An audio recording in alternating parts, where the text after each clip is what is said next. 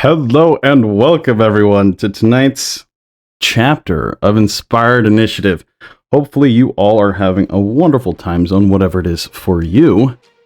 We're going to dive into game shortly here, but before we do so, there is some inspiration to be rewarded for Expert Theologian. For Maldorwen, for rolling a dirty 30 on the religion check. Yeah. To ascertain the nature of the submerged temple's origins. So go ahead and mark that off on your sheet, Maldorwen, that you do have inspiration. You can use it to reroll any die. Doesn't matter if it's damage or really anything. So Awesome. exciting to see when you use that.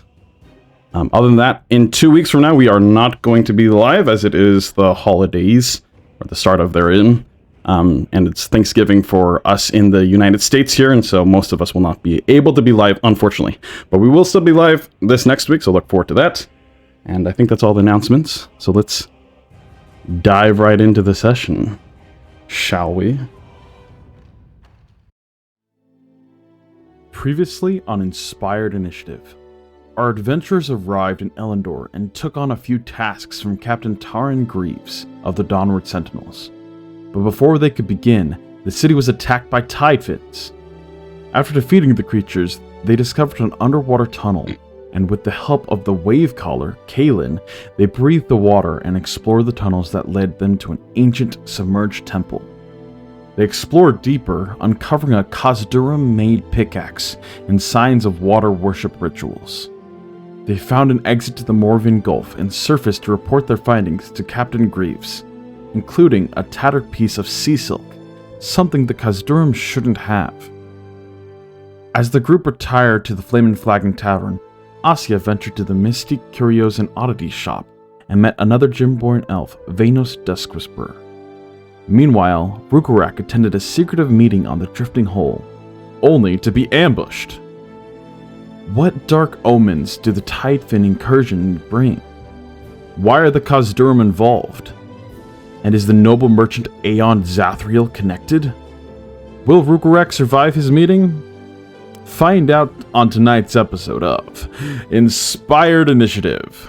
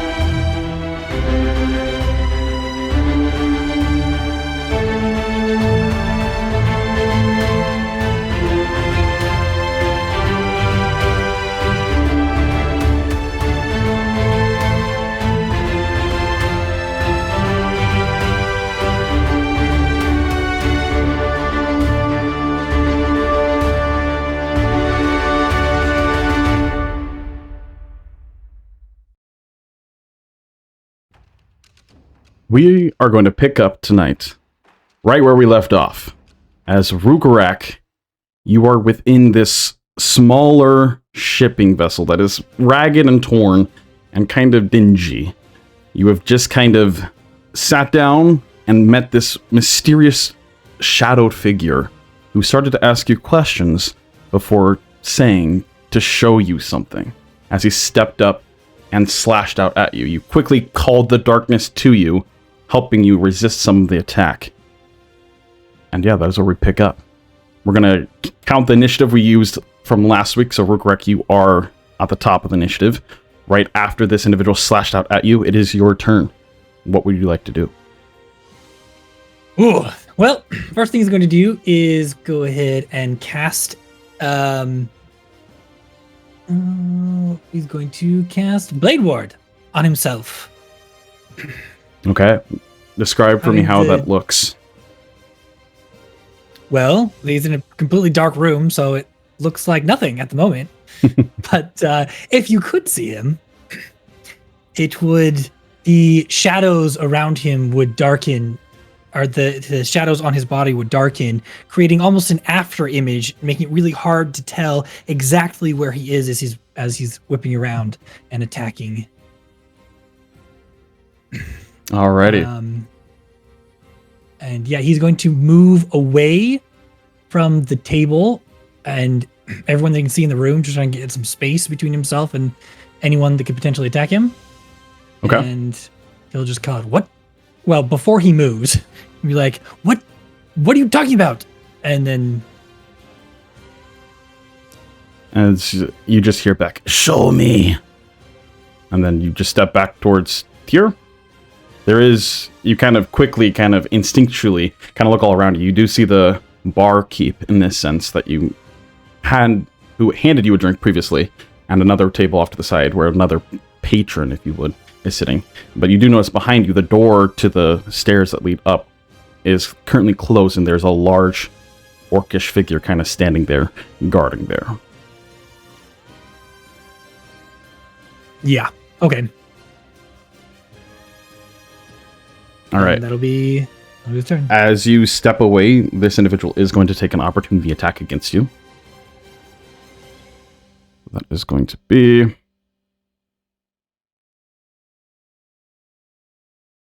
What? Also needs to subtract Oh, no. d4. Natural 2, though, so the d4 doesn't matter in this case because it does not hit. You quickly, definitely, instinctually step back from this figure as they slice out with another quick move with their dagger of sorts. Alright, that is your turn. It is then their turn. They're going to step on over, and as you do see, like, your vision is still, it's actually not impaired because of your keen nature with the darkness. They start stepping forward, and it almost looks like they are stepping out of themselves as they leave behind a trace of themselves behind, and then another like form steps out in front of them, and another one behind them again. There's 3 forms of this figure kind of just shifting around them, all moving in tandem as they walk up to you. Still completely veiled. You don't make out much details here as all this is happening so quickly. They just kind of come up to you with all these kind of looming shadowy figures kind of surrounding you now at this point, as they just continue to say, show me what you are, and slices out towards you again.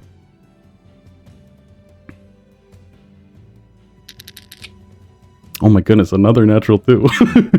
What the heck? Alright, you quickly manage to dodge that blow and do not take any damage from that. Alright, that is going to be their turn. Go ahead.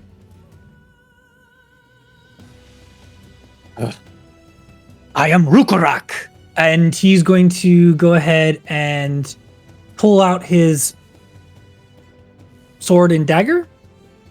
Okay. He is going to use the nick ability of the dagger to attack with both of them with his normal action. Okay. Go ahead and roll. So first, I believe he has to start off with the dagger in order to do that. Does a 10 hit? A 10 unfortunately does not hit, no. As you just kind of go wide, not really knowing which of these forms is real even in this moment. You kind of just go wide, and all of them kind of step back in tandem, and you do not connect. Okay. Then he's going to try with his short sword. Another 10. Another 10 also doesn't hit. They move incredibly quickly as you are kind of thrown off, not expecting this confrontation here in this moment. Okay, then with his bonus action, he's going to breathe out a frosty cold breath that will crystallize in spikes on his armor. Okay. As the frost kind of takes form, the jagged kind of bits sticking out as you kind of prepare yourself for any onslaught there. It is nice. 2. Perfect. And then, okay, it is you, or that's your turn. Any movement? Nope. All right. In that case, it is this individual's turn, who kind of shifts around you a little bit, all the forms shifting with them, as they kind of say out, "Do you even know what power you harness?" As they slash again towards you. Okay, this time it does. I mean, I don't think that the D4 in this case matters because the 22 would still hit. Yeah, so it does nick you. You only take 1 point of slashing damage as you just feel that sharp sensation of kind of warmth. In this case, cold as the ice kind of breaks free. We'll say that, and then 2 damage is shot back towards this individual, as with the frost that kind of breaks free from that hit. All right, it is your turn.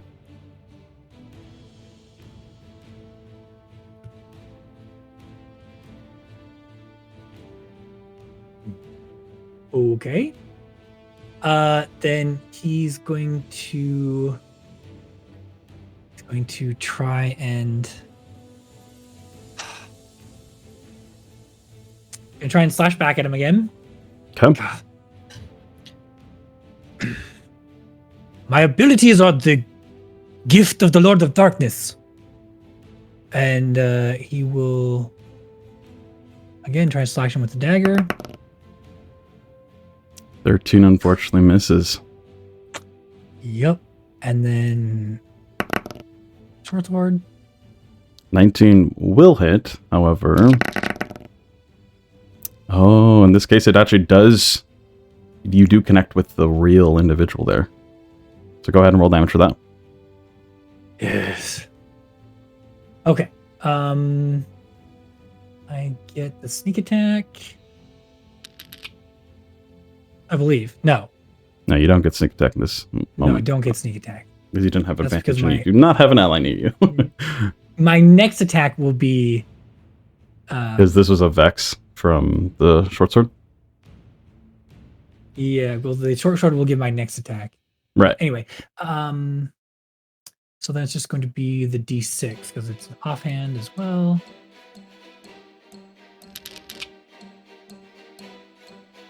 All right. So 2 points of damage. Okay. As you kind of in this moment, you see, and whatever reason, you pick one of them standing for you that is just a little less shadowy than the other ones, and you strike towards that one, and you do feel the contact be made as they kind of step backwards and kind of grimace a little bit. All right. Anything else? No, I guess he doesn't like to be caught between the guard and this guy, so he's just going to kind of circle him around and get... Moving up here. There you go. Perfect. Yeah. It is then their turn as they kind of sidestep after backing away from that little bit of a slice that they incurred.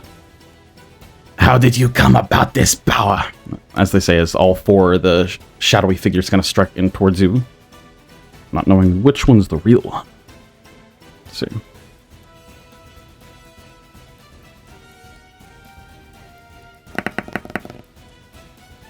That is a 16.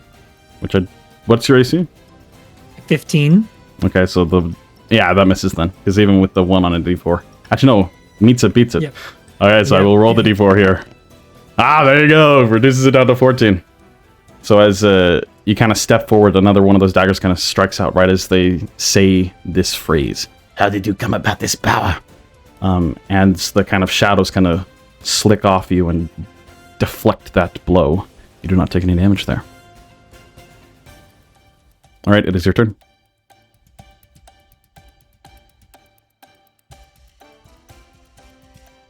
Okay. He's just going to respond, I don't know. It was when I was young. And he's just going to strike back. Again with his dagger, this time at advantage. Does a 23 hit? A 23 does hit. We'll see if it connects with the proper form here. In this case, it does not. It does. As you strike forward, you strike cleanly into one of these shadowed figures as it disapparates in front of you.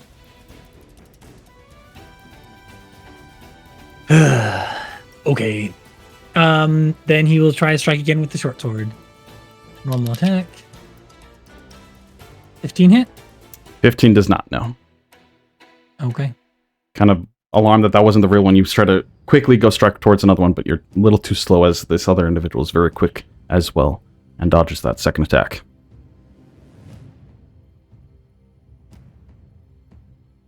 All right, anything else for you? Nope. Okay. It is their turn. They're going to continue to circle you here, kind of stepping around you very quickly, then slashing towards you again. Now only 3 of the shadows slashing towards you. As they say, "Who do you trust?"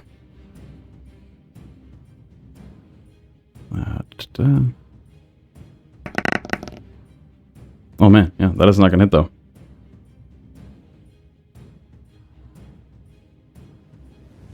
With that, yeah, it's your turn.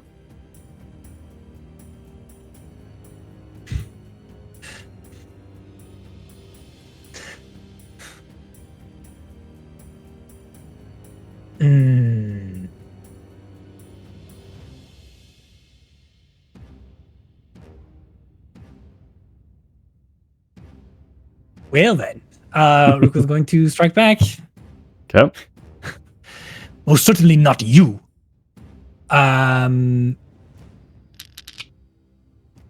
15? 15 unfortunately misses. 8? Nope. 8 also doesn't miss. So as you nimbly dodge that last attack, you then try to parry, as you say, "Certainly not you," and strike out, but they quickly dodge and kind of move and shift almost unnaturally, and you do not make contact, even with the shadowy forms beside it.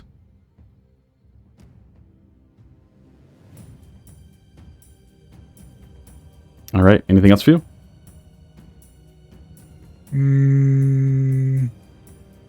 He's just gonna continue the conversation. Just let me go.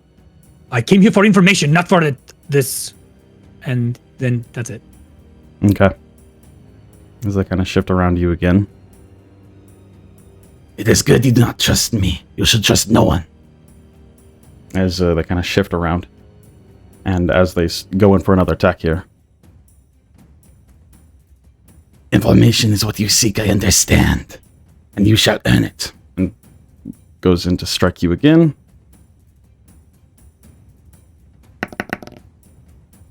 That is going to be that's going to hit. Yep. So that's going to be just another 1 slashing damage, just a little nick. As then the armor kind of shatters around you. No longer protected from that cold energy. Yeah, that's your turn.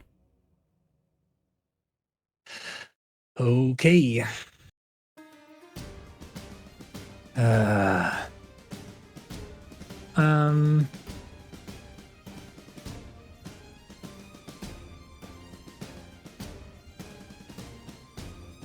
Okay, well, we're going to start with the short sword first.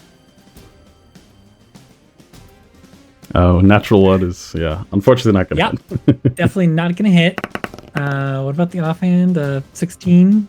With the Vex on the short sword, you should be able to have advantage, yeah? I believe that only works if I hit. Ah, I see. Okay. Yep, did not hit, so it doesn't do anything. 16 does hit, though. Ooh. So, we're going to see... Whoop. That's the wrong thing. And you do break apart another one of the apparitions nearby it. Now there's only 2 kind of shadowy forms standing there in front of you. If I must earn it, then tell me what it is I need to do. And that's it. Okay. They're going to strike in towards you again and say, "Show me!"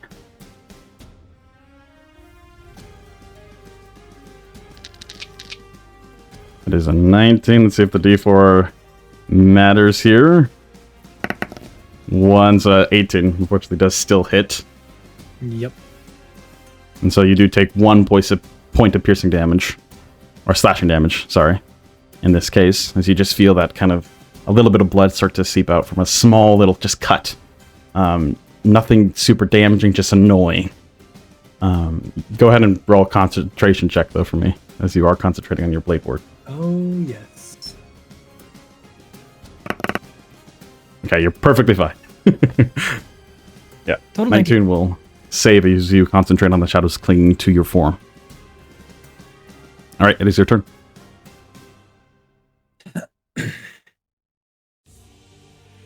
Okay. Are there any windows or anything in this? Currently, no, not that you can see. Any, like, there might have been at some point, but they've been barred over with, like, heavy planks.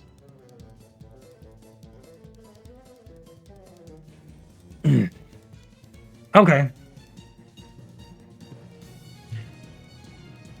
Well then, yep, you're just gonna continue to short sword. Okay. Ooh, 23. 23 is gonna hit. Let's see. Just 1d6 now. And there we go. The last apparition does dissipate, as there's now just that one figure standing in front of you. As they kind of just, you can see a small little smile just curl underneath the cowl. Okay, so I'm assuming that means he did not hit and therefore does not get advantage on the dagger strike. Correct, because, yeah, you didn't actually hit the target. Yep. 16, I don't know what you want to see. 16 does hit. Go ahead and roll damage for this one. Well, it should just be the d4. So it's 2. 2 points damage, okay. So just another, like, little cut as I step back. But you do manage to feel some connection there. Alright, their turn up. They kind of step up towards you again. I am obviously not pushing you hard enough.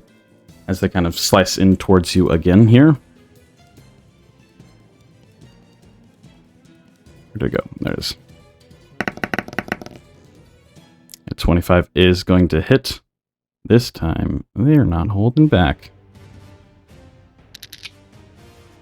So 6 points of damage. Just they take a bigger gash in your like arm there, as you feel the pain kind of swelling up. As you do so, you do feel that like shadows clinging to you. They just feel violated almost in a sense. You just further entices your anger in this moment and confusion. That's a 7 on the concentration. Okay, so the shadows that are forming this kind of protective blade ward against you do kind of disapparate for a moment.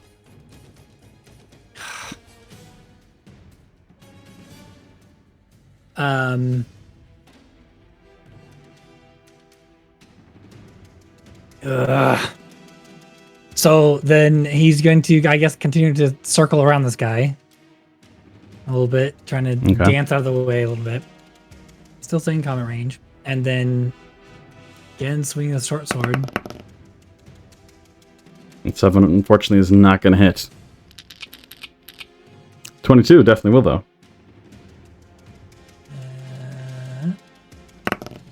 And that is 1. 1 point of damage, okay. Just, yet again, just small little nicks, kind of what they've been hitting on you. And just a little slashes that you barely connect, just enough to draw a little bit of blood. But he wants to... Just let me go!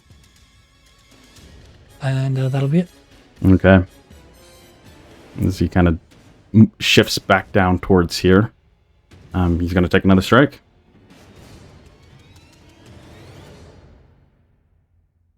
Let's see.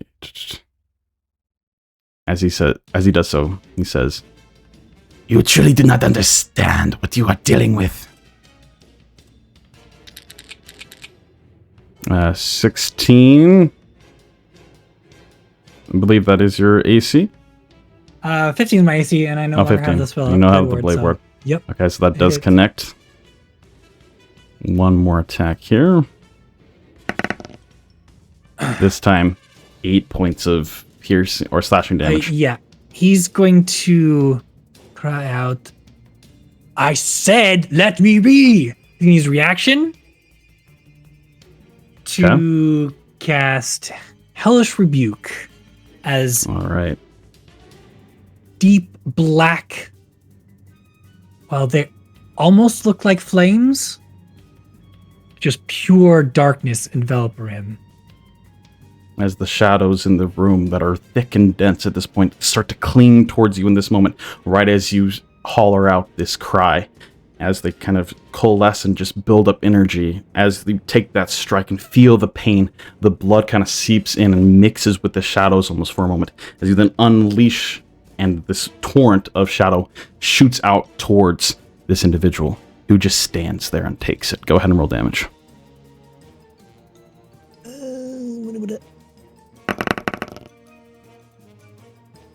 3 points of damage as they kind of are buffeted by that, kind of stumble back for a second, and then just kind of look up towards you. Yes. Well, with that final cry, he collapses to the ground. Oh no. All right. So with that, you kind of, the consciousness, kind of, you feel that gash in your side as whatever that wound is just too much. You're losing too much blood. And you kind of look around you, the shadows just getting darker and dimmer as the room just overcomes you and you just slowly kind of lose consciousness.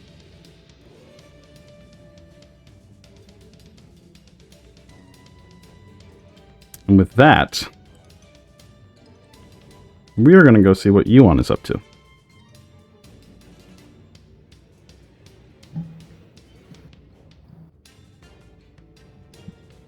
Currently, Euan is having a nice soak in the baths, resting in the bathhouse that they paid extra money for.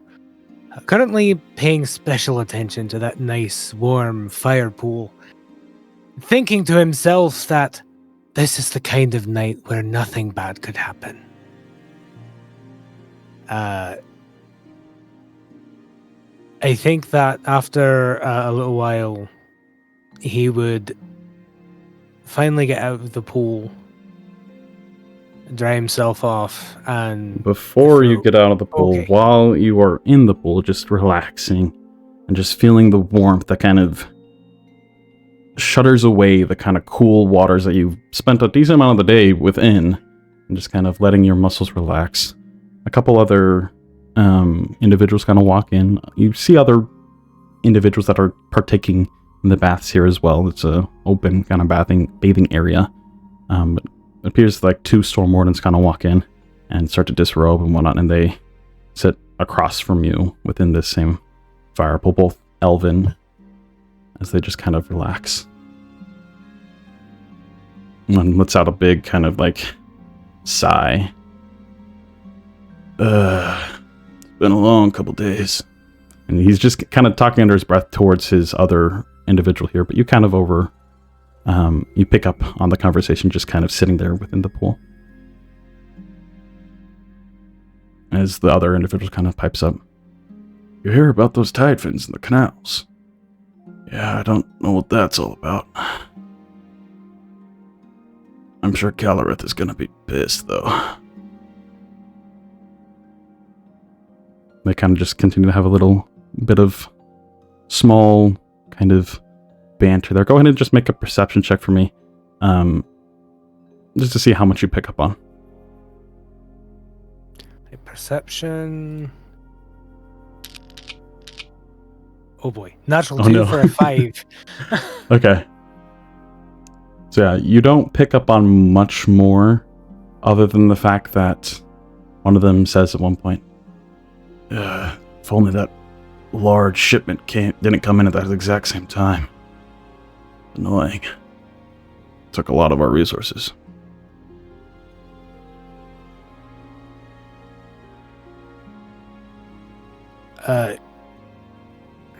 Euan is going to sit there quietly for a moment. Since this is kind of a juicy conversation, I think it would make sense that he kind of misses some of what was said while he's rummaging around in his pouch by the pool to pack his pipe and sort of relax with the pipe smoke and whatnot. You said these were storm wardens that came in? From what you could tell, they had the same kind of purplish, kind of almost glass-like armor that they took off before they got in the pool. Mm-hmm. After settling back down, Euan would sort of nod his head over in their direction. You say something about the tide fins that were in the canals, hey? You hear anything? Supposedly tore up a large portion of the eastern side of the city. It'll do you one better. I was one of the people that helped take care of them. Where are you now? As the other one kind of nudges him. Oh yeah, there was something about, I believe, a green track there. It's not paint. I tried to get it off. I can't help you there. I know I'm in oddity. Go ahead, get it out. And just kind of are staring over at you. Oh, it's interesting. Well, thanks for assisting. Like we were saying, we were just caught up. It's been busy recently.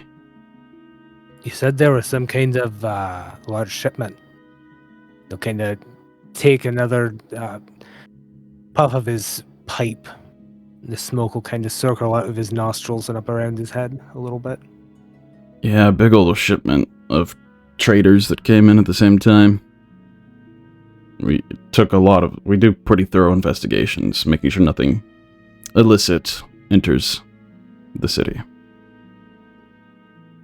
But the fact that you guys were there was great.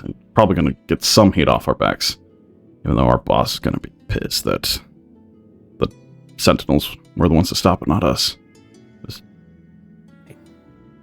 I mean, you guys were busy with a big shipment and everything, so I mean, at least there were some people to take care of it. Doesn't that seem oddly convenient to you, though? Yeah, now you mention it. Maybe. This shipment has been planned for a while, though.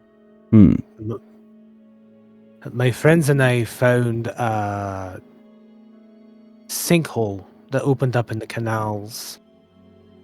A couple of the storm wardens have been watching it to make sure nothing else comes out of it. But it goes out into the Gulf into open water. Really? That's it.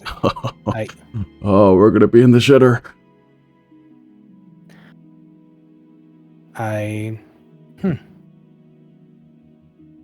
That's a tomorrow problem.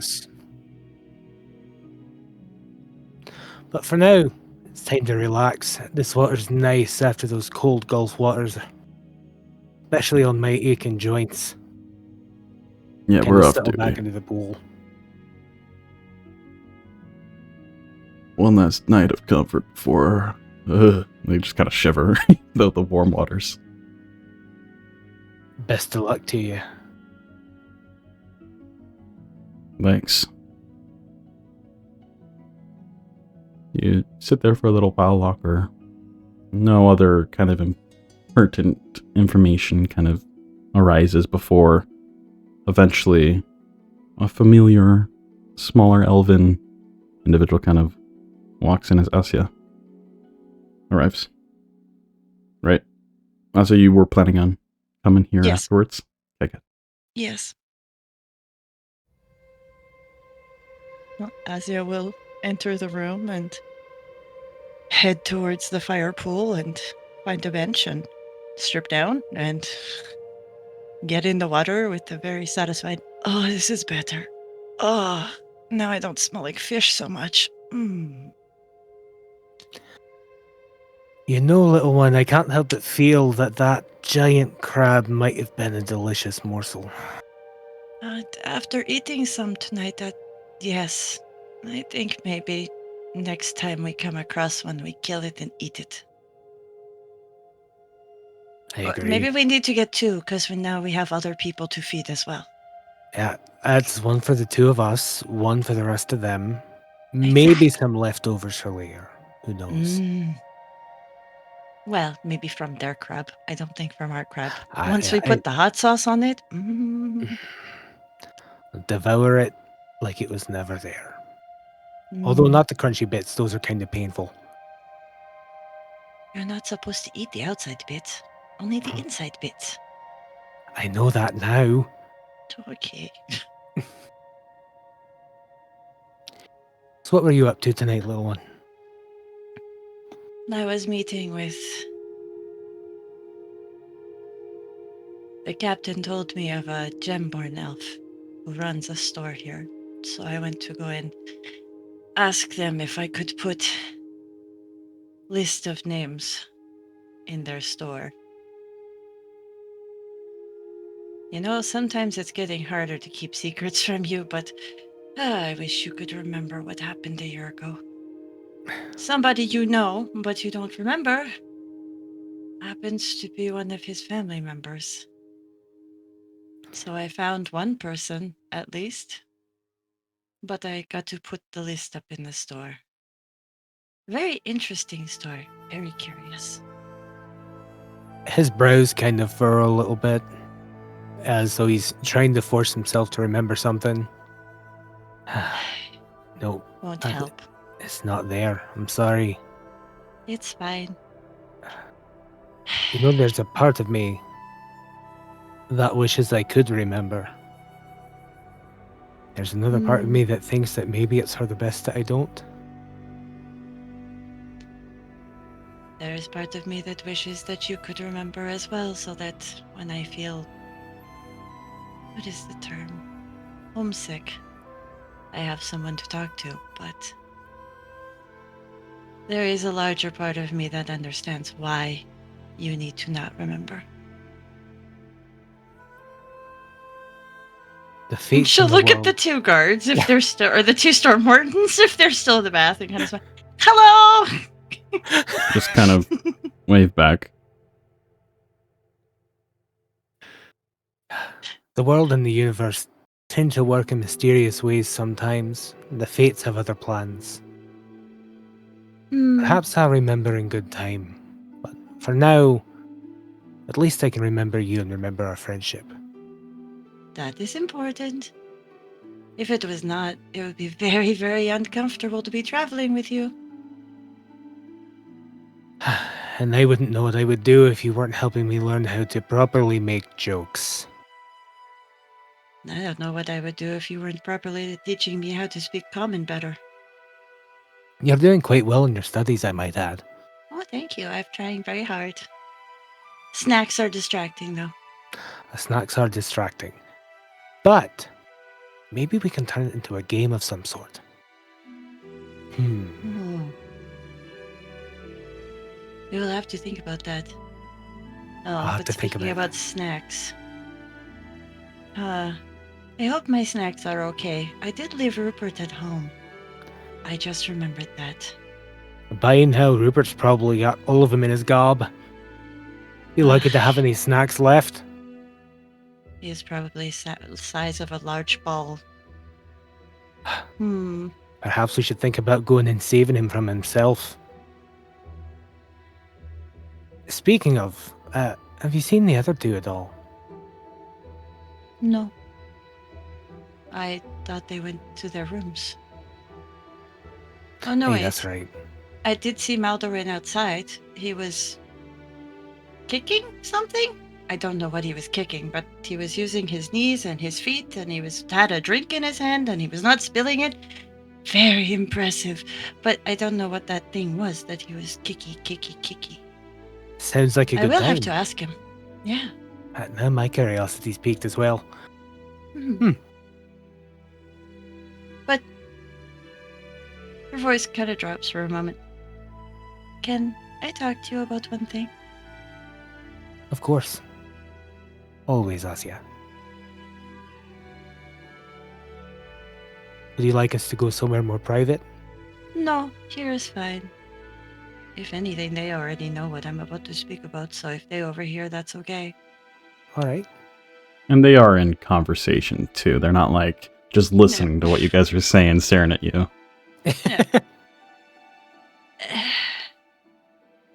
I have been listening to all the rest of you over the past day. I can't agree with you all. I'm sorry. I agree with you that I do not trust the Khazdurim.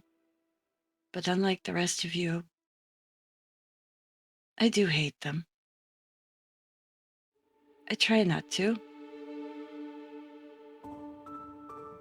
Maybe You it's have because I more- am so young, but I cannot. I I understand. can't stop giving it strength. That's... You have more of a reason than most to bear hatred towards the Khazdurim. we You have and all I lost share a cities. similar past. In the years that it has been since I lost my home, I have learned the power of hatred and what it can do to those who give in to that hatred. I have not forgiven them for what they have done to my people and to my home.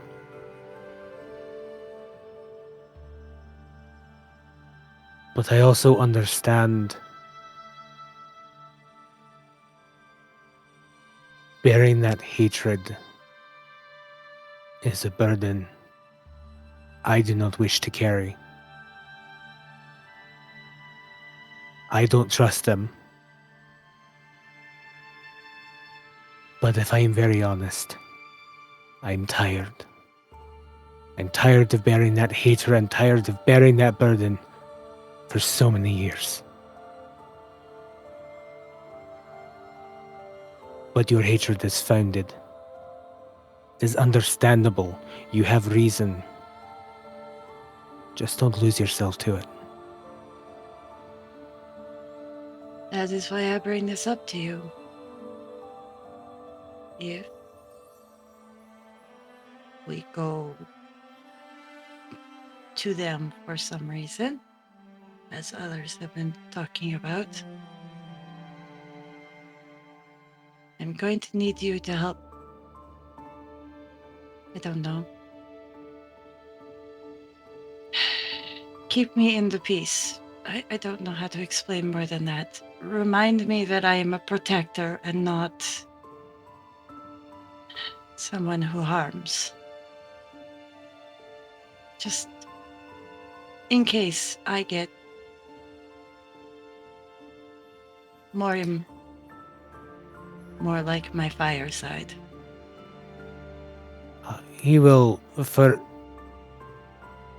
the first time in a long time, the sort of stoic, almost apathetic expression that he carries on his face softens.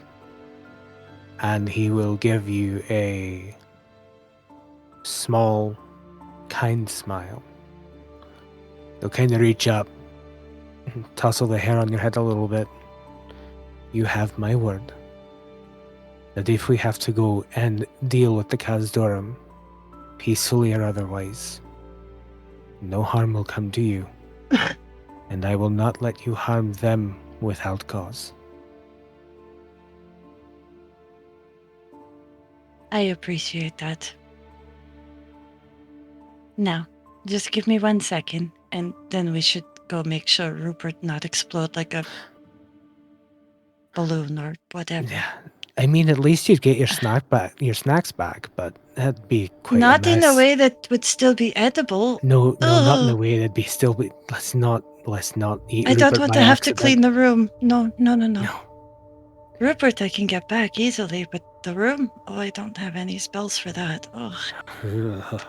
And she is going to, because she's still got water breathing, she's going to sink under the water of the nice warm thing and kind of just, rub her skin off a little bit and stuff like that. But then she's going to actually take a couple of deep breaths and in her mind be like, yep, clean everywhere that the water got. There we go. And then she'll come back up to the surface. All right, I'll clean. All right, shall we go? We should. Euan will get out of the pool, offer Asja a hand to help her out of the pool as well, take the time to ash out his pipe in some sort of garbage receptacle that may or may not be around, and put his pants back on, wait for Asja to get ready. Okay. As the two of you kind of get your cleanly laundered clothes back, all kind of fresh and warm after being soaked in the water all day, you feel the exhaustion kind of starting to set in and you're ready for bed. But as you start to head back towards the bed in the Flamin' Flagon Tavern, we're going to shift over to what Maldorwen has been up to. Right outside the Flamin' Flagon Tavern, practicing some Malvis. Maldorwen, how does this look like?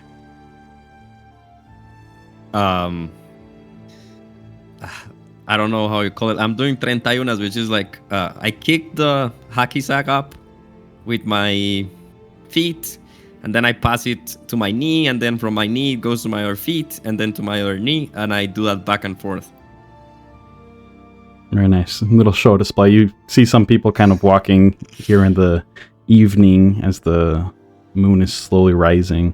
You kind of just stop and watch the display for a moment. I kind of clap a little bit when you do like a more flourish of a kick before moving on. Yeah, I can like make it go around and like kick it with my heel and go over my head, and it lands on my knee again as I drink some of the storm brew.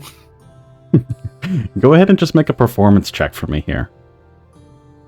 Okay, do I have advantage? I have played a lot of Malvis Starfish, okay? I don't think in this case this is just a general performance check, unless there's another reason other than just playing a lot of Malvis that you would get advantage. You're gonna make me spend my inspiration if it goes badly. Alright, that's good. That's an 18. You did very good. So you do some of these. I told you I have played a lot of Malvis. that you have. Some of these people do kind of toss a few coins your way as you're doing so. Whether you'll pick them up or not is your choice. He's gonna be so confused. But yeah, he's gonna feel awkward not picking them up, I guess. So he's gonna take them. How many coins? We'll say it's like... Well, it depends. How long do you do this for?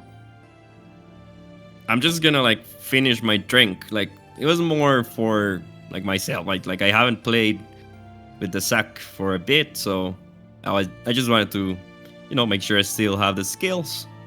Also, Okay. like, entertain myself as I drink the storm brew, and mostly try to think what I'm gonna do next, which I kind of already have an idea of, but yeah, Okay. I guess not that long. We'll say it's about 5 silver then, as you kind of pick up in different pieces of copper and whatnot. Nothing super lucrative, but a little bit of coinage that people impressed kind of toss your way. Right about the time that you start to finish your drink, though, and still practicing a little bit, an elven figure kind of comes up and starts just watching for a moment from the sidelines. And you just continue to practice. And then they kind of saunter up to you. And you can tell that just from like your like corner of your eye, that you can see that this individual might be a little tipsy currently, as they kind of stumble over to you and just kind of groggily say, "What the hell are you doing in the city? Bad omen. Why are you here?" He's gonna kick the sack and grab it with his hand and put it in his pocket. Stare at the elf for a second there and drink very calmly and say, "Well, sometimes we have to fly far away from the nest to see what the world is like. Maybe find prey elsewhere." I know of your people, you bring war wherever you go. Just get up and leave. And at this point, he's like starting to just rant and kind of causing a scene here, as some of the people kind of that were watching kind of shy away and move on with their night. As the kind of like tavern door opens, as you see a sort of familiar face, you've met them before. Baylor, the owner of the establishment, kind of steps on out. And they say, "That's enough. Move along." As the kind of drunkard here kind of just stares back at him and just kind of flips him off and then staggers back. And as he's just kind of walking away, he's a bad omen, I'm telling you. The Maldorwen loving bastards.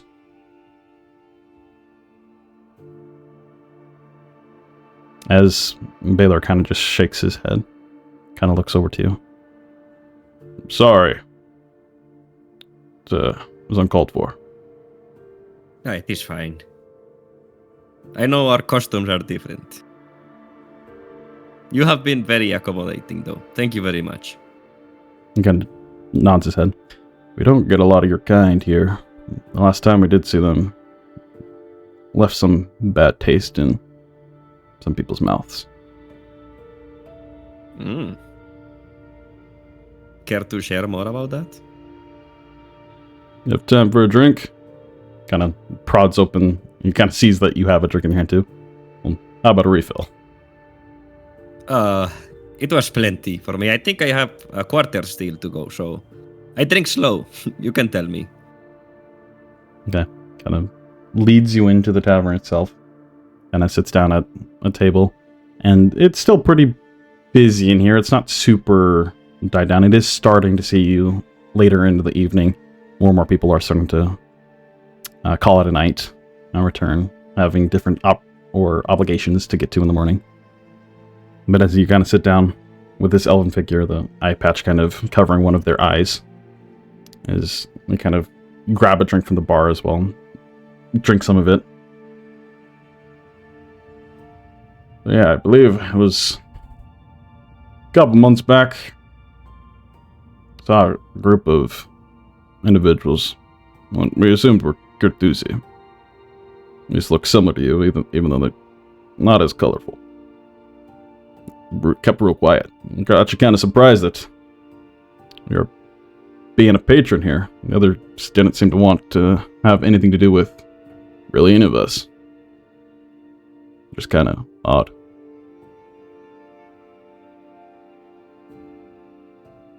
I see.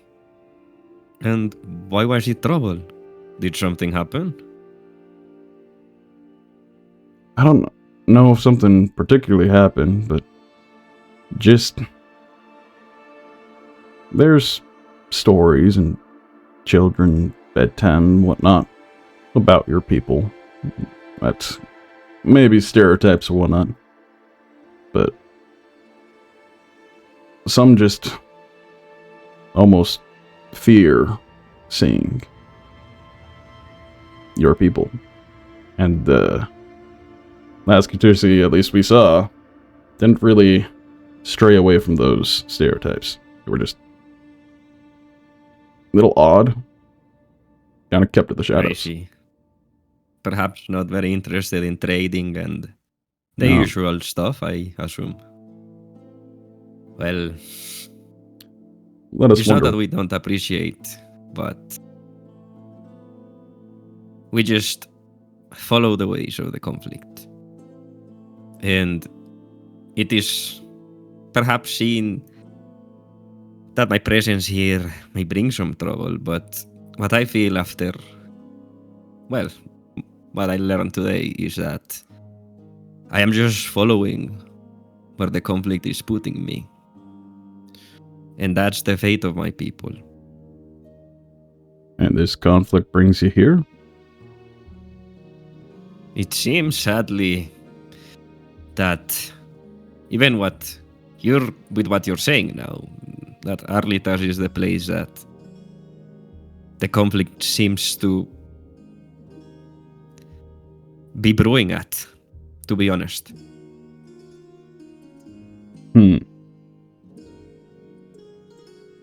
Perhaps your people will be glad to have us on your side once the Khazdurim unleash their force. You think they're gonna attack again? Well, to be honest, there is many things that this city has to offer for certain, but none as valuable as the things it has to lose. Kind of nods. That is concerning. Been a relative peace for several years here now. We presume the Ember War to be over. The Ember War is just like a tide, like your canals. It was a swelling, and it certainly came to a storm. And there was peace, there was quietness, but you can feel it. There was already blood on your waters inside the city. Tidefins, right? I heard about that. Yes.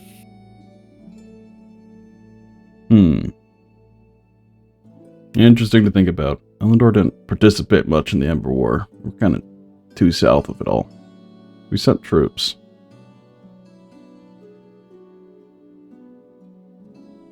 I hope it doesn't come to that.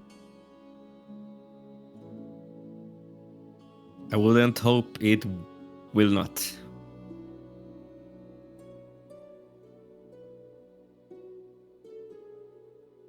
Well, he kind of takes a deep breath in, kind of a little overwhelmed almost at the prospect of war coming to his doorstep. Kind of stands up. If there's anything I can do to accommodate you better here in the Flamin' Flagon, please let me know.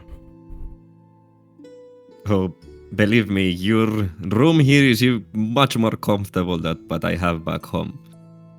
I'm glad to hear. And he just kind of gives you a nod and then departs right as you sit there for maybe a minute more. Maybe you get up right as both Asja and Euan kind of step in.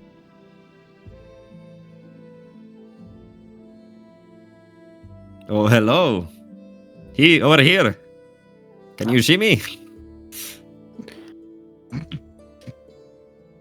Euan will kind of look around, spot the giant array of red and gold feathers, point at you. And a hand just kind of waving. And he'll make his way over. I will be there in 1 second. I need to talk to Lennon for 1 minute. Well, less than 1 minute. Sounds good, little one. Do you want a drink? I will order while I'm over there. I'll it's been a long night. I think I will take The fiery one? the fiery one. Okay.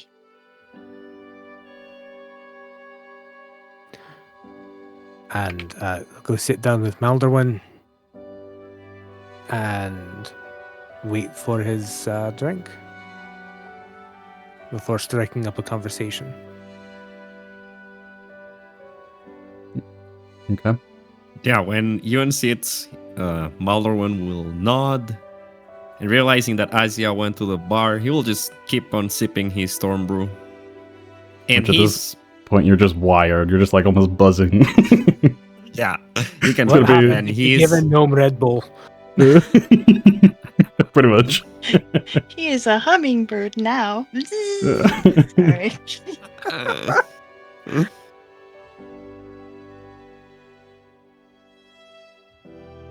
But yeah, he'll kind of finish. He won't talk much either because he's thinking about what he wants to write back to Kertas.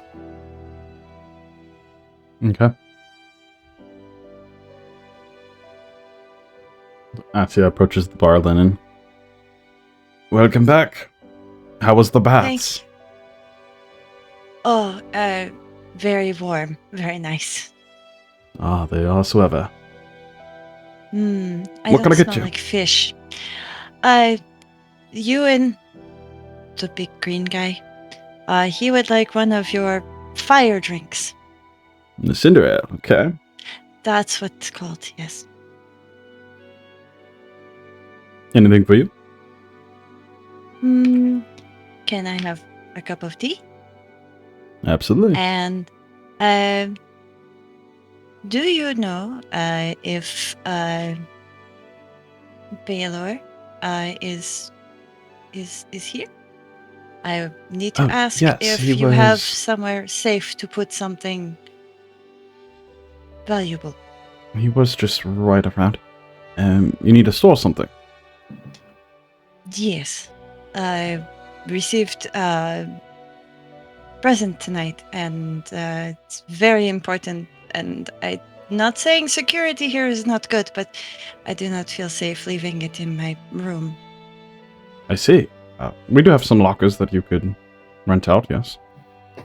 Oh, okay, perfect. Can I rent a locker then for... And she puts the wooden box down. This, please. Absolutely. It's just 2 copper per day. Okay.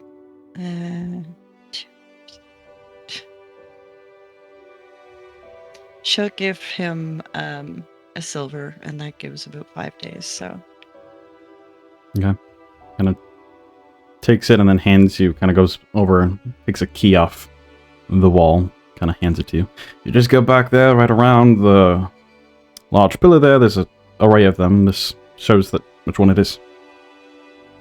And that's Perfect, always... and- Someone's always making sure that no one's tampering with those.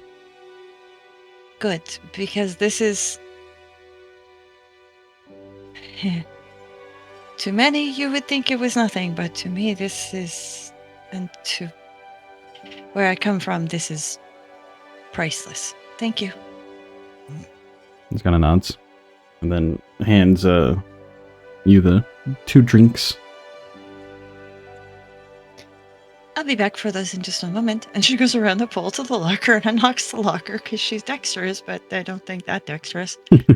And puts the box in the locker, gives it a lock, and puts the key into her bag. And then goes back and collects the drinks and goes to the table. Okay. Sorry, that took me a minute. The person I met tonight in the market gave me a present, and I want to put somewhere very, very safe. So I had to. Here's your cinder ale. Hello, Asja. Hello, Maldorwen. How are you? I'm feeling jittery. Well, you did drink a whole one of... You're going to have problems sleeping tonight. You think so? Well, you are kind of vibrating. Little plumes just kind of quivering. Is there something you can do about it if it comes to me not being able to sleep?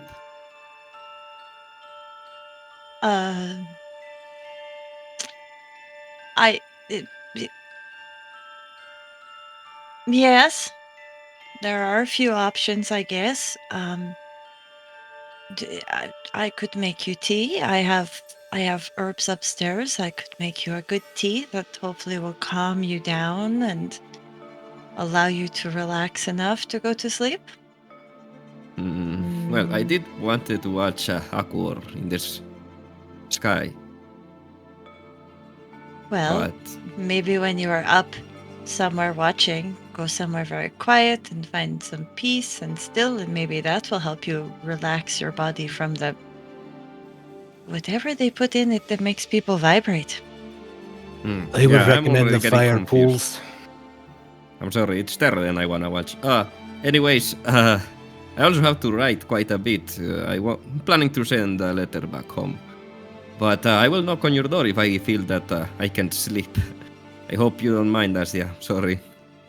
I think you no. might be right. Yeah. Maybe next time ask for half serving. There you go. Yeah, that's a good idea. Where is Rhukkarrak? Is he upstairs sleeping? Seeing as none of us are, I would assume he is not. Or is he? Did I see Rhukkarrak walk out of the Flame and Flagon? Ruka, you were trying to be stealthy doing so, correctly? Right? Yep. He made sure that he left after everyone else left. Yeah, so we'll Okay. say just go ahead and do a stealth check, and then Maldorwen, you go ahead and roll a perception check at disadvantage because you were more focusing on like practicing. Yes. Oh. Oh man, Good thing, that was 'cause close. Oh my goodness. Wow. Oh no. Yeah, I was definitely more focused on practicing. Yeah, you Uh, did not notice. I haven't seen Ruka at all. And no thanks, Fortis, by the way. I don't want to go back to Earth Pool for any reason. It was very strange. And we gnomes are not Earth aligned at all. Even today, being that deep underwater, I feel like we gnomes are more like a lasting rain than a deep ocean. When it comes to water, that is.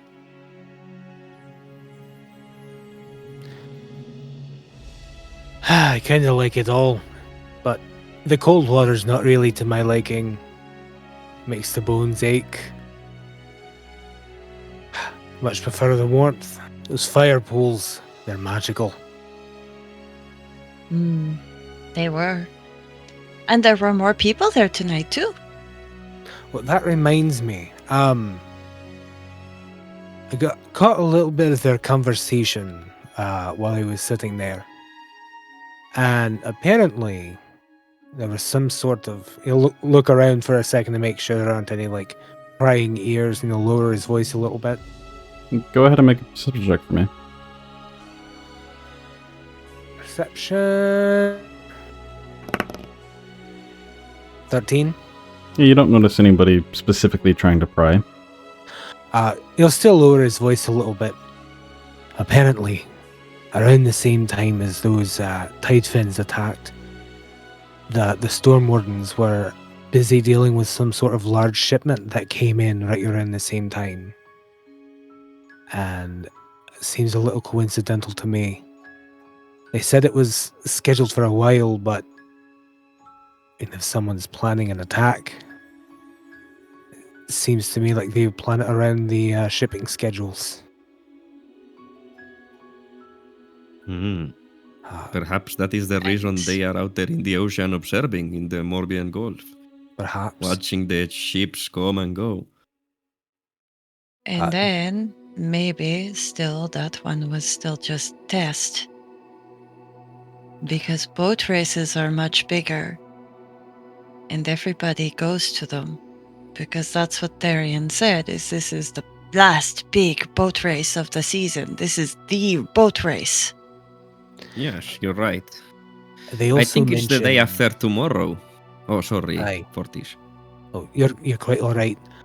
They also mentioned the name Kalrath.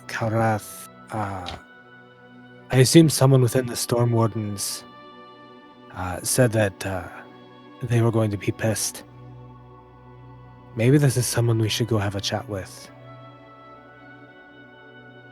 Interesting. I wonder if they are a member of the council. Well, there is a Storm Warden. Somebody said, yes. There is there is Storm Wardens. I think probably much like Sentinel Leader is on council, I think probably Storm Warden Leader is on council, so maybe that's who this is. I still think we need to look into the other Fudahara there too as well, because maybe there's connections between them all. Who knows? I also was planning to ask Ruka to accompany me to go and scope out the Khazdurim camp that seems to be near the city. If he doesn't come back or I don't see him, would you be willing to come with me, see what they are up to, perhaps? I would be willing, yes. How about you, Asja?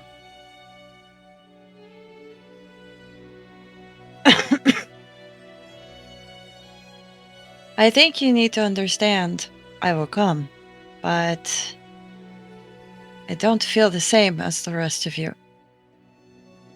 I'm sorry. I don't trust them, but I do hate them. I've already asked Euan to remind me of who I am when we are near them. But if I don't need I to don't go, want. it might not be a bad idea to leave me at home. But if I need to go, I can at least have the strength for a short time to not give in to the stronger feelings I have for them. I wasn't planning on making friends with them, but I also wasn't planning on getting too close, just in nine distance that we can observe, perhaps as they observe from the sea, I guess. I understand your hatred, as we've already talked. But in case things do go south, it would give me comfort knowing that you were there, Asja. Because I know how you can heal and make sure we all stay alive. As I said, I will come. But Thank you, Asja. I do not want to. I don't mind going to watch. I mean, nope, that's not nice to say. Don't say it. You always going to watch is not a problem, but it's when suggestions were made to go and I don't know, talk to them, find out what's going down. I don't think I would be a very good candidate to go and have a chit chat with them. I do not lie and I don't really sugarcoat things. So even though I am usually a pretty good speaker, I think in that case I might come across as, I don't know, only 40-year-old elf. More childlike and angry and just say not good things that would not help our situation. Rhukkarrak and Maldorwen don't seem to harbour the same, we'll say, animosity that you harbour and that I have harboured in the past. I think it would be better for them to talk anyway. Especially Rhukka, who seems to be in far better standing with them than the rest of us. Well, we could ask Rukka to talk to them if that's something you would be interested in, but I certainly don't want to speak to them either. If I'm gonna speak to a Khazdurim, I hope the talking would be done with my crossbow on the battlefield. I hope it doesn't come down to that either, as I don't relish getting stuck in the middle of a camp of Khazdurim. But if it comes down to that, that's all I'm saying. If it was anything else and we were afraid of them coming to the city to do harm, I would have no problem. I would much prefer to use my words than weapons, but we will have to see. Maybe we are wrong. I don't think so, but maybe we are wrong. Maybe they are here for trade and it is something else. They are just another distraction on top of all of the distractions. I would I like don't nothing know. better than to be wrong, so but I understand the caution. And I think it's something we should all maintain when dealing with this situation, is both the caution and just be aware of our surroundings. We don't want to let ourselves get cut off from the city, from each other.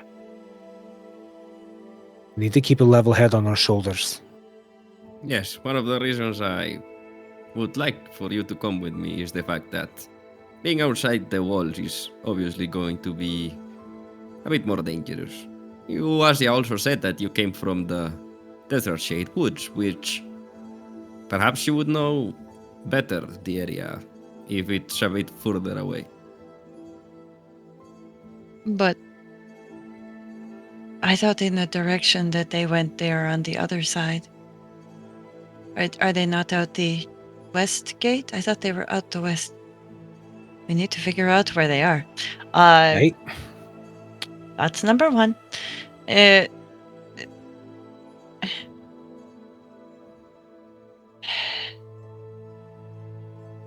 have a weird thought about, probably not true, probably not right, but I had a weird thought about maybe one of the things that they are here. If they are here for trade, one of the things they might be trading, but I don't know. I don't want to talk about it yet, but I do have, maybe watching them would be a good idea. See, that's why I was hoping Ruka would be around, was so that we could all maybe talk, because if people wanted to go back swimming, then we're going to need to do so before we stop with the breathing of the water, because I don't think going to the wave collar.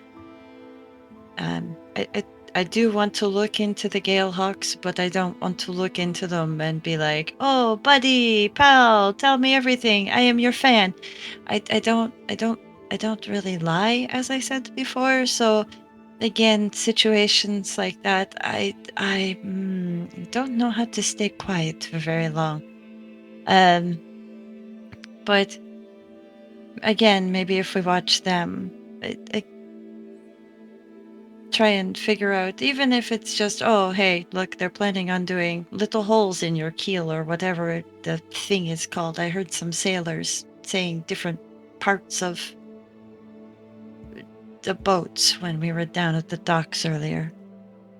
But I don't know. We should be looking into things, because if the boat race is going to be the next big distraction thing, well, then we have one day to figure it out, because the boat races are the next day. Tomorrow is 29. I was planning to talk to Day after is Therion, 30. and yes, I was planning talking to Therion. Maybe he knows about the Galehawks, or someone that may know about them. He spends time in the canals as a, ferryman, so perhaps he knows more people than we. I, by the way, need to talk to Lenin about something. I am going to head up to my room. I have quite a bit to write, so I think I will talk to him, and then I will knock on your door if I need some help, Asja. Thank you. No problem. I should probably also finish my tea and go upstairs. I realized I left a very naughty little lizard alone with all of my snacks for a very long time. And I have a feeling that my tummy is going to be grumbly all night, because then he's going to look like a big ball. By the way, Ball, what was that you were doing earlier outside? With the kick and the over and the down and the with your glass, and what were you? What is that? Oh, well, that's a sport that we play in Kertas. It's called Malvis. We'll have to talk about that sometime. Yes, I would like that. I have never heard or seen. So, yes, please. It looked very... Kick. I don't know if I could do it. But it looked very interesting. I think you may be able to do it with some practice, Asja. You're quite dexterous, I've found out. It helps to get through small little places. You, Fortis, on the other hand, perhaps you would be a good kite bearer, yes. Well, yes? I was just going to say, right, dexterity's not my strong suit, but put me in a wrestling contest, I'll put anybody on their back. Don't tempt me with a good time. Euan actually, for a brief second, there's a moment of realization that kind of crosses his face. And he seems slightly shaken up for a second and then shakes his head and knocks himself out of his reverie and stammers a little bit. Well, have a good night, Maldorwen. You too, That Vampire. was good one, Maldorwen. That was good. Yeah, he'll head to, just gonna talk to Lenin real quick, or whoever's at the bar, trying to set up a meeting with Therion. Like, if he comes asking for me, okay. meet me ASAP, I guess. ASAP, yeah. Easy enough. Lenin says that he'll pass on the word. And yeah. Therion is a regular, usually spends a decent amount of time in there, so it shouldn't be too long. Nice, right. Alright. As the three of you kind of head back up to finally get some rest in, Asja, as you kind of open your door, you do see like your snacks that were all there. They've kind of been gathered into a big pile, and there's just a kind of bloated Rupert. Rupert. Combining them together. Rhukkarrak is not what we want. That is why Ruka stayed behind. Just eat all the snacks. Eat the snacks. No. All right. A bloated Rupert that just is kind of like curled on top of all of them, almost making like the snack pile and the like wrappers and whatnot, just like his hoard, like a little dragon, just sitting there, kind of just sleeping. She kind of sighs, and as Euan is, going past, she goes, "I blame you for this one." And she opens the door a bit more and shows him the scene. Euan kind of peeks his head in, sees Rupert on the snacks, flashes him a quick thumbs up and a wink. A terrible travesty, the loss of all of those snacks. I Just guess have they to are buy Rupert's some more. snacks. I will have to get more, yes. Well, then, I guess I should go to sleep then, to make sure that I have time to get up and go and buy more snacks. Oh, have you been to the market yet? It is a fascinating place.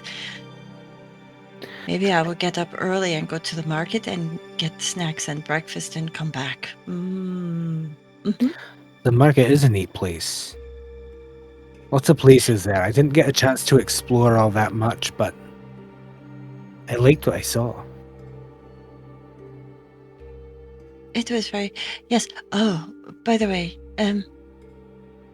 tonight when I went to go and see the owner of the Mystic Curios and Oddities, he gave me something, but he also said that I should probably try to make my way up to Floringus for one of the things that I'm looking for. I didn't really have the knowledge before that apparently these kinds of crystals and their kind of crystals, I guess, well, I guess we can interchange them. We can use and still have our distinct. Either way, so at some point, I just thought I'd let you know that at some point I'm going to head north. Not yet, but I think in the future my plans are going to be I'm going to start heading towards Floringus. It'd be nice to see the Dryad's Grove and the people of Floringus again. I'll come along with you. Of course, if you'll Excellent. have me. Always! You're really my only friend that I know out here. I mean, I'm getting to know the other two, but I've known you for a year now, so like your friend kind of deal. Anyways, I cannot offer midnight snack tonight. Maybe kitchen is still open. But we should probably sleep. Tomorrow is going to be another very big day. He'll hold out his hand, and in his hand are 12 little red berries as he casts Good Berry to provide midnight snacks. She'll scoop up a few. Thank you. Do you want to wake up early in the morning and come to market and get snacks and breakfast as well to come back with? Sure, Or do I'll you come want with you. me? Okay. And I guess if if Maldorwen is still vibrating through time at that point, we can just tie a string to him and bring him along. Sounds like a plan. All right. Good night. And she steps in and closes the door and looks at Rupert. You win. You get those snacks. Make room. And she's going to shove the snacks over and set up her bedroll on the floor, which is much harder and more firm than the mattress, which is too soft for her. You bought a lot of snacks. Rupert did not eat all of them. He just ate I know. a fair amount. But yeah, there's only so much one little lizard can eat. Or it just passed out of a food coma. You are going to have big stomachache in the morning. Oh well, that will be your lessons. And she'll Just kinda snuggle in and flickers the tongue and then snuggles in with you as you all take a nice rest. Settle down. We're going to shift over to what's going on with Rhukkarrak. That's the real question, right? Right? He's dead. It's fine. We can move on. I'll just start making my new character.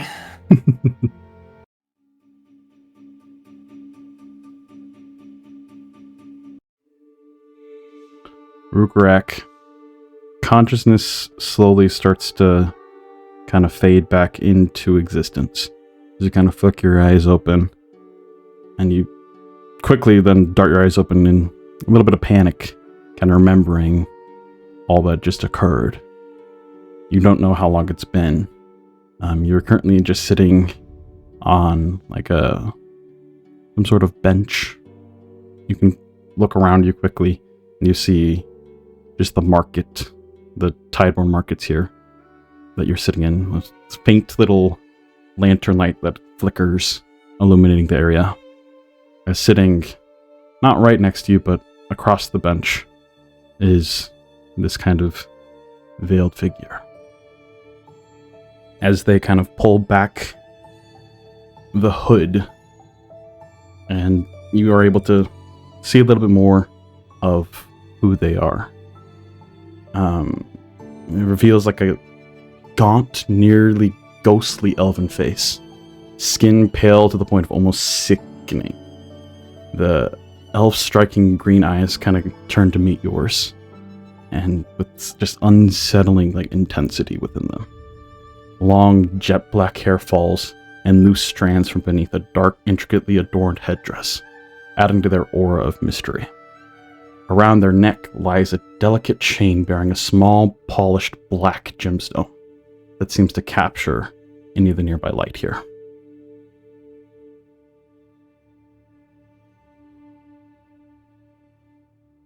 You are very interesting.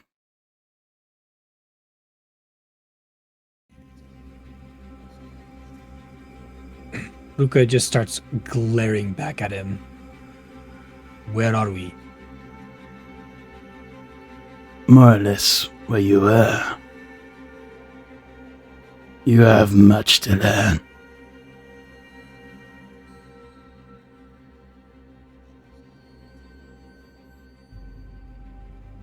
Maybe I don't want to learn what you have to teach.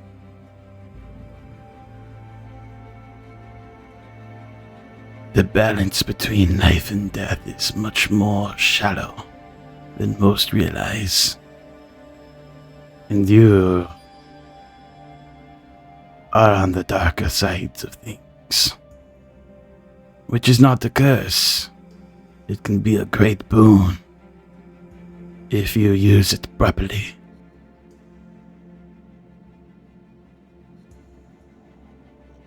I need to know your capabilities, though. I have a task for you to do. If you do this, I will teach you. You know of the Khazdurim? Yes. Go to their encampment. Witness why they are here. Find their true intentions. and bring back why they should not be allowed to be into the city.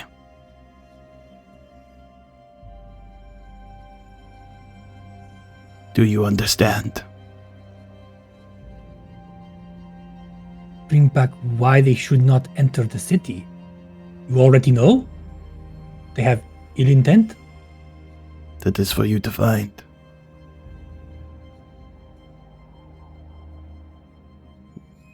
Steps up and just kind of stares at you. Your future holds many things. And just turns away from you and starts walking, and almost you see like the shadows just start to like creep up towards him, and just kind of he vanishes there for Wait. a moment. Am I supposed to report this to you? He's already gone.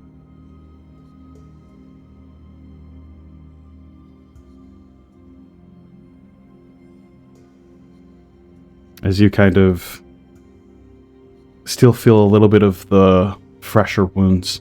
They're not as gruesome or violent as you might have expected.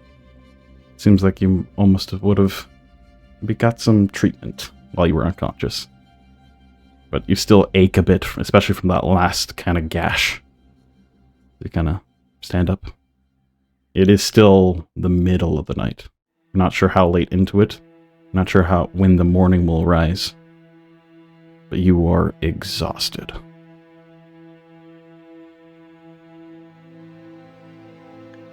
Yeah, Ruka is going to just sit on the bench for a little bit and just catch his breath and kind of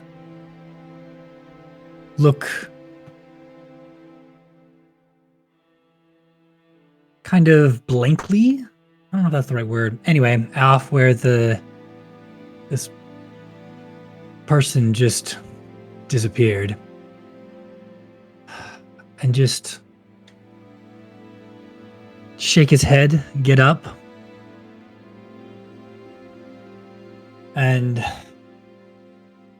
as he's like walking away, he'll glance back again. And his face will harden in a little bit of resolve as he finds his way back to the inn. Okay. As you all, Rhukkarrak eventually finds his way back. You're let in, and it's like completely cleared out. It was like the middle of the night. Maybe there's like one or two drunkards that are just like passed out on the barkeep. He does not want to draw attention to himself. And Lennon just kind of waves as you enter, kind of looking tired himself as you make your way up to your room, and then are able to rest the night away.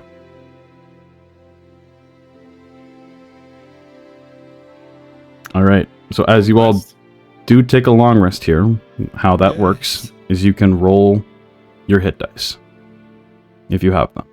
You then, at the end of the long rest, will regain half of your hit dice. So how many hit points did I regain from my... What is your total? Last I checked it was 0. Okay, no, like your max HP. Oh. Max is 21. Hold on. We'll say you were at 10 hit points then. 10 hit points. You regain 10.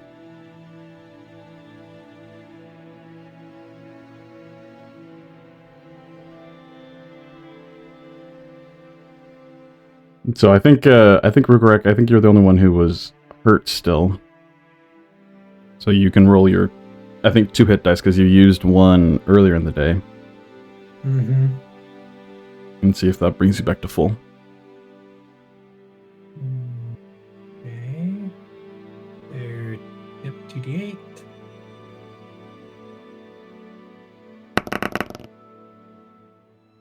So 10 That more. brings me to exactly full. Okay, so yeah. Do you add your constitution modifier? Oh, I did not. Oh, that doesn't really matter. Yeah, so you're back up. So when you wake up, I was it's also not asking as to bad. make sure that like you add it for future long rests. Yeah. Yeah, It's like yeah, regular. I mean, You add it's your plus con one. modifier, right? Yep. You do add your Okay. Constitution modifier to any hit dice rolled. Okay. Thanks. Thanks. But also, you said we get back half of our dice. Is that rounded up or down? Yeah. Down. Okay, so I get So one. you get one back. Yep. Maldorwen, did you want to stay up? I know you were going to stay up to write your letter. Did you want to go look at the sky after that too? Yeah, probably due to the effect of the storm brew, he is actually going to stay up quite a bit until I think Alamor is visible in the sky. You're gonna stay up And the whole after night. kinda also due to the fact that there's so many things he wants to say and his mind is racing, like words are gonna stumble on his mind, that also I guess on the paper, on the papyrus that he's writing. Probably gonna have to change or like use a different scroll because he's gonna probably have to do a draft, or even he's gonna spill some ink or whatever. So yeah, it's gonna take him a bit. And then yeah, like looking for omens in the sky until Alamor comes out, probably. Okay. Where are you going to look at the sky? Just right outside the tavern there? Or are you just staring out the window? Staring out the window, yeah. Okay. Like after the drunkard kind of approach him that way, and like knowing that there's gonna be some people that are gonna be very drunk late into the night, he's gonna stay in his room. Okay. So you kind of stare out for a bit. You witness Terradon kind of rise up in the sky and just kind of stay there for a while. You ever so faintly kind of make out little green flecks of what seem to be just dust on its surface, just from little, almost like glitter that kind of reflect off of the orangish, brownish planet in the sky. And just staring at it just almost makes you feel more stable for a moment. You then your mind kind of shifts, looking at the planet for a moment, back to the imagery of Aquar that you saw within the temple. And just the religious kind of indications of everything there. And you just, something like deep within you just kind of is drawn out for a moment. And you just feel like some sort of connection to something. You're not sure what. And you just kind of recall back on being down within the water there, kind of surrounding you, completely encased and even breathing this water. It was a surreal experience. Something that you have not done so before. And it was calming, but also shifting and ever moving. It was just strange.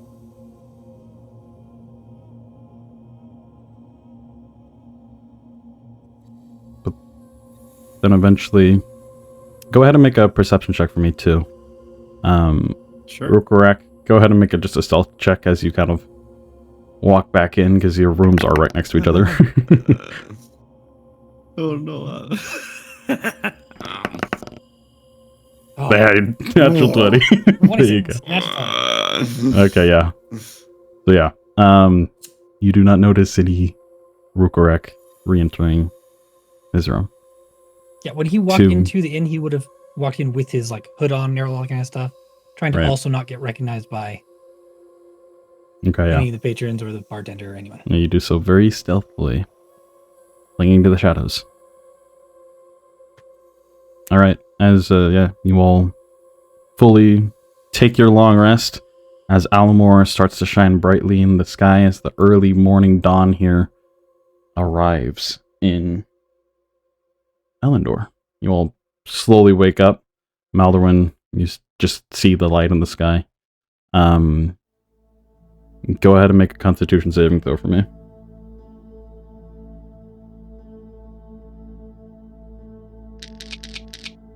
Oof. Yeah, you're going to be exhausted. 1 point of exhaustion. Okay. As you kind of, after the storm brew lasts for, I mean, in your case, it lasts a little bit longer because you're so small. You drink a lot, but only for like about an hour or two. And the effects kind of diminish quite quickly. And when they do, they just kind of hit you. And so you kind of feel that exhaustion. Still kind of lost in thought about what you're going to say, though, and whatnot. And yeah, as Almor kind of rises there, and you're like, oh man, it's already that time. You just feel like the bags under your eyes and the exhaustion starting to set in. But the rest of you wake up relatively rested. Rhukkarrak, not as much, but enough.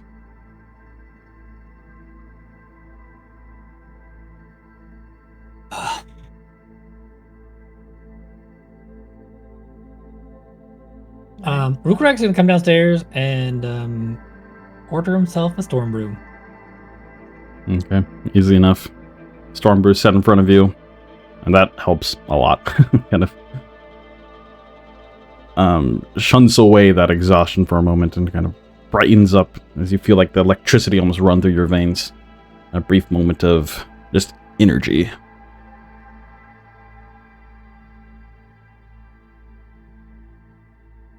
I guess Asja will wake up and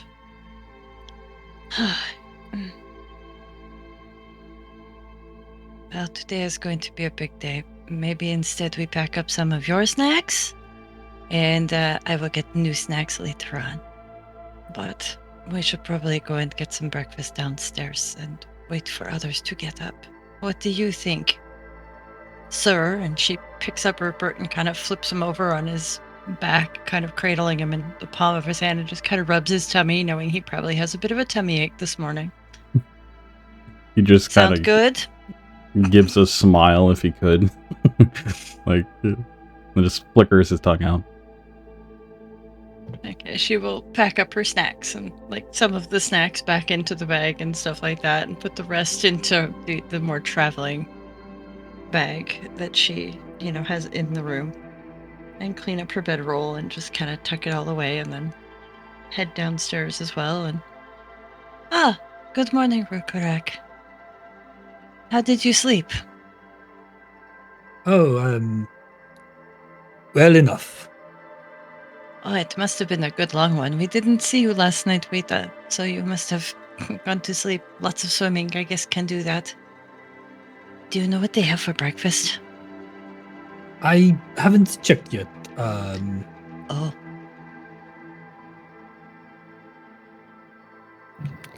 Whatever it is, if you could get me a plate as well. sure, not a problem. She will head over to the bar, and can I have? Do you have some sort of juice of fruit? There's all manner of different fruits, yes. Just some juice. You can provide that. One big glass of juice, please. And what do you have for the breakfasts? Yeah, we got stormboat eggs, the usual. Unless you want to I request do like anything those. different. No. Can we get I might as well plan ahead.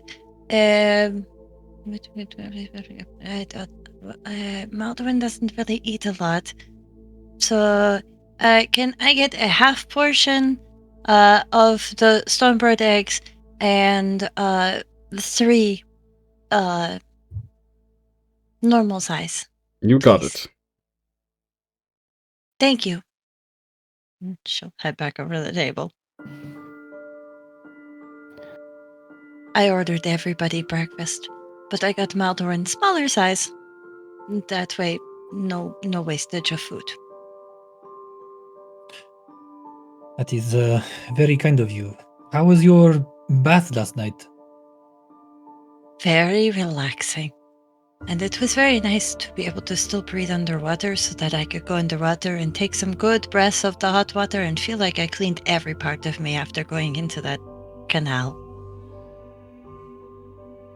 I need to make sure that I pay for it tonight. I could certainly use it.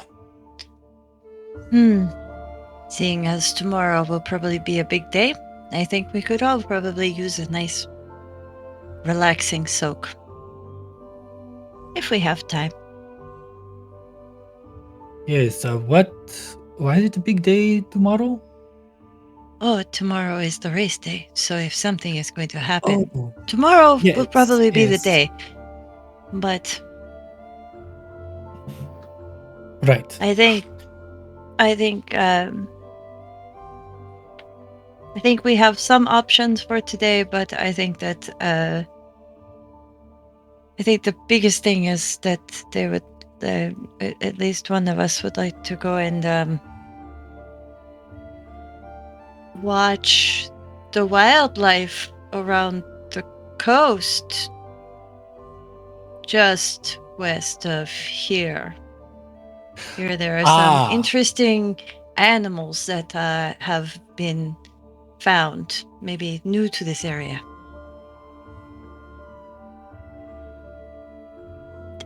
I'm assuming that we are going to do more than just watch, right?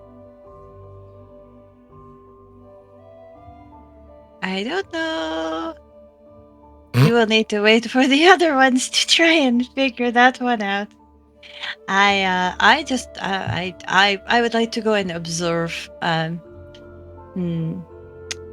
not very good. I don't think in that situation I would be very good at speaking with them.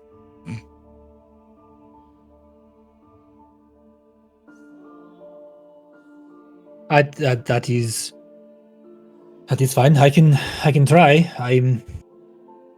I was not in charge of the negotiations of trade. I don't have much experience with that, but I do know a little bit better their customs. I can try to talk to them. Okay.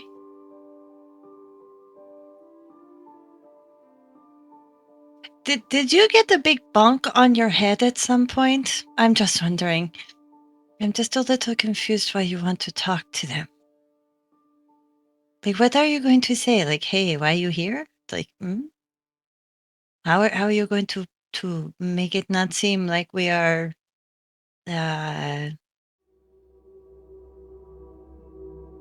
We can try to barter for the sea silk to find out if they actually have some.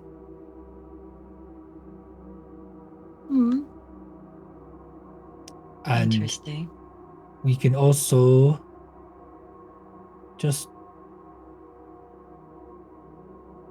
talk to them like normal people. And if they are lying to us, we try to discern and figure out if they have lies. That is why I want to. That is why I want to talk to them, because it is much easier to see if someone is lying or catch them in a lie if we can get them to talk.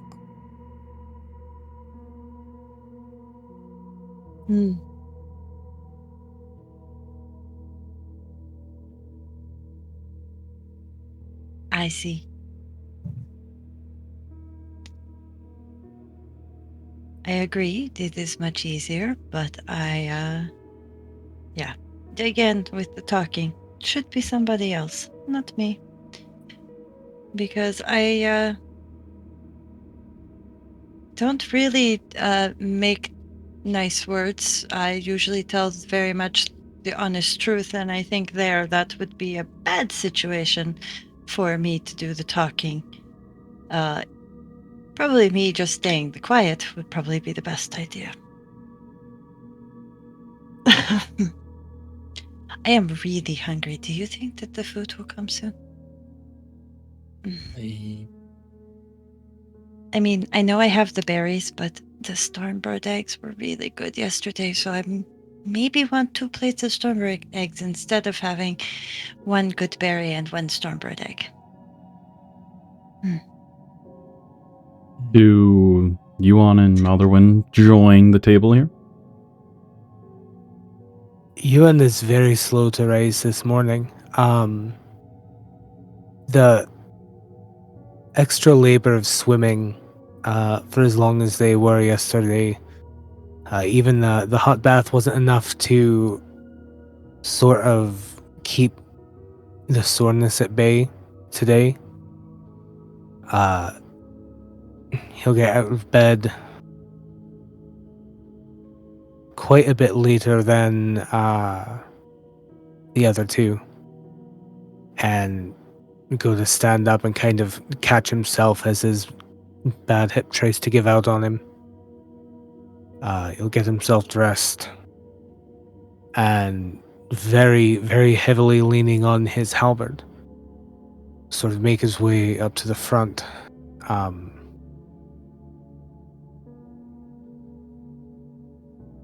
And make his way to the bar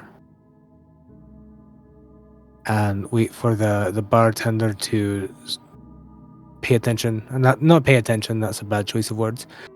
Wait for the bartender to come over to him, and will, almost through gritted teeth, say, "Do you have anything to soothe pain?" Yes, we do. Let me get you some tea. And turns around and quickly procures some herbal tea. Kind of passes it over to you. Everything all right, friend? Just an old war wound acting up. I appreciate this. And he will pick up the tea and slowly and carefully, so he doesn't spill, legitimately hobble his way over to the table with the others. And he'll sit down heavily and take a sip of his tea. Up to you whether or not the food's already there, and if my eggs are cold or not, I'll leave that up to DM discretion. But we'll say that you arrive with the food about the same time.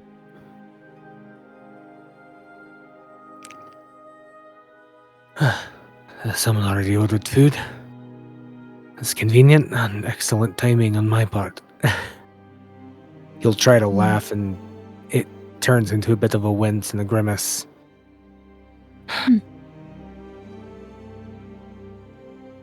Sorry, I'm alright. Just a bit sore from yesterday. Understandable. Is it the big one on the side? Aye. It's the big one. If I have time today, I will see if I have herbs to make salve to maybe reduce the pain a bit. I would appreciate that. Hopefully this tea will help that I got from the bar. I asked for anything to help with pain, and this is what they suggested, so he'll take a sip of his tea. Yeah, and as you do so, it is very bitter, and it's not the best tasting by any means, but as you kind of let it, or drink some of it, you kind of just take some deep breaths in, you do feel a little bit of a calming sensation kind of soothe over some of that pain and give a little bit of brief respite from it. It's still there, just dulled a bit. We'll say go ahead and just give yourself a temporary HP.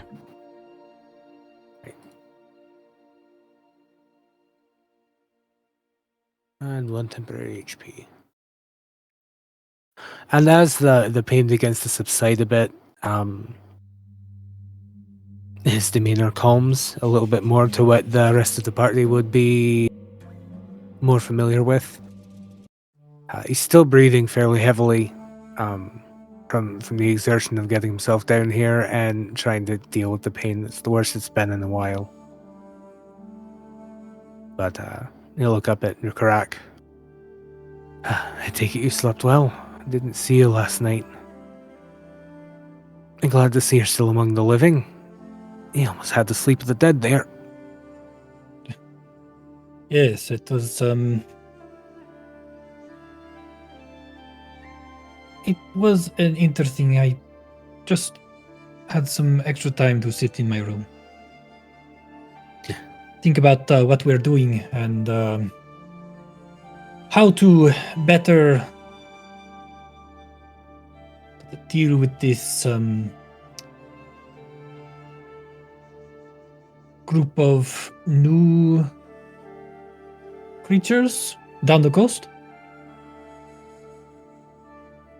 It takes him a second to catch what you're what you're putting down there. But there's a moment where you see it click, and he slow nods. I've heard about those. I'm interested in seeing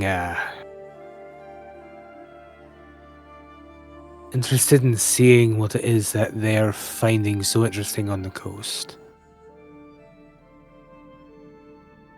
Also, Yes. has anyone seen Maldorwen? I'm afraid he might have taken off to the...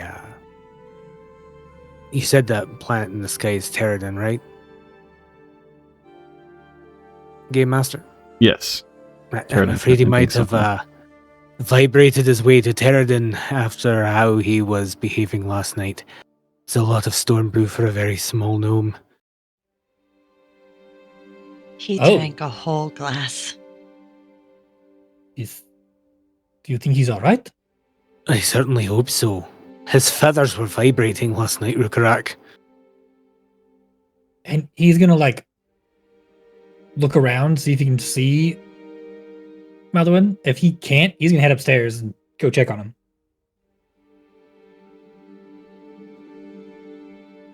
Right, so I mean, you've probably seen him sleep before as you I guess open the door. I don't think he would lock it or anything. And so he can have his helmet on as he sleeps. He sleeps leaning against the wall and sitting on the bed. And yeah, he's I guess almost collapsed to one side. And there's some ink splashes on the table of his room and a bunch of scrolls churn about. And yeah, he's asleep. Ruka will quietly close the door and head back downstairs. He seems to have had a very late night. He's still asleep. The storm brew finally wore off then. Poor lad. Well, I guess we could give him a little bit of time. But one thing, if you want to go and observe, and possibly more, she looks at Rhukkarrak, we should probably try and figure out a fastest way there, because we don't really have a day's travel time. If something is going to possibly happen during boat race, well, that's tomorrow. So, does anyone know if there is faster mode of transportation than feet? Do you think we could rent, say, a little boat or something, or is there maybe animals or cart or? Do you think maybe there is a boat that is, well, kind of, that we could rent or whatever for the day that is potentially as fast as the racers? Those were pretty fast the other day.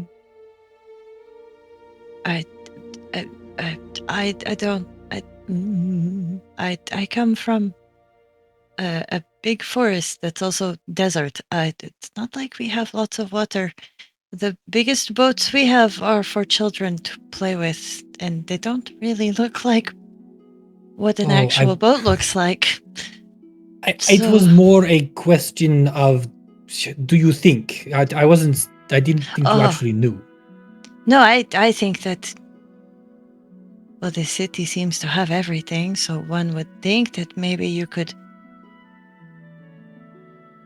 I kind of Well, have to wait. wonder if. Go ahead, little Wait, one. okay, wait. People here like to eat the creatures of the sea, so maybe there's a fishing boat that we could rent.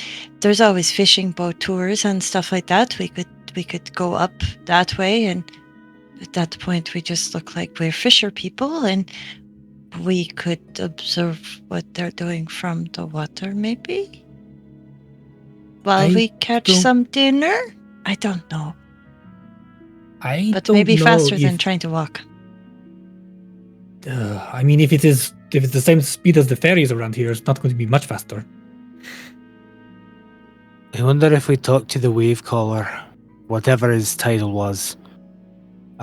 Perhaps they have an extra boat that we could pay to rent off of them. Do you know how to see? This is what I was trying to get at before. Do you know how to make a boat go vroom and not crash out of water? Because I don't. But We Right? could I perhaps- don't. I don't. We could perhaps talk to the captain. See if she knows someone who might be able to help us out. Or at least pilot the boat for us. Perhaps she knows how to pilot one herself.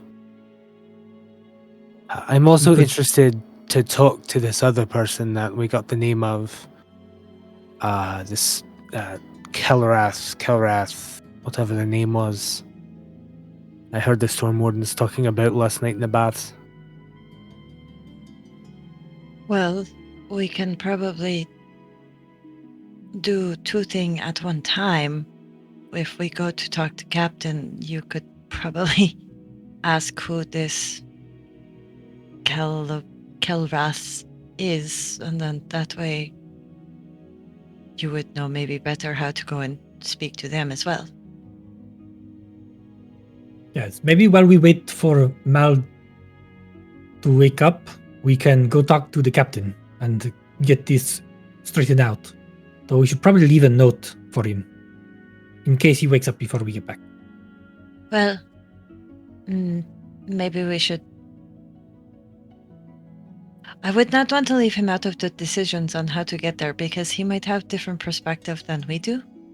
Because, well, So as tie the a three of string us. on him and drag him along. So, I mean, I could literally palm you right now, so if you want to be my little basketball I carry around, we can make that happen. it's just, if I remember from what you were all telling me of his city, does he not come from a kind of, I don't know, is his city not kind of like a ship, I guess? So maybe he knows what to do. But it's a ship of air, not a ship of, but it's a city ship of, I don't know, I need to see this place to really understand because my imagination has created many different scenarios, but I don't think any of them are actually correct. Yes, it is a very big city ship. I don't know how fast it will go. I don't know how fast their other airships are because Yes, but maybe he knows how to pilot. Do you really think there would be any of those in the city here? Well, no, I don't mean his type, but if he knows how to pilot one of those, one would think that air and water are not that different, right? Maybe less to run into. Well, different things? What do you run into in the sky? I mean, clouds. You could kind of pass through those. I guess birds? Storm birds? I would like to give him some time to rest. So if we just go to get information and bring it back and we can decide. Okay. I'm good with that for now. Together. Would rather wait to make any final decisions until we're all together, as you said. Well, I think that's the best call. That's not the problem. I will buy him more food when we get back and wake up, and she takes half of the half portion on her plate and puts half of the half portion onto Euan's plate and puts the plate to the side, adds a little bit more hot sauce. I just need 2 more minutes, but if I don't eat enough, my stomach gets very growly very quickly. Sorry. Oh no, that's fine. I finished my meal. I'll go up and write the note. And he'll Good go up plan. into the room and very carefully open the door. He's already got ink and paper there, so he'll just write a little note saying that they'll be back shortly. They're just getting information on how to travel down the coast. And he'll leave it on the desk and head back downstairs. So after you all finish breakfast and kind of leave the note for Maldorwen whenever he wakes up, and then depart from the Flaming Flagon interior here and start to make your way over to the Tide chapter to speak with the captain. Is that where you're going first? Yes. Yeah. Alrighty. So as you make your way there, we are going to take our intermission here right before we arrive at the Tide chapter and to see what the captain has to say. So thank you all so much for being here. We're going to take a quick break and then we'll be right back. We are going to jump back right in where we left off, right as the 3 party members here, Juan, Rhukkarrak, and Asja, are on a ferry over to the Tide chapter to speak with Captain Taran Greaves. You guys just depart from the actual ferry there and are left right in front of the chapter here. You kind of walk in like you've done so many times before already, and greeted by the kind of vacant, open interior here. Wait, good couple minutes. Maybe one of you goes and knocks on the captain's door. Eventually, she kind of appears and greets you all. Good morning. How are you all today? Good morning. I am good. I think we are good. We are good. But we have some questions for you. Kind of just looks expectantly.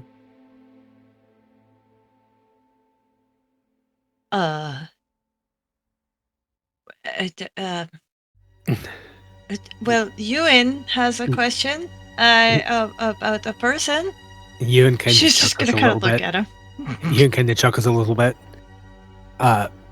So while I was in the baths yesterday, a couple of storm wardens came in, and they were discussing some things that maybe they shouldn't have been discussing in front of me, but it's all right because I'm part of this and all of that. Anyway, apparently there was some sort of large shipment that came in yesterday, right around the same time the attacks happened.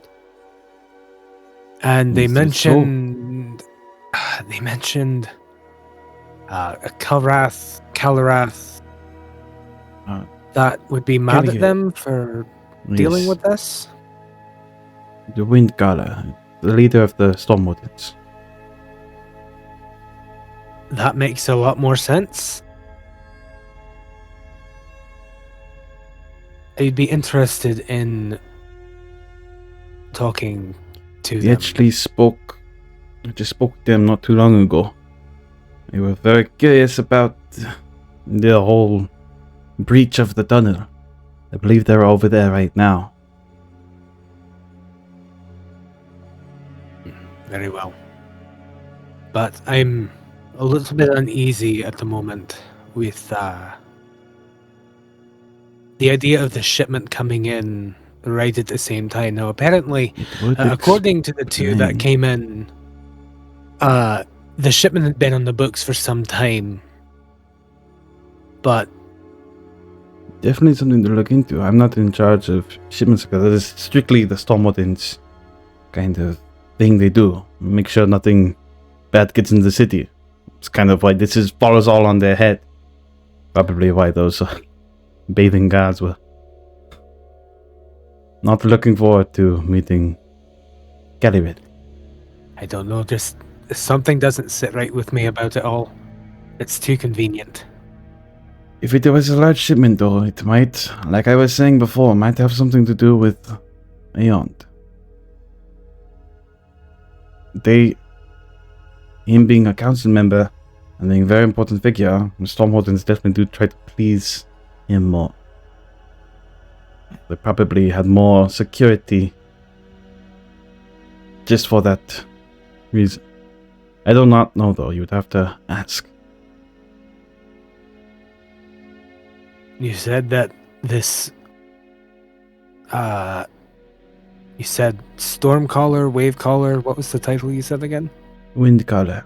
The Windcaller. Yes. My bad. It's probably down at the breach in the canals right now. That's where they said they were going, and that was just a few minutes back. Well, almost an hour now. But I was talking to them.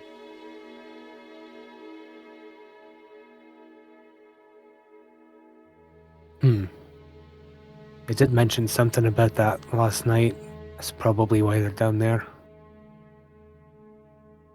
Hope they didn't get in too much trouble. But still, the whole thing just makes me uneasy. I agree.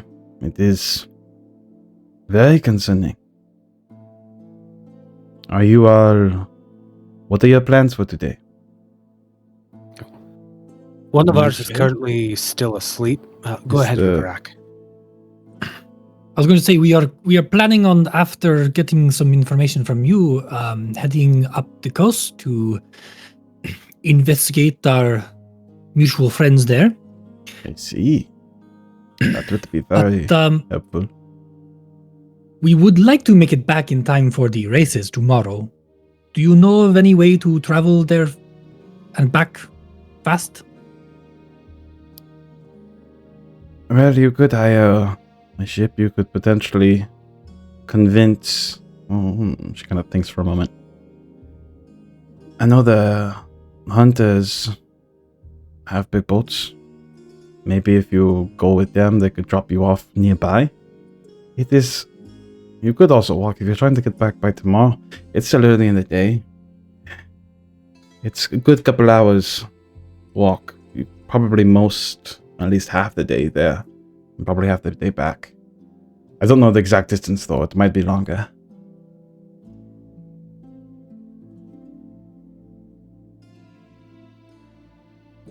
So we could go out with a hunting party and they could probably get us there. Yes, the same ones that were hunting the Leviathans. From the one of the possible things that you needed done around here. Okay, it makes sense.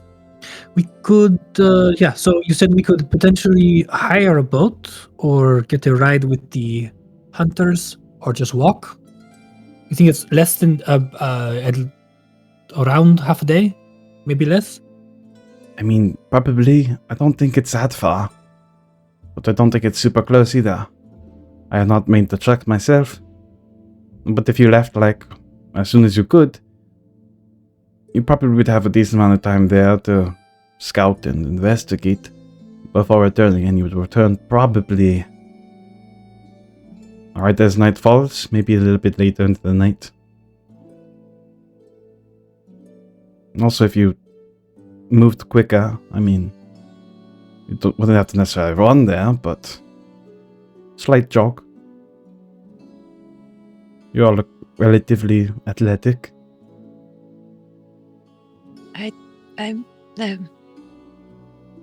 How do I put very delicately? We are all four of us very athletic, except for one has I unfortunately have shorter suffered- legs and maybe a little slower. And you as well were slower. Right. I apologize. I now realize you were talking about Maldorwen. Well, Did I not- mean, he very much told me he does not like to walk a lot. It's and I would think that if we had to make haste, it would be a little bit more difficult to keep up with, the three of us. I just... Is that wrong to say? Long jogs are unfortunately not really in my wheelhouse either, thanks to old injuries.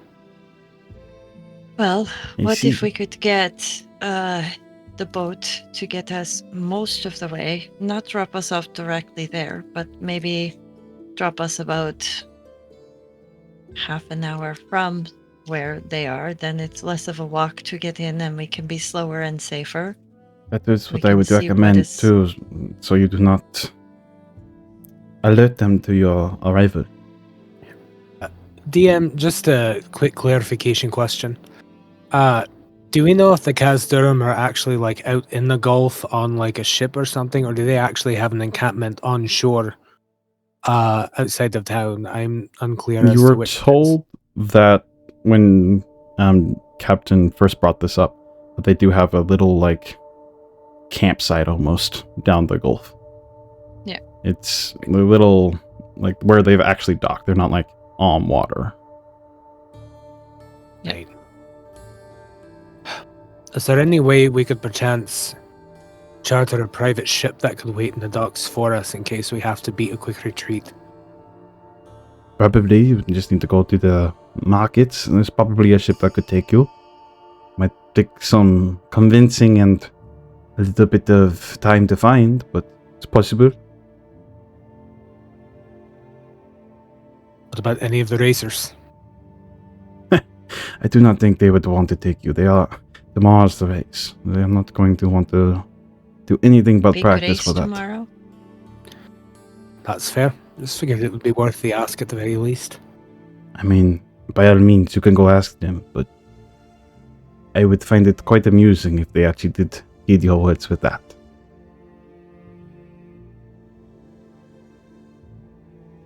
Well, unless anyone else needs something, we should probably get it back. Seems like time is short for whichever path we take. Yesterday you Thank you, did also mention that you were wanting to go back in the water. Were you still planning on doing that? Well, I don't know if we have the time storm to do wardens are around the hole. Will they let us back in? We could go talk to them, but I do not know. Probably not.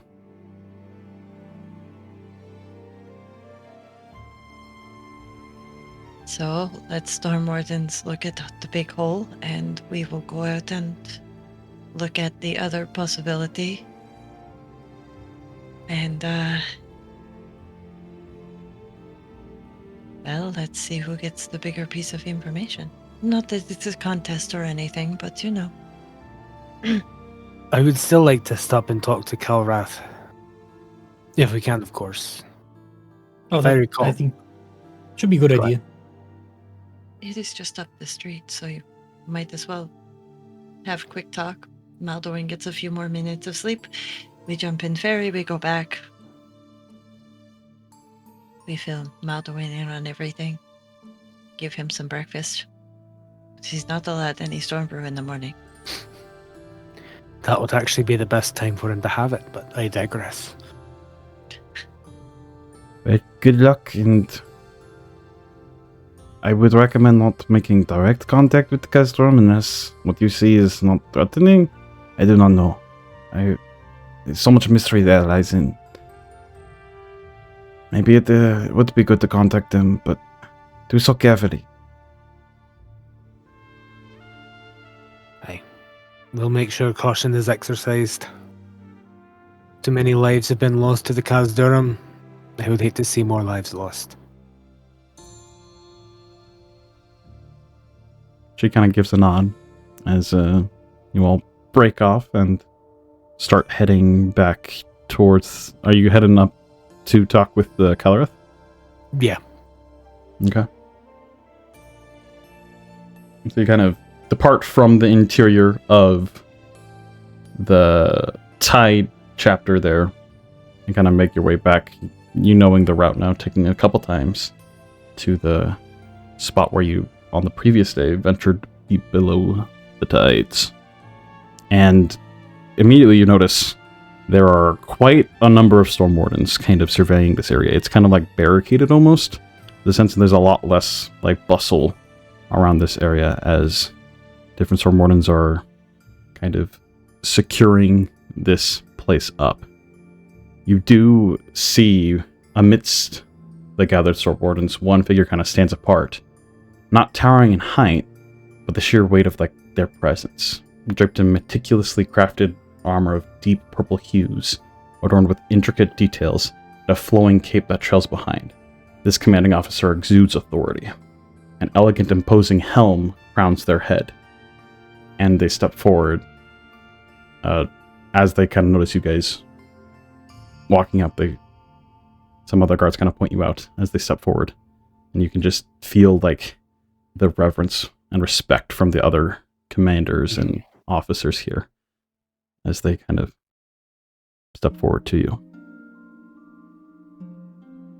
As he approaches, I will sort of stand a little bit more at attention and flash a salute to him, to the figure, as they approach, just as a show of respect and an understanding of his station. They give a nod as... I'm sorry, but this area is currently, well, not really open to the public. You all are familiar, at least I've heard descriptions. You were the ones that took care of the Titans, yes? Aye, that would be us. Well, most of us. Thank you for doing that. It's regrettable that we were not able to take care of it ourselves. No, I am in full understanding that you guys were taking care of another one of your duties, and that's actually what I wanted to speak with you about briefly, if that's alright. Gives a little nod. It occurs to me, and this is when like Euan's speech kind of fails him a little bit, as he can talk, but he's not that great at talking, if that makes sense. He kind of stammers out a little bit as he searches for his words. It is my understanding that a large shipment came in yesterday. That is true. Around the same time the attacks happened. And I don't know, just something about the timing of it all makes me feel really uneasy. I was hoping you might have some insight, or Interesting perspective. I do not think they are correlated, but we will look into it. Do you know who was the shipment for? Yes. I do not believe that concerns you, though. Okay.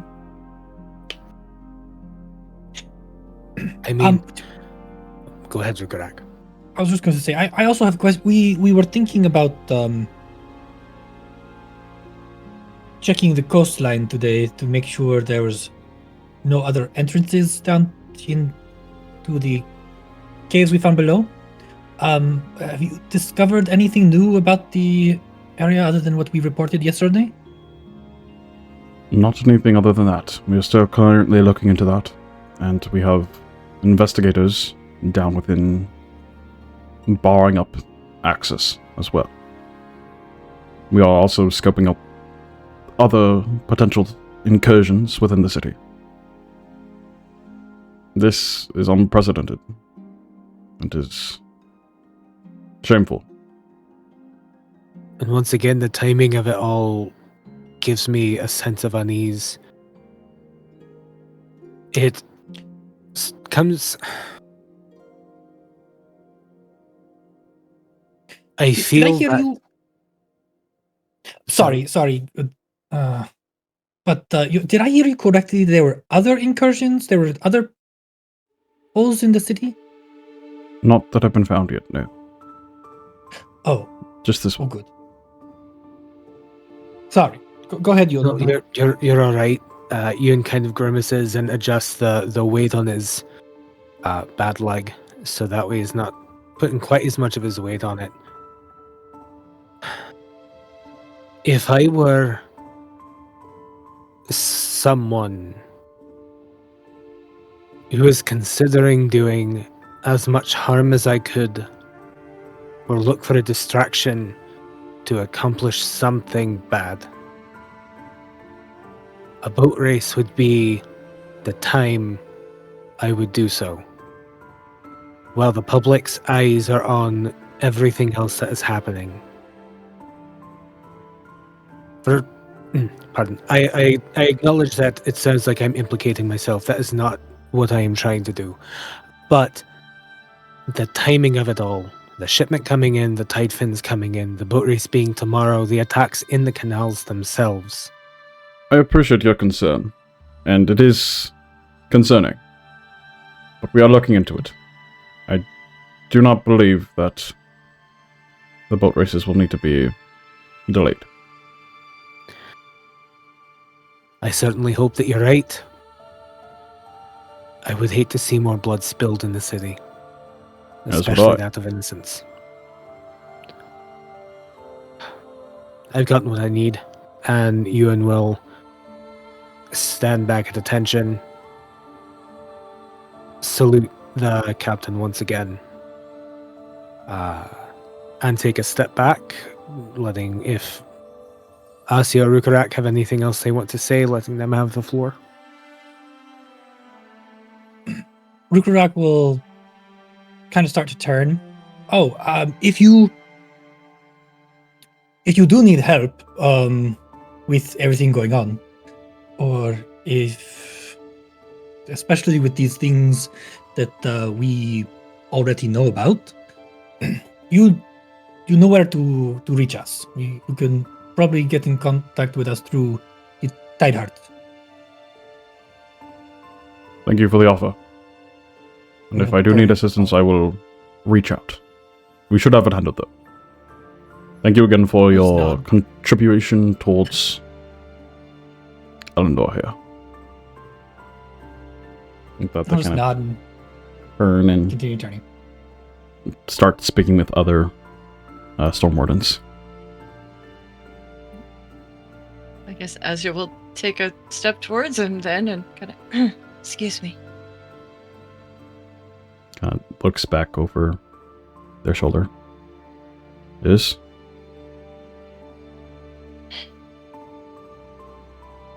There is no reason to feel shame over what happened. If it has not happened before, why would you expect it to happen? Because it is our duty to expect these things and prevent them from happening. It is the responsibility of us to make sure these things don't happen. And because it did, we are all, well, responsible. And those that were lost fall upon our heads.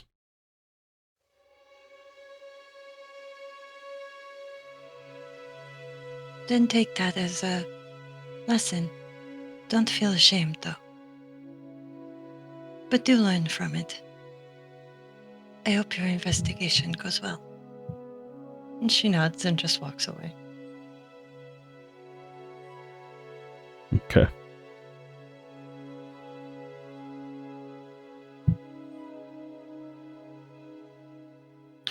Once we're out of earshot of the Storm Wardens, preferably after we get back on the ferry, Euan has been strangely silent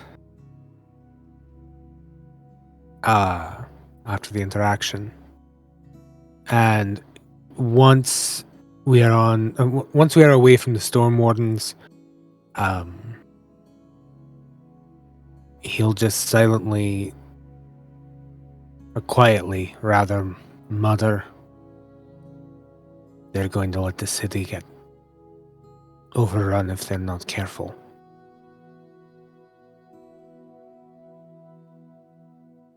You really think so? I know that if they don't start taking the situation seriously, there's going to be a lot more blood on their hands. That's what concerns me. That looked pretty serious to me. I think it They is... Go ahead, Asja. I was going to say they did look very serious, but sometimes tasks can be taken on by one, but sometimes tasks you need to put aside yourself and ask for a lot more assistance. It seems to me that their pride is too big for them to ask for help. And if this is the same situation, I was very young when my city fell, but I don't think that the Khazdurim just showed up at the door. I don't know. Maybe this is how they got in too. I don't know. Euan, do you remember more about yours? Is this how they got into your city? Because if this is a same or similar situation, they're going to need all the help they can get. The surprise attack on my city was swift, concise, and complete. There's not much to remember. I was taken out fairly early, so I don't... It feels similar. I don't know if it's going to be the same situation. I don't know if they're even planning on overrunning the city and doing something to the city other than perhaps they're just here for the primal water. But I don't want to see what happened to your city, to my city, have a chance of happening here. Then If we they're should not get going... back and wake up Maldorwen and get on this. Yes. As long as he If agrees to everything. they aren't going to take this seriously, I'm going to do my best to make sure this city doesn't come under attack again. Again, don't think it came under attack. Pardon. That is my poor choice of words. I'm going to make sure another city like this doesn't come under attack again while I am here. Doesn't matter if it would be this city, Florignis if we were there. Going to do my best to stop it. I have a question. While we're going, is this the closest larger, like elven city to the capital, the big, what is it again? Valtari? Valtari? The big elven city. You were there, Rhukkarrak. That's where you met Maldorwen, isn't it? Yes, it was Vatari. Is this the closest city to there that could quickly, say, get troops? On the land, maybe. Just I think Florignis was further away. The only closer city that I came across in my travels was Kertus. But that was in the air, and I don't know how long it stays wherever it goes. But if you wanted to go for the big finish, let's say, you've already taken out 2 of the larger cities. You've taken their essences. I mean, If I you think take it out would another one of the closer cities, that could send military to there. Either way, we need to get back and get Maldorwen. We need to get back and get Maldorwen. Would it not be easier to just go across the wasteland? I don't know. I Too don't many know much of war people- strategy. I think if you come by water, I mean, the most I know about them is that they are smaller, I guess. I've been told many things, but one thing that I'm pretty sure of is that they really like being under the ground. So if they showed up on boats in the water, that's another surprise. No one would really be expecting boats. I don't know. Plus, if you march across Wasteland, there's many different things like stormbirds and other different creatures that you might have to fight or run into people that might see you and then be able to alert other people. Again, boats, I would assume you could be a little bit more stealthy. There and are also faster. Leviathan that the hunting parties go get, and Yes, but are Titans they and- not in deeper waters? If you stay close enough to the coast and travel at certain times, I would assume, like many of us who have abilities to see in darker times, they could probably navigate at nighttime. this very is the easily. most ocean I have seen ever in my life. So I don't know. I just know This of is the most dangers water that I've run ever into. seen in my life. Even during tide swell.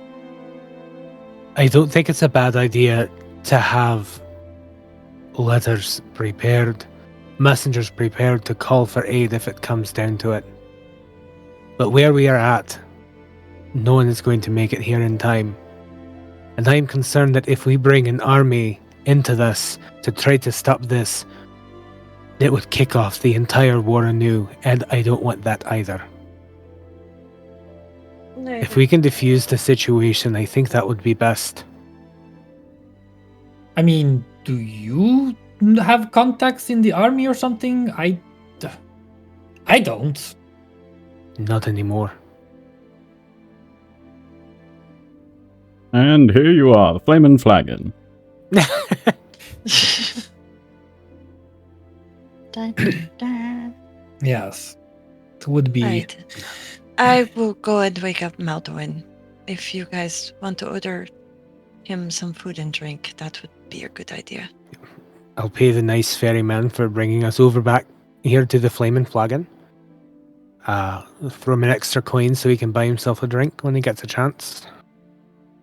Most gracious of you. Rhukkarrak will order breakfast. And Asja will head upstairs and open up Maldorwen's door. And he's gone. No, I'm just kidding. Ah! Done. Yeah, should have tied the rope around me. I told Terradin ate him. Oh my god, Euan was right. Really, it's just the hunters took him out for Leviathan bait, but you know. Oh no. All those feathers are very colorful. It attracts them. It's like fly fishing, except with a gnome. Oh no. Anyways, Alright, Asya, how do you wake up Maldorwen? just kind of pokes her head in the door a little bit. Maldorwen? I guess goes in a little closer. Maldorwen? Mal? Mal? Mal. Good morning.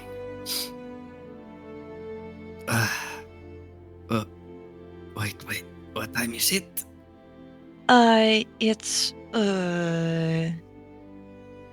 probably about 9 o'clock-ish, I guess. We let you have a little bit of rest while we went and did something very quickly. Nothing too big, but we have an idea. We want to talk to you. I have breakfast and every time to get up. Yes. At least you got a little sleep. Yeah, sorry. I will be down in a second. I just need to make sure that my letter is ready to send. Okay. But don't be too long or your food will get cold. Yes, I'll be right there. Don't worry.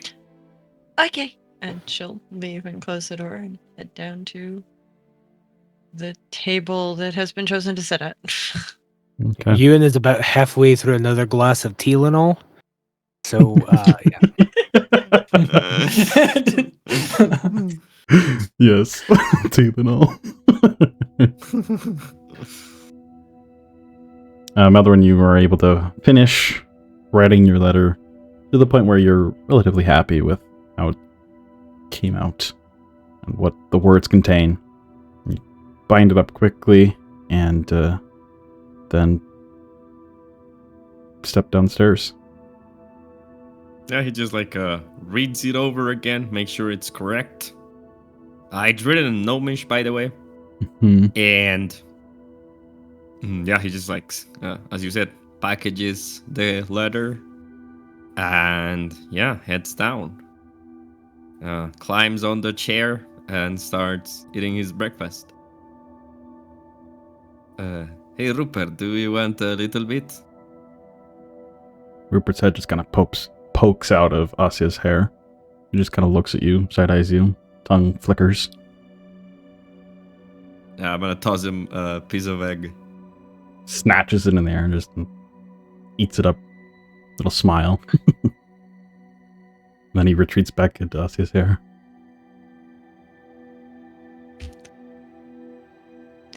Not too many eggs this morning, please. He helped himself to my snacks last night. He already had a big tummy ache this morning. By the way, I didn't see you last night, Dentes. Where were you? Oh, I went into my room early.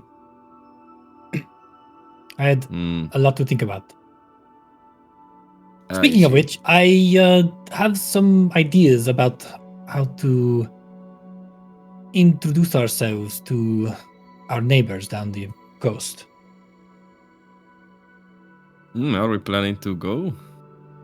You told Dentes that I asked you to come with me?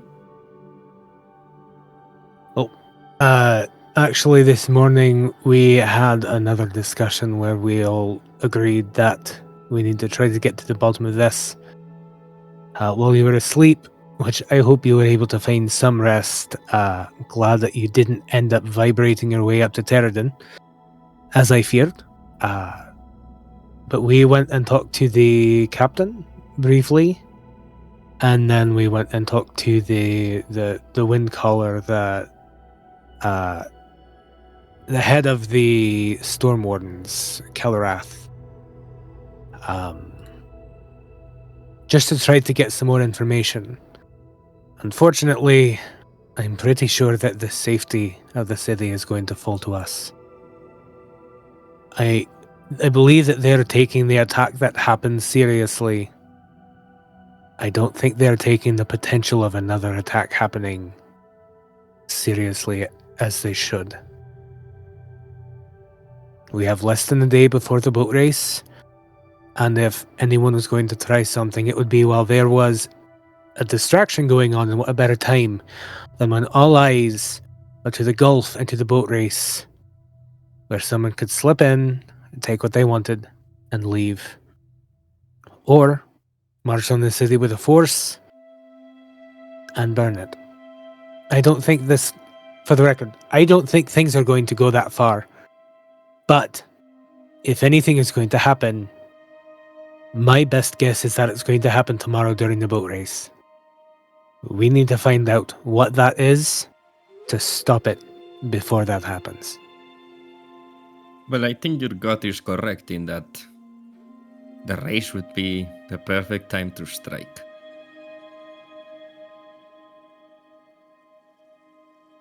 Well, I hope you don't mind, but it looks like the Storm Wardens are further investigating the underwater cave, so we won't be able to go back in there. We were thinking of going up the coast. Apparently there are possibly 3 different routes we could take to get there. The captain says that we could probably make it there and back in a day, if on foot. Maybe have to jog a bit to get back at a decent hour. Or we could catch a ride with the Leviathan hunters. And they could drop us off down the coast. Or we could try and charter our own ship so that we could also get a ride back.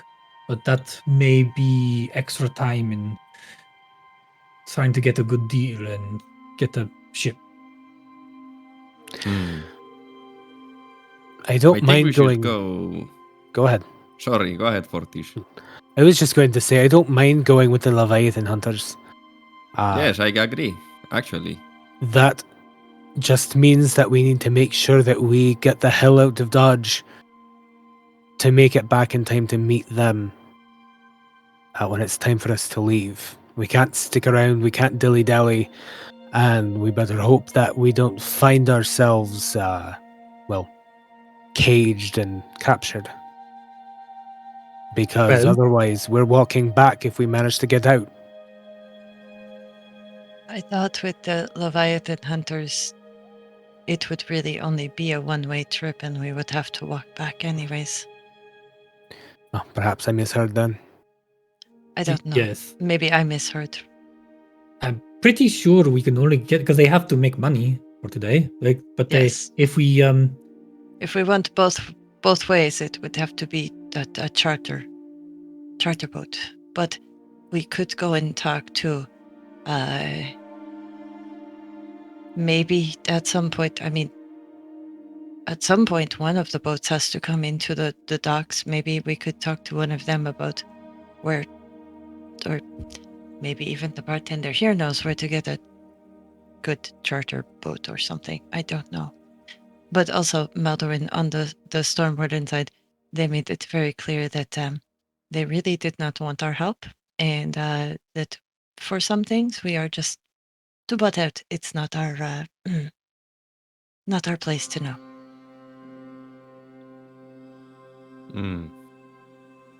Well, that is fine. It's their city after all, their jurisdiction. The Khazdurim, on the other hand, are outside the walls. So they're fair game. I would say we should hurry and try to catch a ride. Either way we do it, I think time is of the essence. Yes. And I think we should definitely approach them, hopefully without being seen, and just get a good view. And if it looks suspicious or dangerous, we can just leave and take the information back. But if not, if it looks normal, then I would again like to see if we can barter for the seasick, or potentially just get them talking. Dentist, by the way, can I have 3 of the platinum coins, right? That's how you call them? Please? Yes. I mean, Right, they're thank yours. you. You usually don't want all 10 here. I just need 3 for now if you don't mind carrying the rest. Oh, that's fine. Thank you. And I'll head to the bar with the letter. Okay. And who's at the bar? Just a different barkeep you haven't met before. Okay. And I'll say, good morning, sir. My name is Maldorwen. I have been staying here for the last couple nights. I wonder Morning. if perhaps you know a fellow elf named Therion. Darian, yeah, they come in every once in a while, yeah. I have something for him. Perhaps can you arrange it being delivered to him if you see it, or give it yourself? Is quite important, actually. All right, yeah, if you leave it here, we can make sure it gets into his hands if he stops around.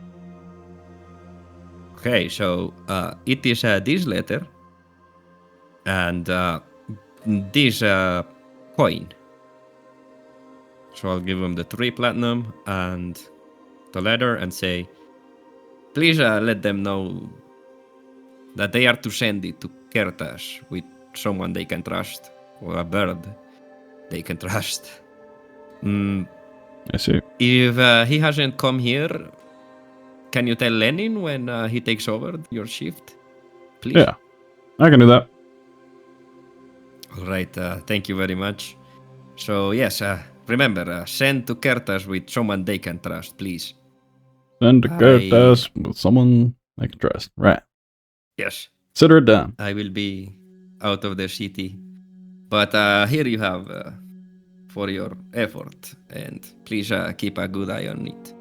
And I'll give him 2 gold pieces as a tip. He just kind of And very appreciatively takes it. It is very important, okay? Please make sure it stays safe and it is delivered to you. Will do. I'll keep my personal eye on it. Thank you very much. Yeah, head back with him. Okay.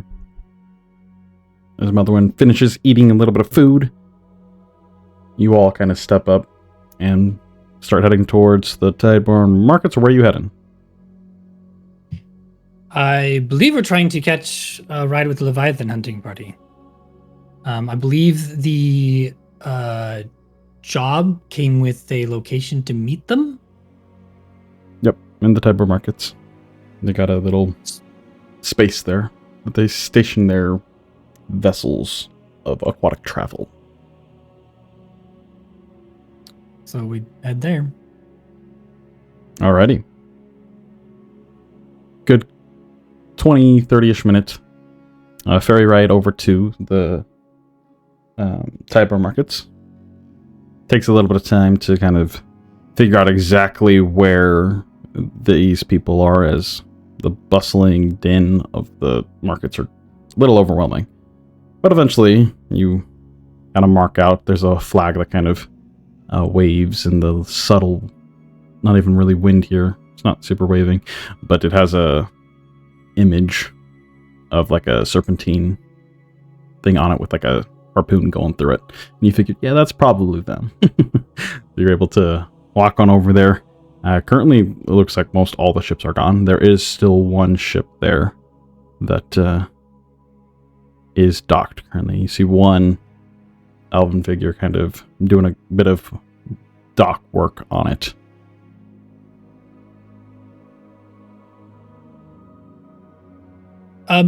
Excuse me. Are you with the Leviathan hunting party? Yeah, that's me. Who? Welcome. Are you guys? What's going on? What can I help you with? Got Leviathans to hunt?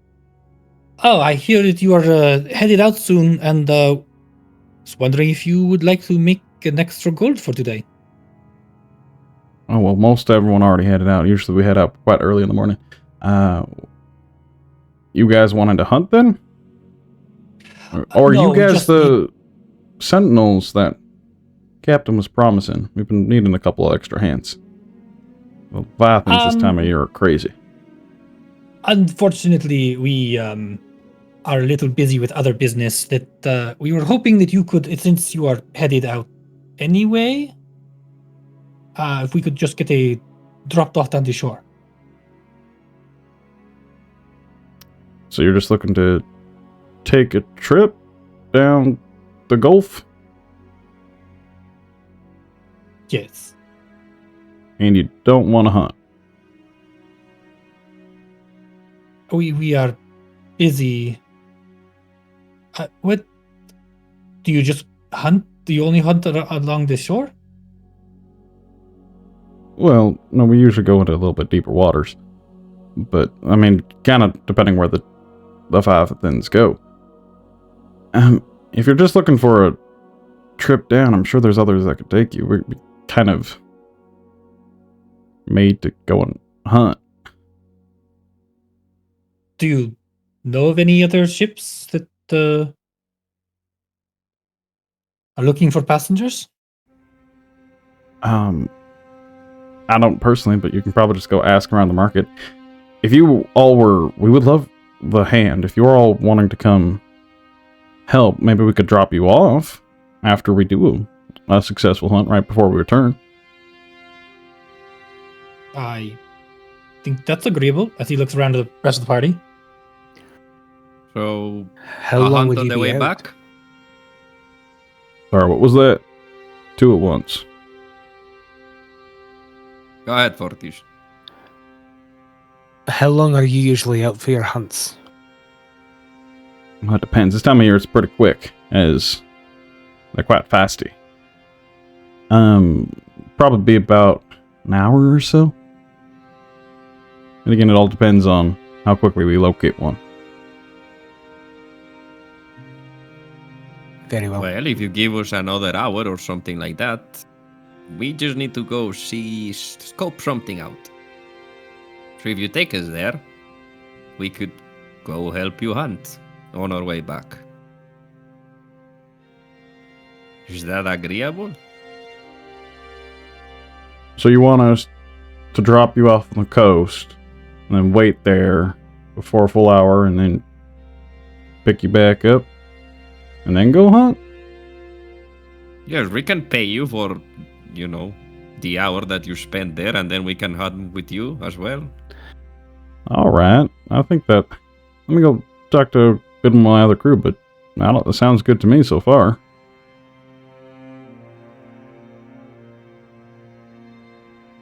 Have you all been hunting with Leviathans before? I have not hunted Leviathan. I've fought other beasties, but not the Leviathans. I'm sure done a if lot they of- taste good. Sorry. No, I agree with you, Maldorwen. They do taste good. That's the closest I've gotten to. I've never even been on a boat before, but I can Oh. help. I see. Well, that's fine. I mean, it doesn't take much to man one of those. It kind of points up to this large, harpoon throwing device.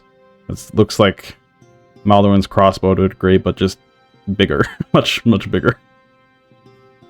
Yeah, those... Oh, you have my attention now. Those aren't too difficult to man. Are you holding your crossbow currently, Maldorwen? Of course, I have it with me. Okay. I mean, we're gonna go see the Khazdurim. My crew has to come with me. Yep. It looks like you sort of familiar. Yeah. We should be able to. We can also teach you some on the way there. Let me go check with the other crew and we'll get going. I wasn't planning on making a hunt today, but if you all are willing, that's great. Kind of walks up the plank there and heads down deeper into the boat there before returning a moment later. Yeah, they're all on board. It's just gonna be the three of us, and then I guess there's four of you. Seven's a decent amount for a good hunt. Okay. If you don't mind, we would like to depart as soon as possible as well. Probably good. It's already well into the morning. Here, welcome aboard. Here's the Leviathan's Gale. My name is Seth Tatsong. I'll be your captain today. Down below we got... Let me go grab him. And trots down there again as you guys are stepping up the gangplank here onto the ship. And it's a pretty decent sized boat here. It appears to have two of these large harpoon firing weapons.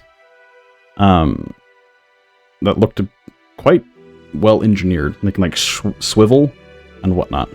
Now, two masts, so it's not huge, but it looks in pretty good shape. A moment later, Seth returns back up with two other individuals, another elven, feminine elf, who kind of has her hair falls to one side, the other side is much shorter. She kind of steps up. Pleasure to meet you. I'm Sarah. And she kind of goes and shakes your hands. I'm the navigator. And then there's a larger kind of orcish figure that kind of breaches through the smaller interior of the below deck there. And I'm Rhukkarrak. Help with some of the more sturdy things. These beasts are quite dangerous, but there's nothing like the thrill that comes with hunting them.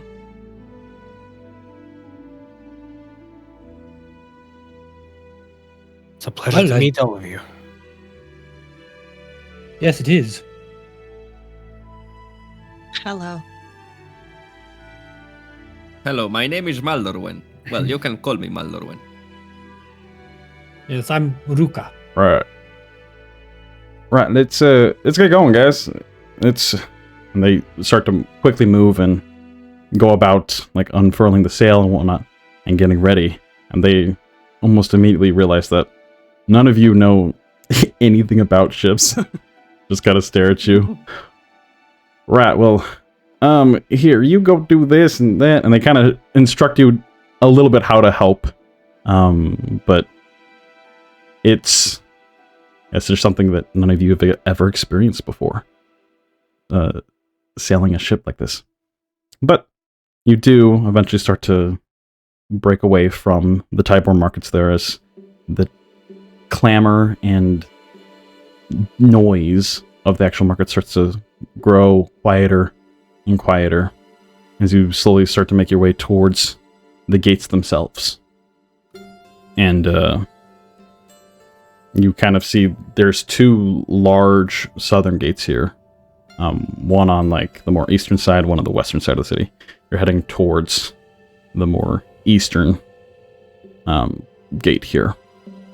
And you start to approach it. And there's two main towers that make up like the bulk of the gate here. And it looks incredibly well fortified. Like, breaching this would take an incredible amount of effort.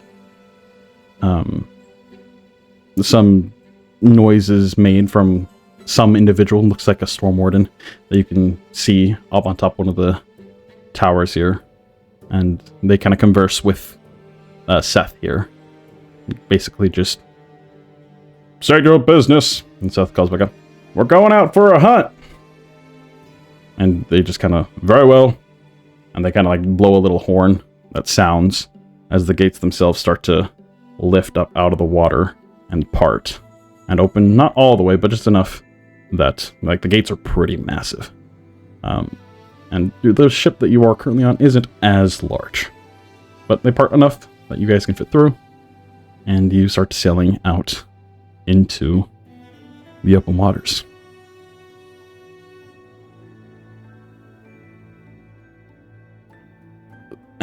As you go ahead. Sorry, I was gonna say, so we weren't given an exact location. We just know that they're somewhere down the western coast. Is that correct? They are somewhere down the eastern coast. Is what The you eastern know. coast.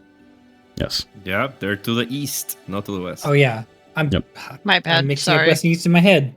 Anyway, No, I said west. It's my fault. Sorry. so we just know that there's somewhere down the eastern coast. Okay. Correct. Mm-hmm.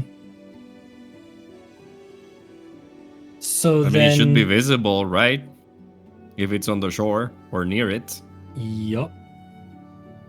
It's just a So matter then- of sailing along the shore, I guess. Sorry. Mhm. No, that's fine. Ruka is just gonna go up to Seth and just. So we If you could teach us on our way out there, there should be I believe there's a ship moored somewhere or docked somewhere along the coast here. We just wanted to go say hi. So if we could just, if you see a ship, if we could land briefly, I just, we don't want to alarm them, so if we kind of stay down the coast as soon as we see them. But All right, just a moored ship down the coast. Interesting. All right. yes. Sorry, go look for any ships that we see. Give us a word when you see one. And she kind of calls down. Okay, we'll do. And it's interesting. Currently in Stone Hollow, there's not a whole lot of wind to propel this ship to go forward. And so they are making their own wind. As you see, on top of like the helm of the main mast here, the feminine Saria elf is currently like continually like calling the winds to her and kind of using those to propel the boat going forward. You're not moving at a super quick pace currently, but you're not super slow either. Probably a little bit faster than walking. I'm wondering if I can get up there to get a better view and also maybe help her out with my wind magic. Okay. It is relatively small of a place, but you're relatively small. So yeah, you could do so. Awesome.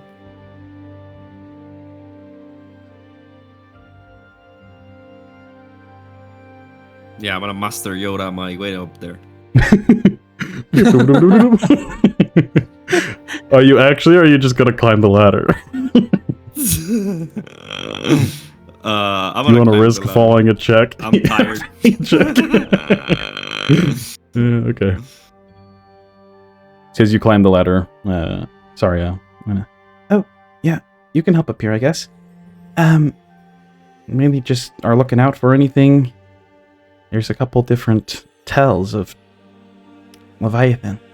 The ones we're looking for, at least the most common ones, are the Gulf Venoms. They're nasty beasts. We want to make sure that they don't get too close to the city. She kind of instructs you a few ways to kind of look out for these Leviathans, as she continually kind of works her magic as well to help the boat continue to press forward. Go ahead and just make a spell check, your spellcasting check, which I believe is wisdom, to see how much you assist in the gusts, creating your artificial wind here. Oof, I'm super tired. I'm not helping at all. You just almost like start to nod off, one. just standing there. Just the bit of wind that is now actually here kind of soothes you. Just reminds you of home a little bit. And just... Makes sense. Seth at the bottom there kind of calls out. So we do have the two harpoon fires here. Which of you would be good with that? I have handled a few different kinds of weapons. I could probably figure it out. All I right. could handle the other one. If you need it. Perfect. Look pretty burly. That would be great. That way we can, well, manage the actual ship itself. If we do get into one of these encounters, per se, we need to move relatively quickly. Their Leviathans are quite quick beasts themselves.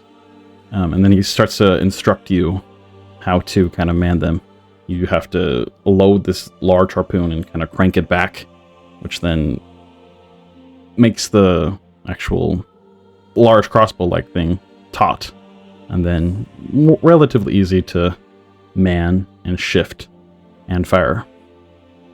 They do have strings and rope kind of tied to the harpoons themselves, so that if one does land within a Leviathan, you're able to then grab hold. And he kind of instructs. Basically, as soon as Zarya up there informs us of a sighting, we'll want to make sure to beeline towards it and get its attention. The smaller Leviathans don't really... They're quite timid and shy, but the bigger they get, the more daring they get. As soon as we see one, we want to make sure to hit it with one of these. That way we can anchor ourselves to it. If we don't and spook it, it could go down in the waters and then it's pretty much gone at that point. So, as soon as you hear the call from her, just make sure to man these and get ready to fire. Sound good? Yes, sounds good. Perfect. And then, yeah, you guys are just continuing to drift on the kind of open sea here. Yeah, it's kind of a slower pace.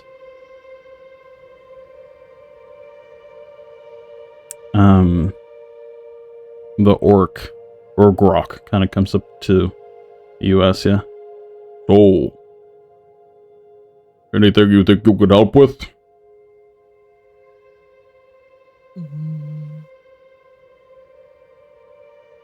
Do people ever get hurt during this? I mean, it's definitely a possibility. As you see, there's some pretty heavy scarring across this individual. Well, I am very good at putting people back together. And my scar work, much better. I could give you a nice pattern, design, whatever you want. I have been stitching for a long time. Good. She smiles. Other than that, I could magically fire at the... I have a few spells, I guess, that I could shoot at it.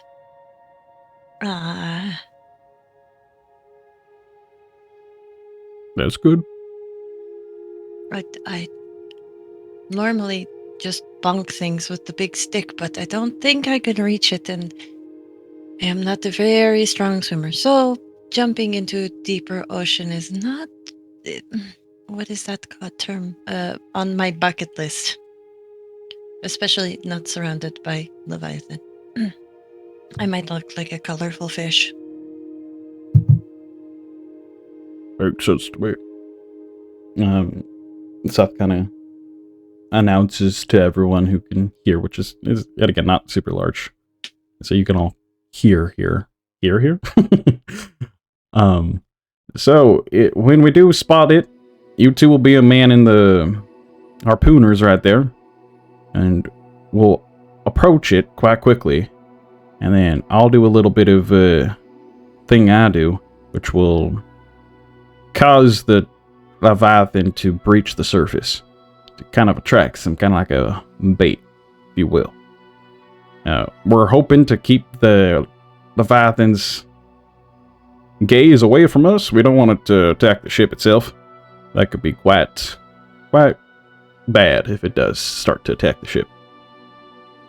But keep it away, hit it with a harpoon, and then slowly but surely kind of wear it down as it tries to flee. And then we can properly go fight it. Anyone here good in the water? Not particularly, but I can if the occasion calls for it. I can't say I'm good in the water, but I can say that I can swim. As this morning, we also have breathe water. Oh, that's very good to know. Yes. If we can finish our business quickly and get out there, we might be able to take advantage of that. What time did we get it yesterday? Does anyone remember? I know it was afternoon or something. It was around the noon time. Maybe 1 o'clock, 2 o'clock, but I think we are running out of time. But I think we still have for a little bit at least. So we probably cannot count on it. But that's fine.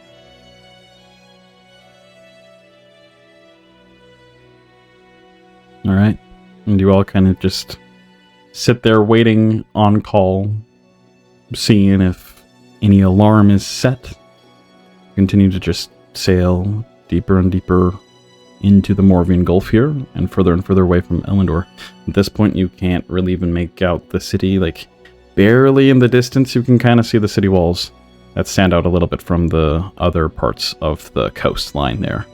But other than that little bit of difference, you wouldn't know it was there. How far away do you think this ship is?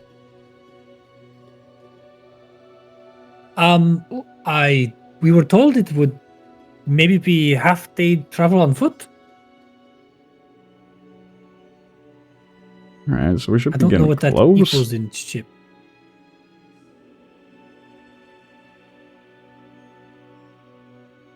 Sorry, you see anything up there? Not yet. So you'll just continue going. Been roughly 2-3 hours now.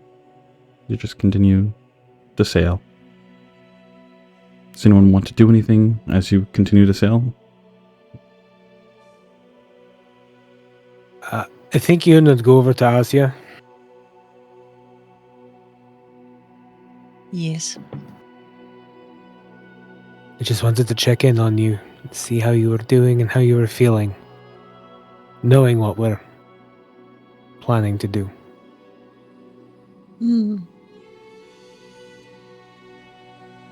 I'm fine. It will be fine. The ocean is very strange, though. And she kind of hangs over the edge of the ship a little bit. Euan, lightly holds on to the back of her blouse so she doesn't fall over. I wanted to actually apologize. I realize that by telling you that I would feel better if you were with us going in to see them, I potentially put pressure on you to do something that you're not comfortable with. So I apologize for that, and I leave it up to you as to if you wish to come with us, or if you want to stay on the boat in case something happens. Oh, I will come. I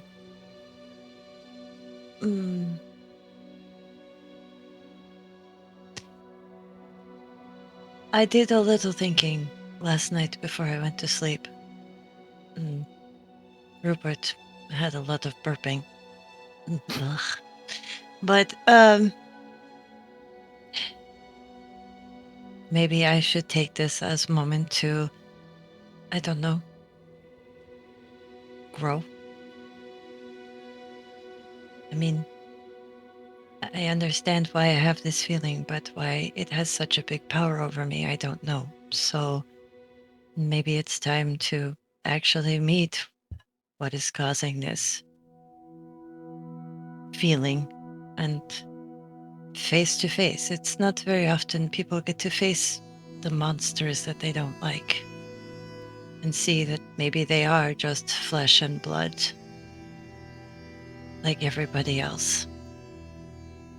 Euan kind of squats down a little bit, more to get on eye level with Asja, and turns out to look over the water as she is. I'm proud of you, you know that?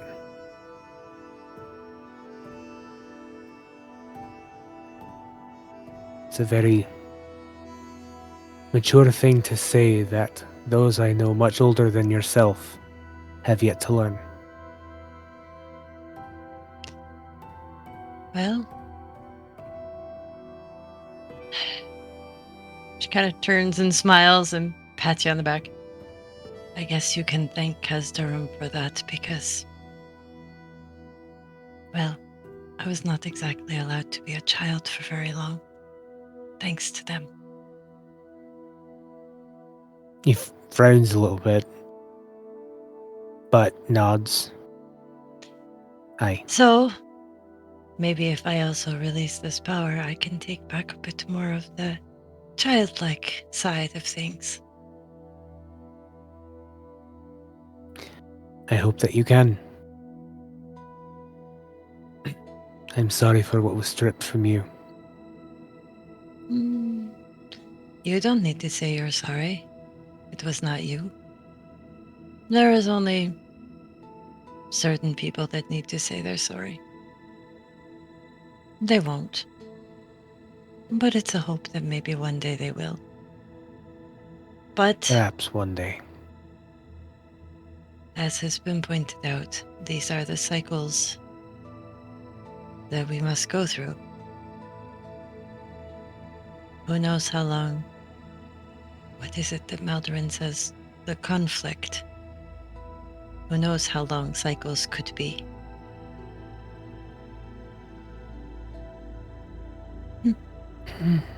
I will have to That's a talk to very him good about point. this. It's very interesting. Either way, I am trying to see what maybe the Leviathans. I was trying to help look from the water, but also just the water is very interesting. And she's just going to go back to just kind of staring out over the water. Euan struggles a little bit to stand up. It kind of weighs heavily on his halberd and using the railing of the ship to help push himself up. And he'll kind of lean over the railing of the ship as well and watch the water with her. It is gentle. You see the ripples that the ship is making, but there's not a whole lot of heavy waves or anything. The water is relatively still. Ruko will be spending much of the time that he's not being taught just watching the shore for any signs of encampment or anything. Okay. Go ahead and make a perception check for me.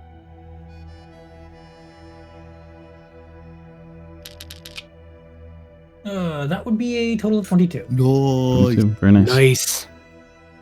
Okay. I'm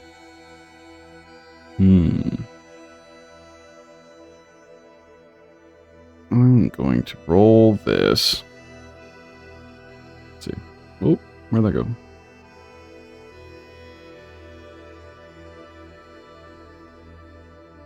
Let's see how well our navigator can see too. Well, not terrible. Alright, so around this time, it's been a good almost 3.5 hours now on this ship, kind of sailing further and further away. Sorry, I kind of call us out. I think that is something up there. Looks like maybe a ship. And Rhukkarrak, you kind of quickly march forward towards the front of the deck there. You kind of look out and squint. You can barely see off in the distance what appears to be some sort of vessel that is ported or like docked on part of the coastline. Are we just going right over there then? If we could just be dropped, how long do you think it would be to walk the coast from here? I mean, it's not that far away. Good 20 minutes or so. Maybe a bit more. Depends on how fast you walk. Well, if we could just be, well, they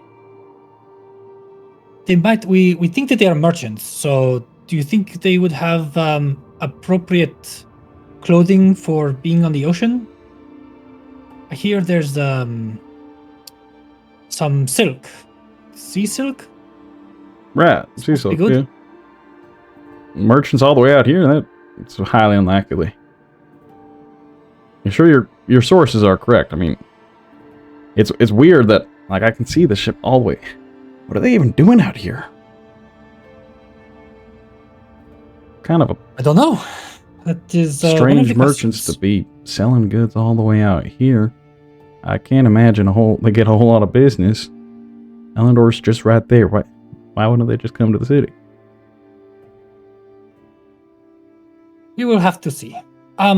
Yes, maybe just drop us off here. We'll go on foot. We don't. These they may not be the most reputable, and we don't want to scare them off. Right, okay. Little odd, but whatever. Alright. As he kind of motions over to the orcish figure, Hugh kind of turns the ship. You start making towards the coast there. Find a spot that is... You can get closer. You can't fully, like, dock here, just because there's not, like, a port that comes out to meet you, and the water or gets too shallow. You could probably jump off here. Bit of a swim over to it. We can just anchor here if you want. I mean, how long do you think y'all will be? Oh, I do not think it would be more than an hour. You said about 20 minutes? Yes. If it takes us Something like about that. 20 minutes there, 20 minutes back.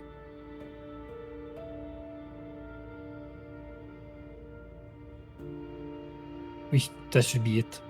Alright, we'll be waiting here then. Hopefully nothing comes creeping up on us, because if Leviathans do try to hunt us now, we're going to be a little in trouble. But that shouldn't happen. They're usually pretty timid. Okay, well, in case you do need to take off, I want to make sure you get the payment for your efforts. And he's going to pass him a gold coin.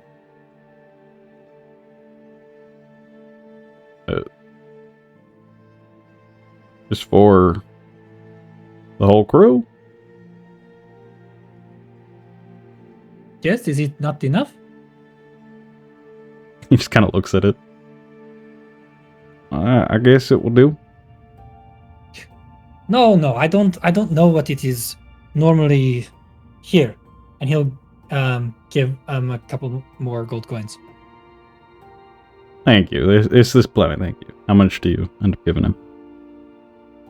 It's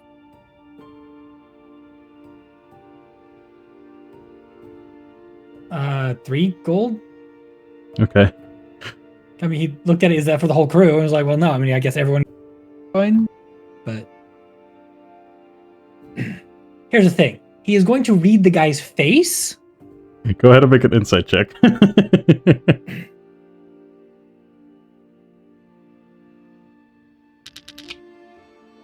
That's a 9. Yeah, it doesn't take much to see. He's definitely a little disappointed. He's hoping for maybe a bit more. 3 gold it's like 1 gold per. That's not much. Like, yeah, for extended stay out here.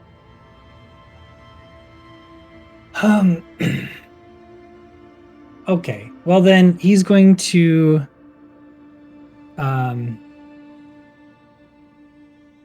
It's fine. This should do. As long as y'all are coming back, right? We're not just leaving you here. If we can make a hunt happen today, then I'll cover everything. Yeah, no, he's gonna go ahead and pass him 3 more gold coins and just be like, just in case. We do plan on coming and hunting with you, but like I said, in case everything goes bad, we don't want to leave you hanging. So here you go. I appreciate that. So, We'll be waiting. Good luck to whatever traders you're trading with. Hopefully they have what you want, I guess. well, hopefully they are reputable and we have no problems. Right. And yep, he'll get off. Anyone else wants to do anything? Throughout that whole conversation, as soon as it just started being like, him asking questions, Asja just started very slowly shoving more and more little snacks in her mouth so that her mouth was full so she couldn't say anything. Excellent. Walks off kind of chewing with full cheeks. Just goes off the boat and gets ready to swim over, puts Rupert on her head. Euan will take off his shoes and socks and put them in a place that is sort of out of the way. Will make his way over to the captain. Seth, sir, here. You hold on to this for me, please. I have a problem with spending. Don't want to spend too much of my money here just in case.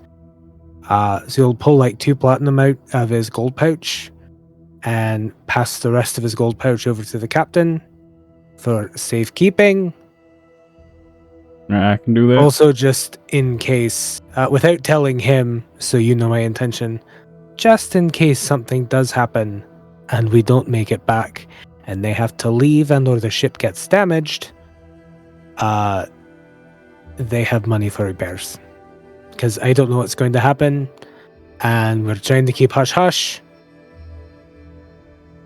But he's trying very hard to make up a story that sounds believable. Knowing that Asja doesn't like lying, he's very bad at it. Okay. He doesn't inquire too much. He's definitely a bit confused as to what you all are doing here, but I mean, hey, he got to hunt today, so it's good.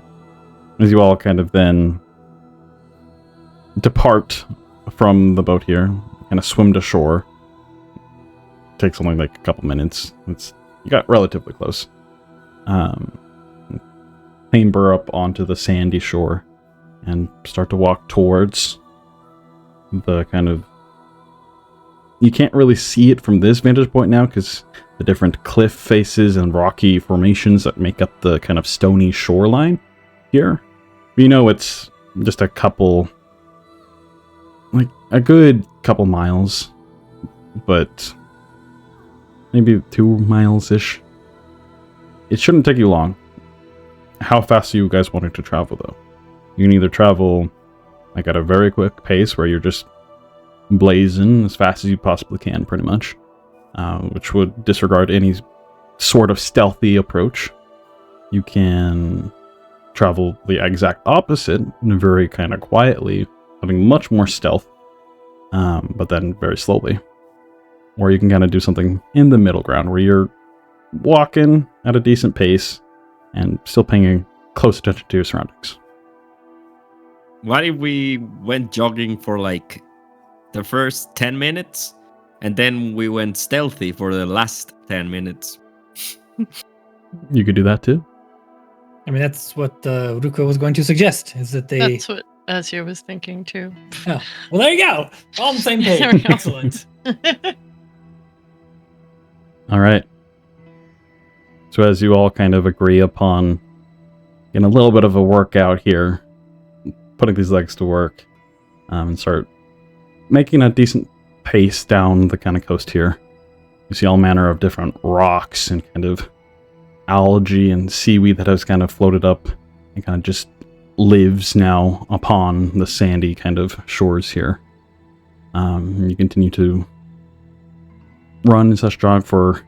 You're running that quickly for that long. Everyone just go ahead and make a constitution check for me. A save or a check? A check in this case, because you're actively doing it.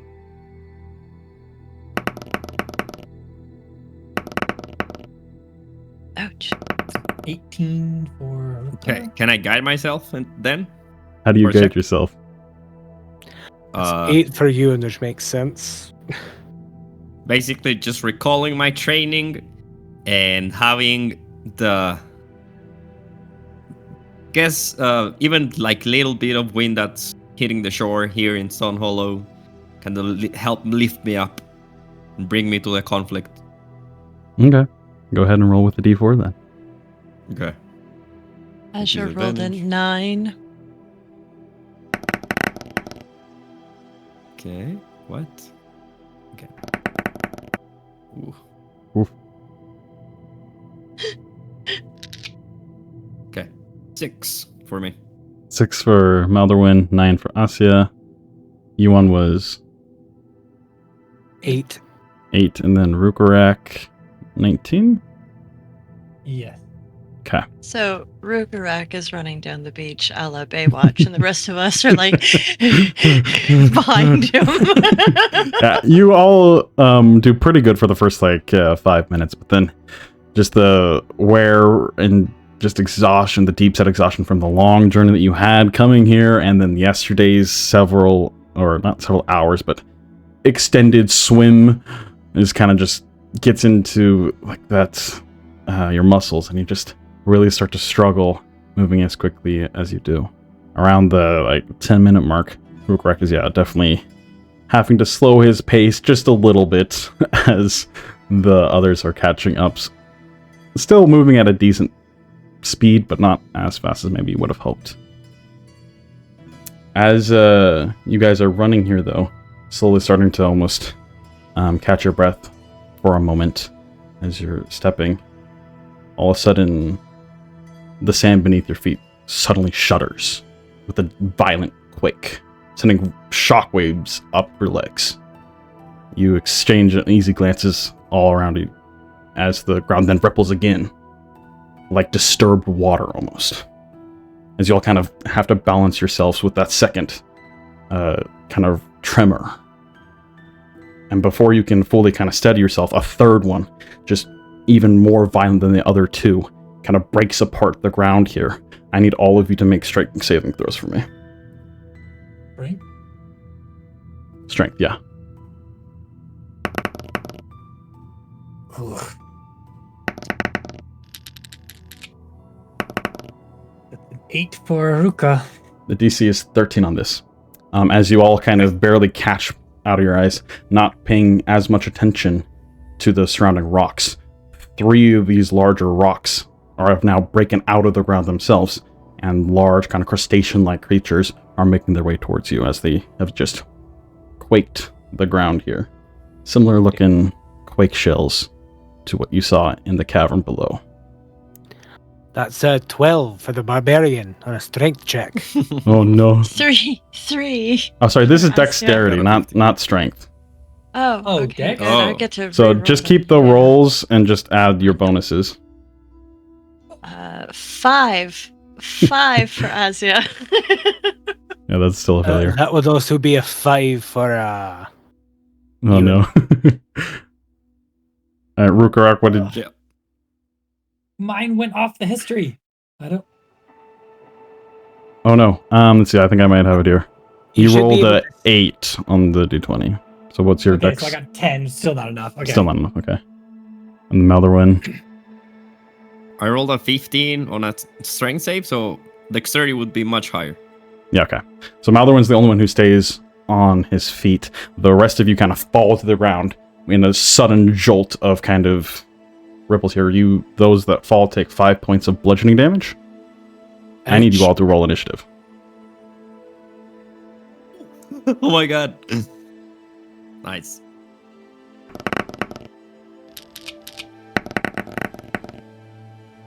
Whoops. Okay. That's not the right scene. Let's shift this up a bit.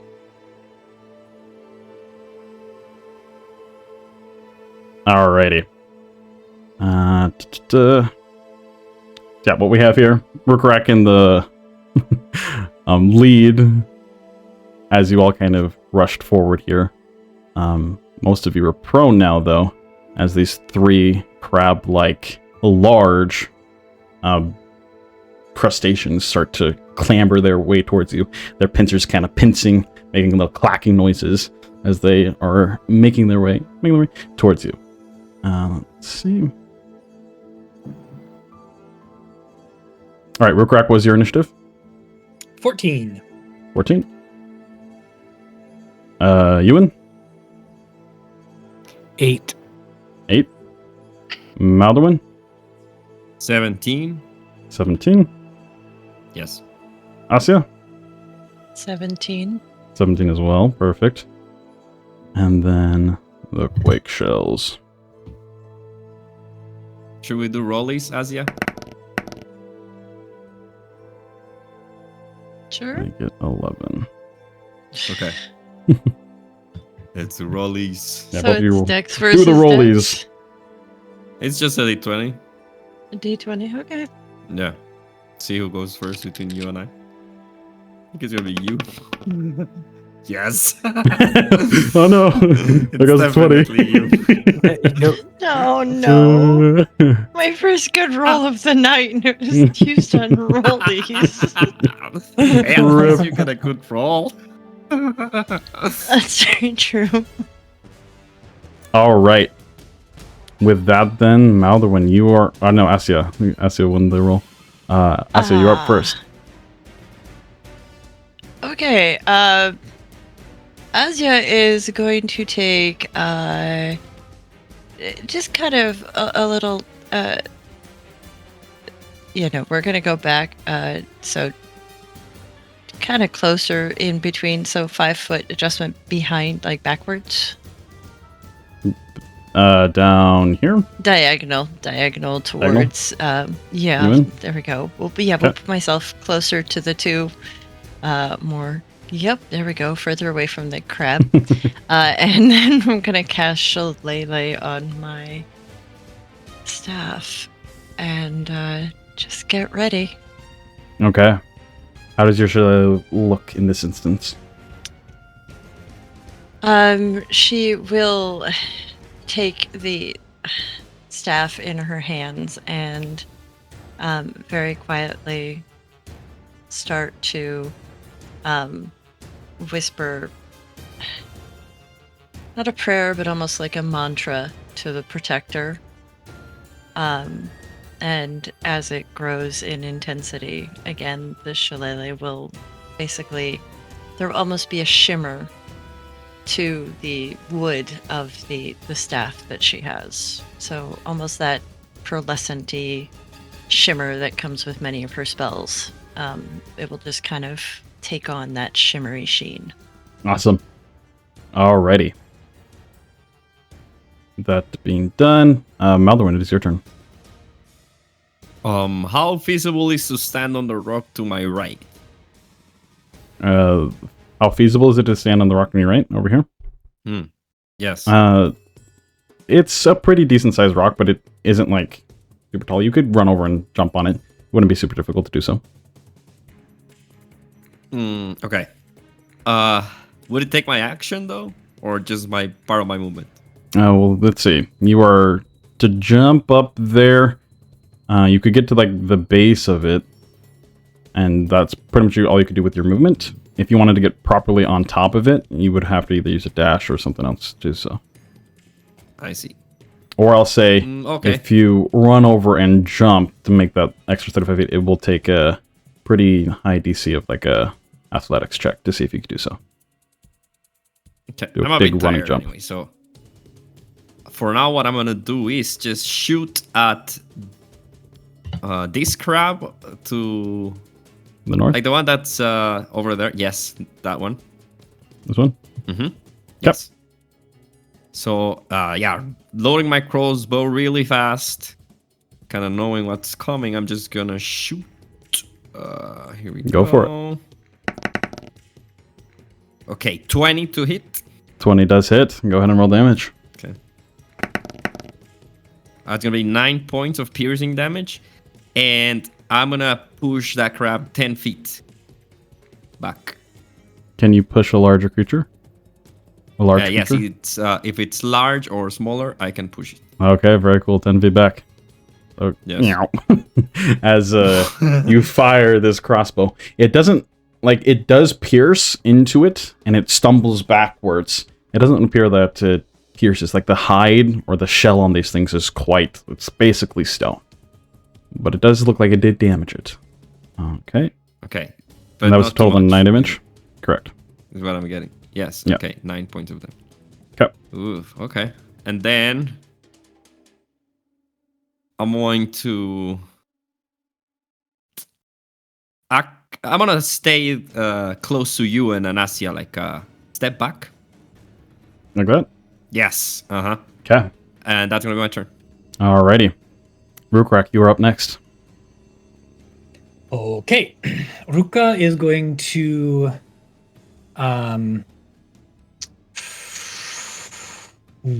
yep, he's going to go ahead and don his shadow armor Okay. and breathe out his frost breath and solidify the spikes on that armor. And then he's going to Both of those spells? I don't believe so. No, the shadow armor is a spell, but then the breath is not. All right. So you managed to cling the shadows to yourself, getting that extra fortification, and then let out that deep set kind of cool breath that kind of builds up that frost, armoring you further. the frost doesn't seem very thick today. It's a little layer I rolled ice. a 1. Rip. And then he's going to he wants to get the crab between himself and someone else, but I guess for now he'll get up and go 10 feet closer to the party, or 15 15 feet? 10 feet. As you kind of stand up from being prone. Both Euan, Asja got up, but Euan is still prone currently. Mm-hmm. All right, the rest of you are still standing. All right. With that, it is now the Quake Shell's turn. They are going to start crabbing their way over. Crabbing their way. Grab. Why gotta be so crabby? Oh, that's a little close. Just comes over and sits on you all. All right, with that, Rhukkarrak, you're going to take 2 attacks from these large claws that snip towards you. Go like that. First one is going to be a 13, does not hit. Second one is going to be a 10, does not hit. So that's that one, because they do have the 2 claws. Yeah, that they swing with. The one above you is also going to swing out twice towards you. You being closest target. 21 does hit there.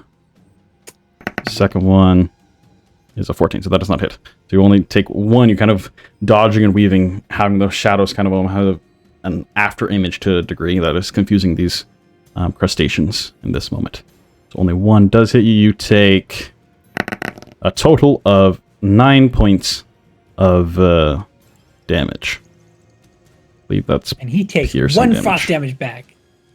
Just Yeah, frost. God, it does take it. All right. With that, Luke is then looking real rough. it is going to. Let's see. Who does it go for? That's the question.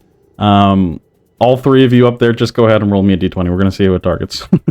Just gonna target one of you. Actually, both Asja and Maldorwen's kind of further in the back. You rolled an 18 anyways.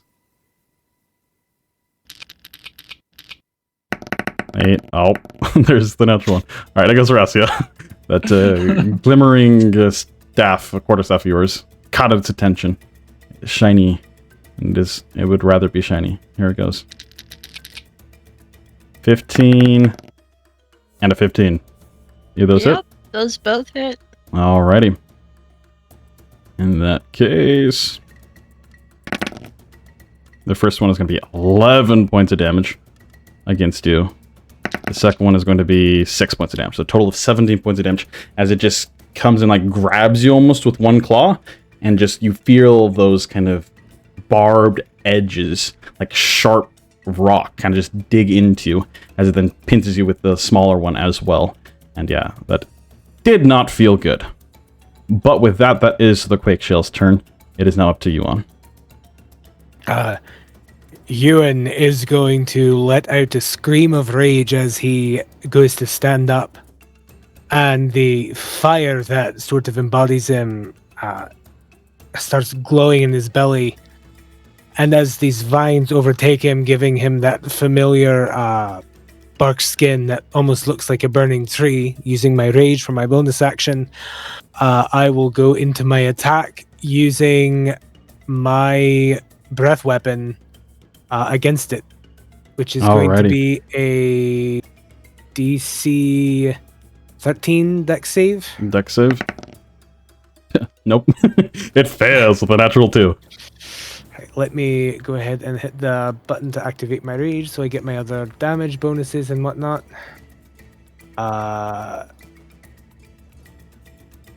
And no, where's that? Where's that? There it is.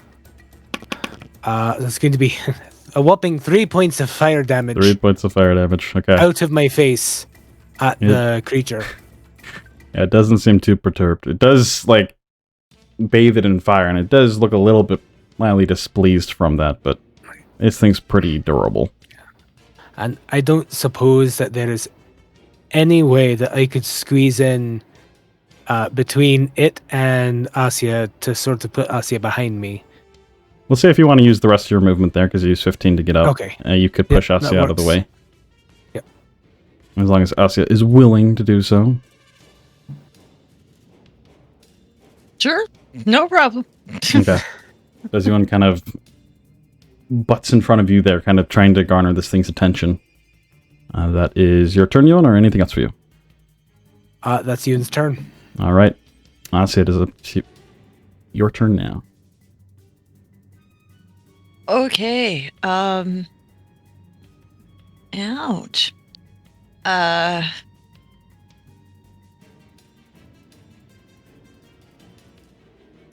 I guess she is going to, yeah, she's gonna stick right here. Just trying to see if something is a. No, it's not. It's an action. Okay, good. Seeing that, as she's been shoved behind, Euan, her attention's kind of now a little bit behind. She is hurt, but she's seen that Ruka is also hurt and more alone. So she is going to cast Eldritch Blast against the one that seems to be eye pinch on Ruka. Okay. Go ahead and make your attack roll there. 15. 15 unfortunately misses. As the Eldritch Blast coalesces into a light beam, it bounces off the rocky hide of the creature. Doesn't seem to cause it any harm. Now, as a bonus action, Asja is going to kind of wince in pain after doing that and realize that she should probably make herself feel a little better. She is going to use her ability, Healing Light, and I am going to use 2 of the 46 pool to heal myself up. And how it will look is basically she's just going to kind of go almost into a meditative state, and the wounds will just kind of start to glow with a life energy around them. Okay, go ahead and roll those 2d6. Yep. Oh, thank goodness. 9 hit points back. Very nice. Very nice. And that is my turn. Alrighty. Maldorwen, you are up. Alright, so if he doesn't take much damage from my crossbow, let's see how he likes a guiding bolt. But first... Oh, wait. I actually have to push it away with my crossbow first. So I'm gonna go ahead and do an attack with my crossbow with disadvantage. Yep. It is within 5 feet of you. Here we go. Oof. That's not gonna hit. Okay. So then I don't know. I will try and run away to the right, trying to drag Asja with me 15 feet. Okay. So down this way? Diagonally? No, that's too close to the crab. That's to the south or this south. way? Yes. Alright, Asja, would you like to be dragged? Well, sure. Okay. We'll say you get put there. As Maldorwen kind of, after missing that shot, quickly kind of rushes up, crossbow in one hand, and kind of grabs onto your other hand and pulls you along with him. The crab is going to snip out towards you as you do provoke an opportunity attack. Mm-hmm. Let's see here. There it is. Oh no! Natural 20. Okay. Natural 20. All right, as you kind of briefly miss with your crossbow and quickly kind of stand up in a moment of just kind of trying to get out of here, you let your guard down for just a brief second, and it uses that opportunity to just kind of snatch at you. You take lots of damage. 21 points of piercing damage. Okay. As it just kind of almost crushes you, and you just feel that pain, and you just immediately, the adrenaline just pumps through your system as you rush away with Asja in tow. Mm-hmm. And with my bonus action, I'm gonna do second wind. Oh, great. Okay, so I regain 5 hit points, and that's my turn. Alrighty. Rhukkarrak, it is your turn. Now, it is an action to drink a potion, right? It is a bonus action. It's a bonus action. Oh, that is excellent. Okay. Then he is going to use his action to, again, darken the shadows around him, giving that after image, casting Blade Ward. Okay. And he is going to chug his healing potion that he bought. So it's 2d4 plus 2. Yep. which ends up being 5. 5 hit points. Yep. It kind of soothes you a bit, but the pain is still very immediate. Let's go. Back up And further. now he's Okay. concentrating on that. Okay. And he's going to.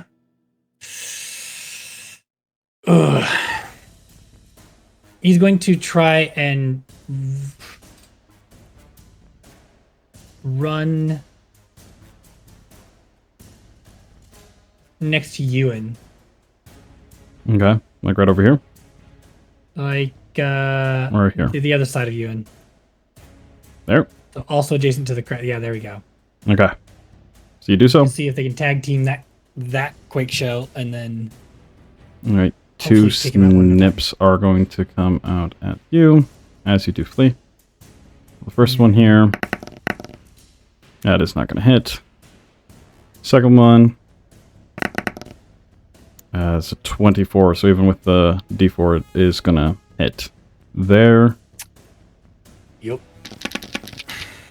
So you suffer another 9 points of slashing damage as you manage to duck under one of the claws that swoops over your head, and then you start to run as the other one kind of catches into your back, and you like your trapezoid almost as you start to flee. You take a bit more damage there. Go ahead and roll a concentration check for me.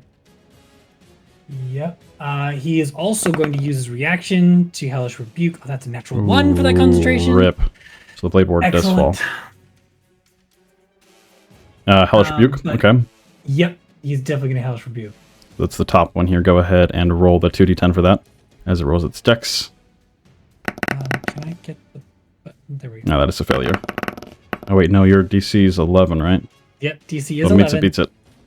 It will take half damage So it takes as 5 points of necrotic damage. as it kind of pierces you with that, the blade ward dropping in that instance, kind of the shadows coalesce and again kind of explode from you into the crab there. All right, that's going to be... As it does back up, it did not look like it like that very much. All right. Rhukkarrak, anything else for your turn? Nope, that's it. That's literally everything you can do. All right, it is then the Quake Shell's turn. This one's going to turn around. And start making its way over here. Making way. Whoa, that was close. Oh, there we go. This one's going to start shifting up over here. Wait, how much feet was that? A little bit less. As it's keeping a little bit distance, you can see that it impacted and looks like it's a little more timid. But this one hasn't been hurt much, so it is going to go for 2 attacks on Asja there. No. 11 is going to miss. And then the second one here is a 13. I don't believe either of those hit. Meets Right. it. Yeah, the 13. second one hit. Yep. All right, so that 13 does hit you. So you take minimum damage, 5 points. As it Okay. does get you with the smaller little grab. The first one kind of comes up and you're kind of... You see it coming and kind of quickly dart away as it kind of slams the ground. The sand kind of jumps in the air for a moment as it then quickly pinches you with part of the other one. Causes a wound to appear on your side. But that is their turn. This one, yeah, didn't like that damage. All right. Euan, it is your turn.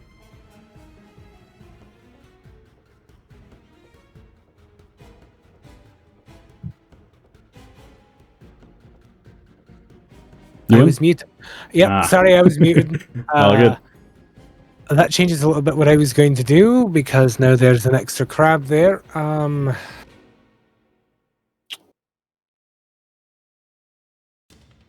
No, I think it still gives it the best chance. I'm going to walk around the crab that I'm on to stand opposite Rhukkarrak.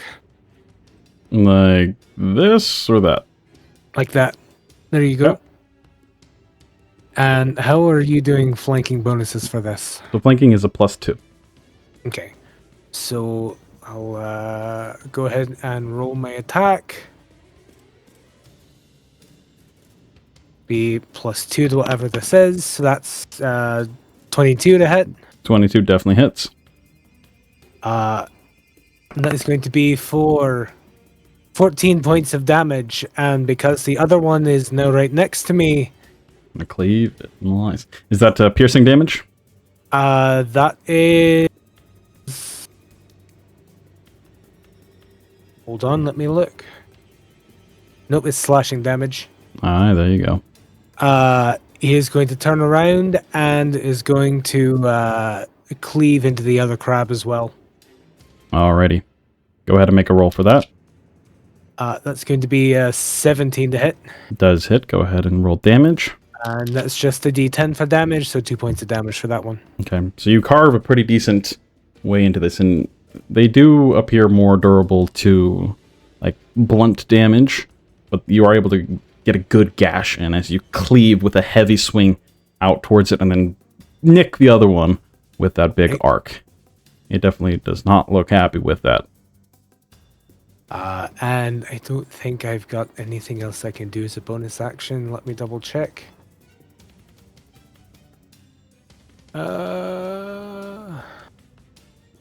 Nope, that's it. I don't have anything else I can do for a bonus action, so that's my turn. All right. Asja, it is your turn. Okay. Ouch.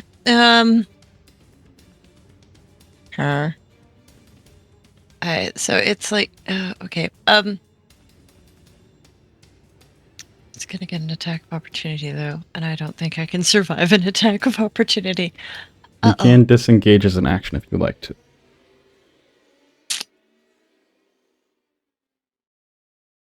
All right. Can I disengage and move? Yeah. Towards the stone there, like just she just wants to get as far away as possible. Like she's looking hurt now, so she would. Yeah, you she could get kind of like, looks at all the way Maldorwen behind and it. yeah, she kind of looks at Maldorwen and goes, "I gotta go," and she looks very hurt. So Okay. yeah, she's gonna try and get behind there. As you quickly kind of stare at this kind of large crustacean, its little mandibles kind of doing a little chitter and kind of discerning what its attack is going to be. You quickly then step away when you see a moment of hesitation in it and quickly dart back. Yeah. 25, 30. There you go. Yeah.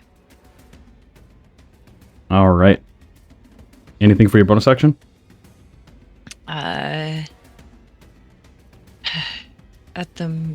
She's gonna. I'm gonna use another one of the D6 from the healing light, and try and give herself a little bit more hit points. Okay, go ahead and roll for that. 3. Get 3 back. Kind of 3 is good. 3 is good.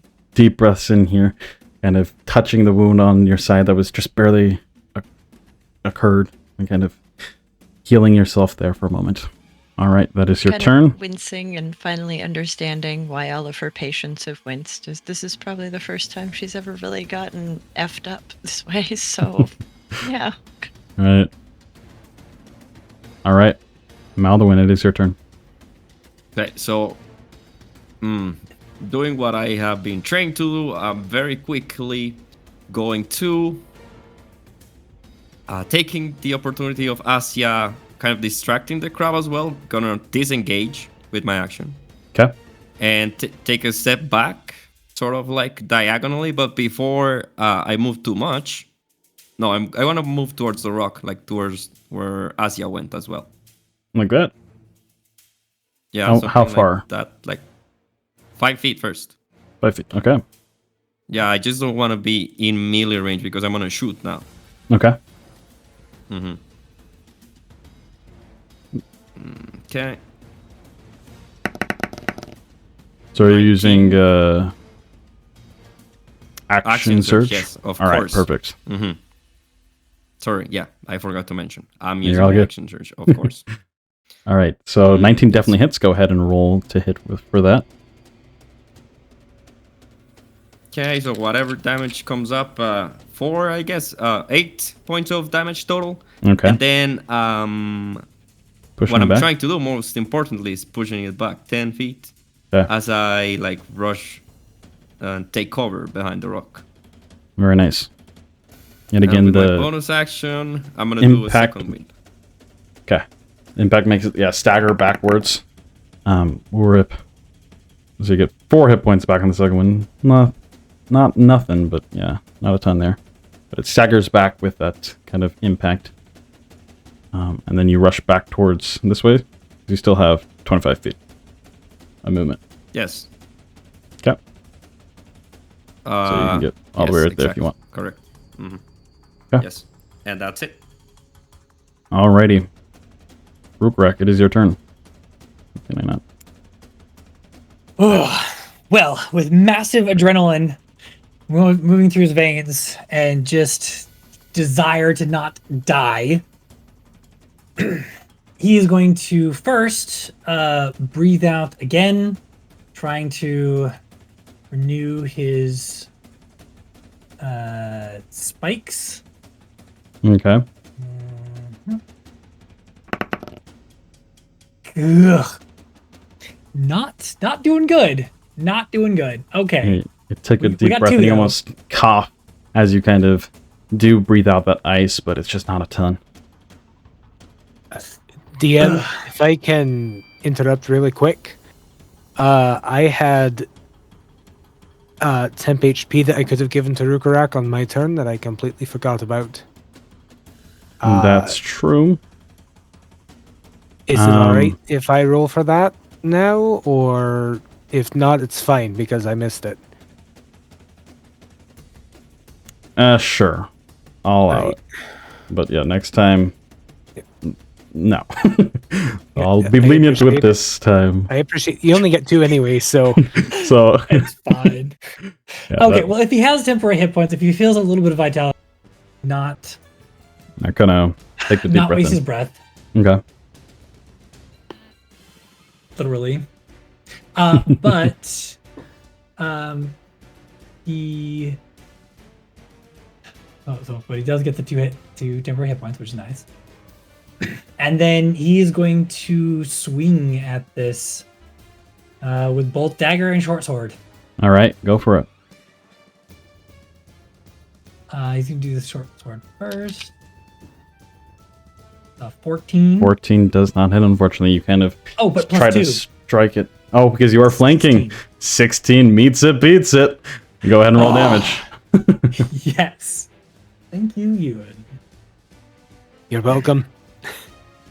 Okay, and I also get the Sneak attack bonus, yep.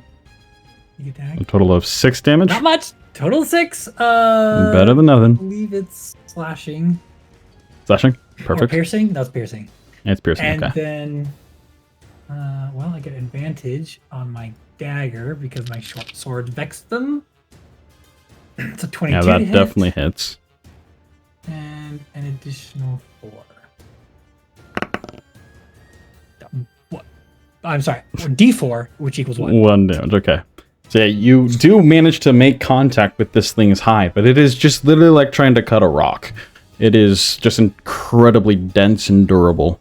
And you do manage to scuff it up, and it seems displeased by what you're doing. But not a ton of damage occurred there.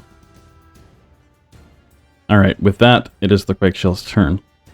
This one, however, is going to make a attack against both Euan and Rhukkarrak, but as it does so, it is backing away.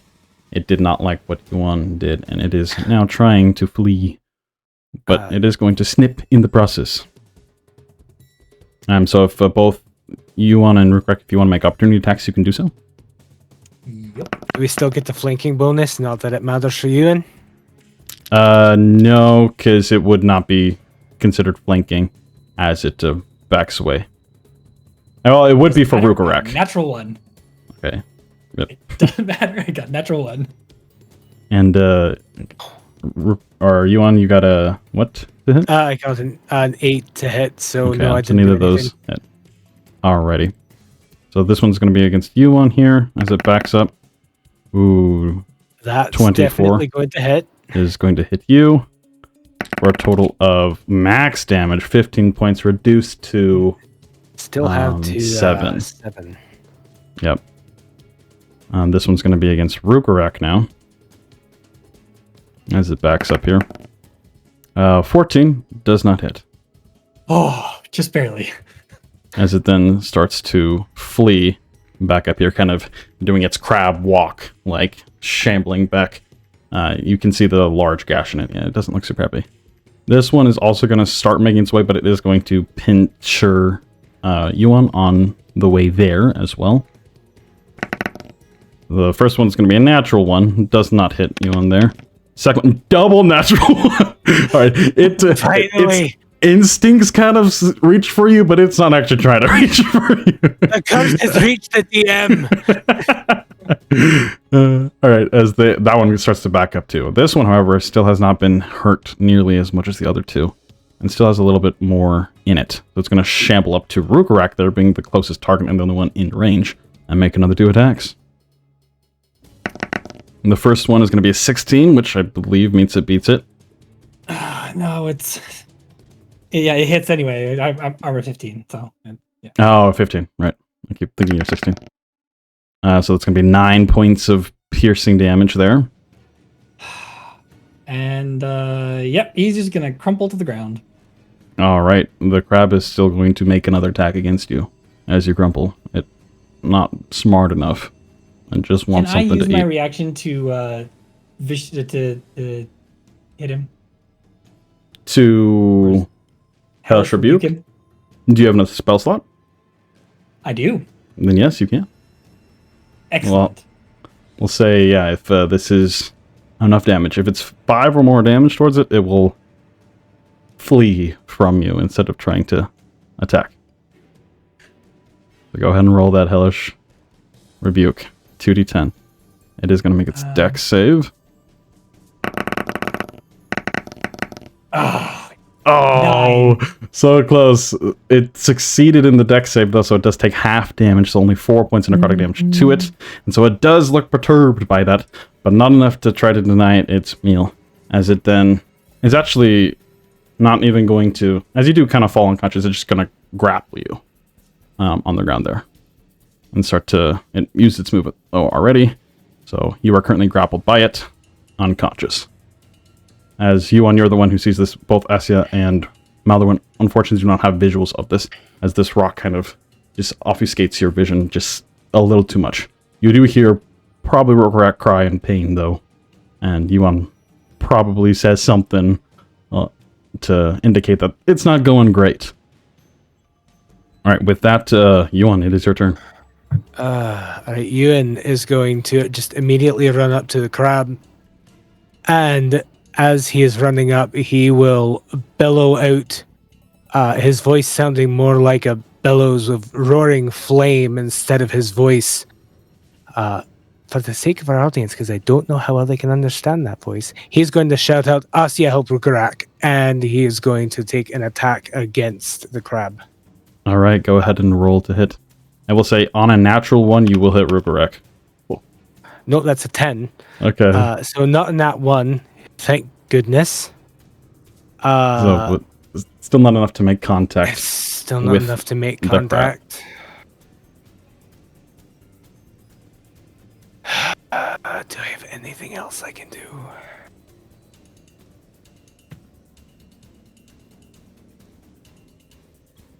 That's all I can do, unless, because I can't just grab Rhukkarrak and try to get him out of the crab's claws.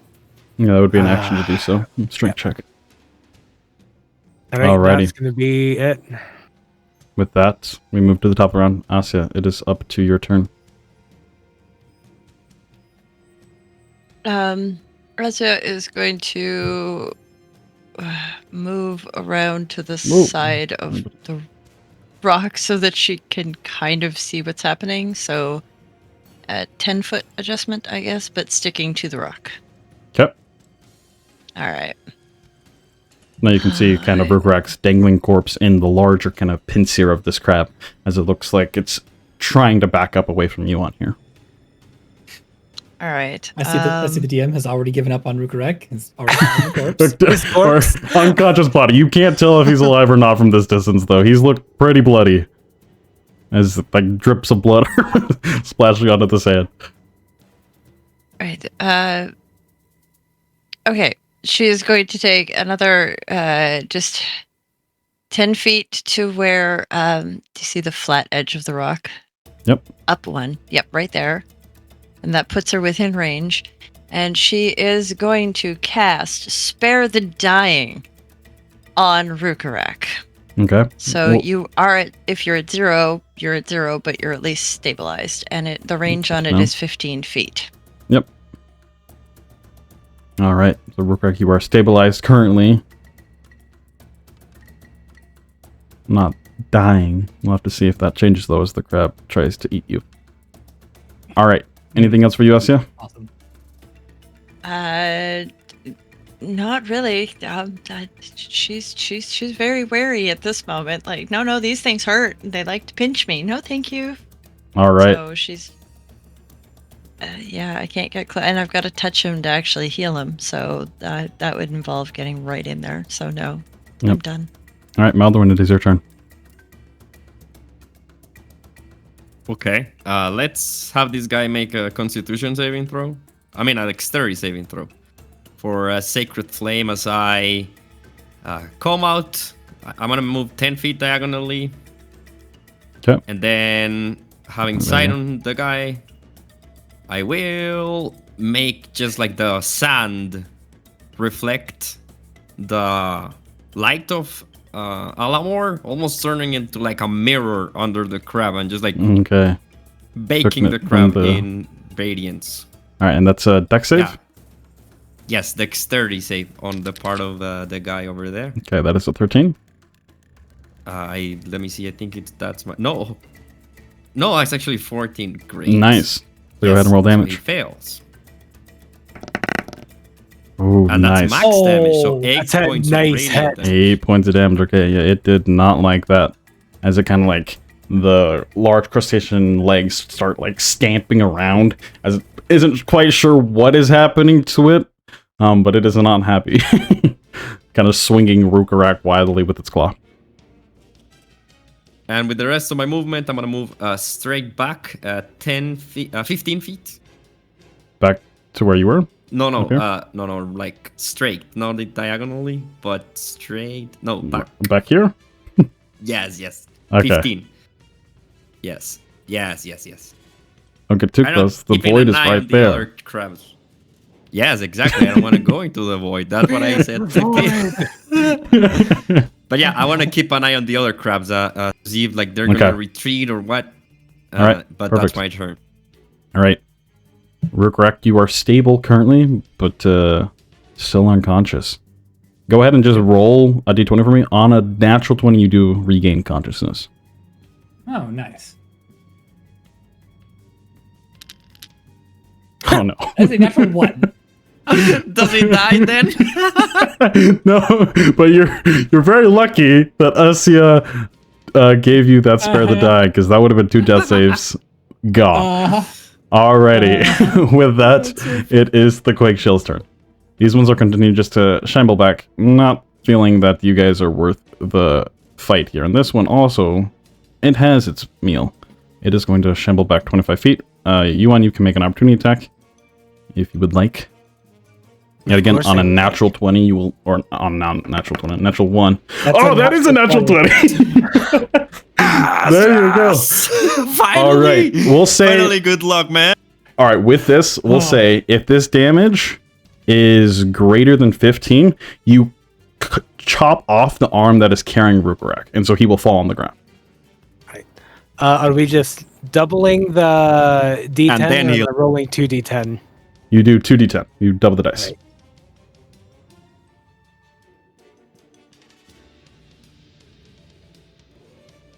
So there's the 2D10. Oh, 3, low. 4. Nope, because I rolled really badly. Rip. So that is a total of 10. Okay, still it is enough damage. On the way. It is looking bloodied. Like, you can see the weird kind of blood that it has, and it is looking hurt. But it is also a very large, kind of durable creature, as it continues to move Rhukkarrak back. Alright, with that, it is actually, yeah, it's going to, no, they can't really dash. Alright. That is the Quake Shell's turn. These ones are just keeping their distance. This one, retreating now with Rhukkarrak. I'm charging him. Alright, you can make it right up there.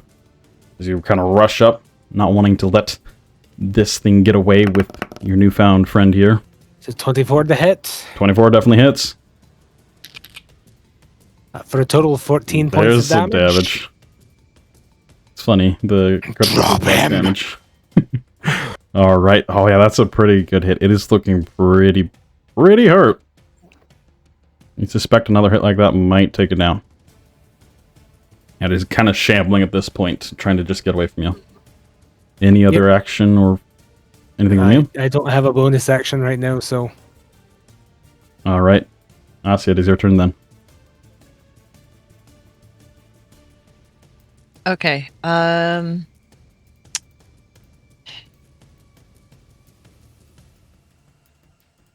right. Asja is going to see that the crab is getting away, but that Euan has caught up and kind of made it pretty hurt at this point. And she is going to basically focus herself and again, as her hands come apart, she is going to have this kind of ball of light in the middle, and we are going to try Guiding Bolt. This has never worked for me before, but we're going to try this time and hope we get good results. All right. Go ahead and roll the attack. 14. It was so close. So I know. close. I know. It's never worked for me. Unfortunately, with the chaos and it shifting up the sand, as each kind of step these things make does almost sound like a smaller quake. Not nearly as violent as the first one that occurred, but it just is making this battle very tumultuous. And so you kind of try to concentrate, but you're hurting right now. And you aim, and it just goes a little over the top of the crab, and because you're also trying not to hit Rhukkarrak, and so unfortunately it does not hit.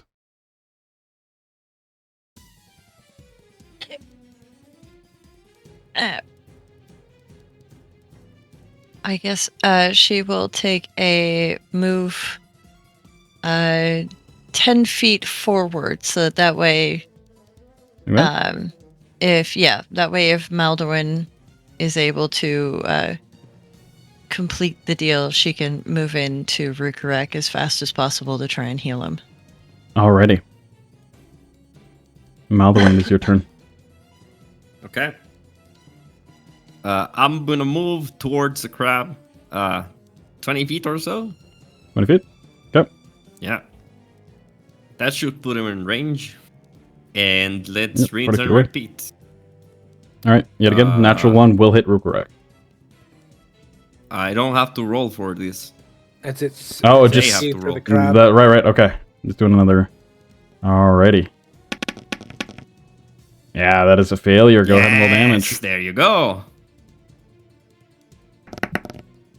Nice. 5 points of radiant 5 damage. more points. Okay, yeah, it's looking rough.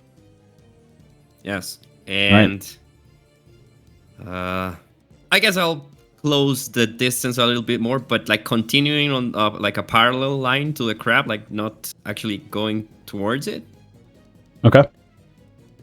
Yeah, and that's it. Alrighty.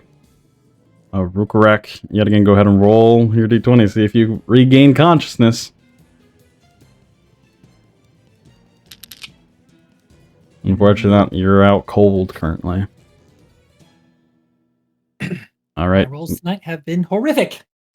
The Quake Shell, in a kind of fleeting moment of just pure instinct, is going to pierce out towards you once, Yuan. And it is going to crush down on Rhukkarrak in its hand, just instinctually. Which we are going to... You can't really dodge that. Nope. We'll say I'll give it advantage, I guess. Well, I'm trying to think. I say traditionally it's just it's just a fails automatically whenever a you get critical attacked. hit, right? Yeah. So yeah, you lose 2 death saves, and you are now yet again dying.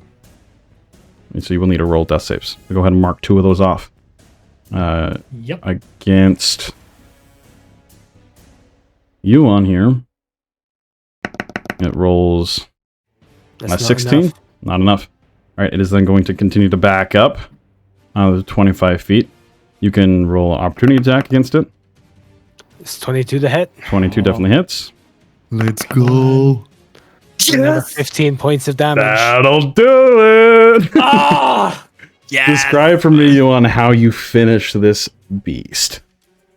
As the beast starts to run away, Euan is going to, in a strange burst of dexterity, possibly given to him by the almost life-giving form that he is in, will leap up into the air and bring the harpoon down onto the top shell of the crab, or his halberd down like a harpoon on the top shell of the crab, piercing it. And as he lands, he's going to turn to the claw and rip the claw apart to get Rhukkarrak's body out of it. All right. Finding that spot where you already cut it and made a large gash, you jump up and spear it like a big old shish kebab. As it then starts shaking and quaking, it does emit another quake around it as it dies here. Go ahead and just roll. Yeah, Asja's not in range of it. Just roll another dexterity saving throw for me as it does so. As it then falls to the ground dead.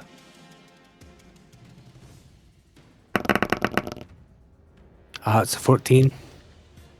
14, yeah, that beats it. So yeah, you manage to stable on it and don't fall prone. All right. With that, as you kind of pry Rhukkarrak free from these, he's bleeding out.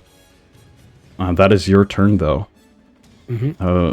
We move up to... Actually, no, that wasn't your turn. That was your reaction. That was his turn. Right, so it is your turn now. So, do I know that Rhukkarrak has potions? You're not sure? You haven't seen him drink one before. Well, okay. Yeah, I don't think... In the heat of the moment, I don't... Because Rhukkarrak was, like, literally surrounded by crabs. I don't think you saw him drink that other one. You had other ones attacking you. But if you want to give him a cursory look and check his wares, you can do so. I think I'll just pick up his body and I'll take it over to Asja. Okay. You can move 15 feet, so you can get, like, right there. Get him, like, right next to her.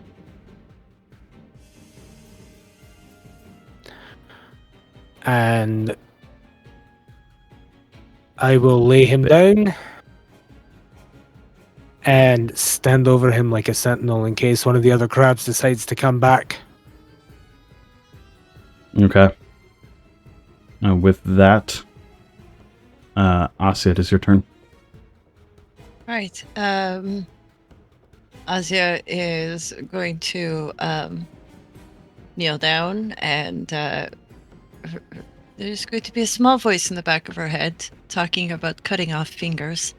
So she's going to take off her kind of shawl that she has and put it over top of the wounds and stuff like that, where maybe armor is a little exposed or flesh might be exposed, and from there she will put her hand on top of that, so she's not actually making skin-to-skin contact, and we will use our last spell slot today to cure wounds. Okay. Connecting with the fading, very quickly life force of Rhukkarrak, you tap into that and bolster it, healing a total of 24 hit points. Damn. All the way back up to full health. Oh, As here cow. on this rugged, rocky beach, the blood-stained sand all around you, the 2 other quake shells are still retreating, seeing that, yeah, you guys are not worth the effort. Rhukkarrak, your eyes dart open. You're just feeling this immense of, like, warmth and relief just coursing through you, knitting together all those wounds magically. You take a sharp, deep breath in. That is where we're going to pick up next week. Ooh, oh my god. Oh man, that was so That was close. an intense combat. Holy crap. Holy crab. What? Yeah, holy Now, crap. careful with the puns before you start making your players crabby, alright?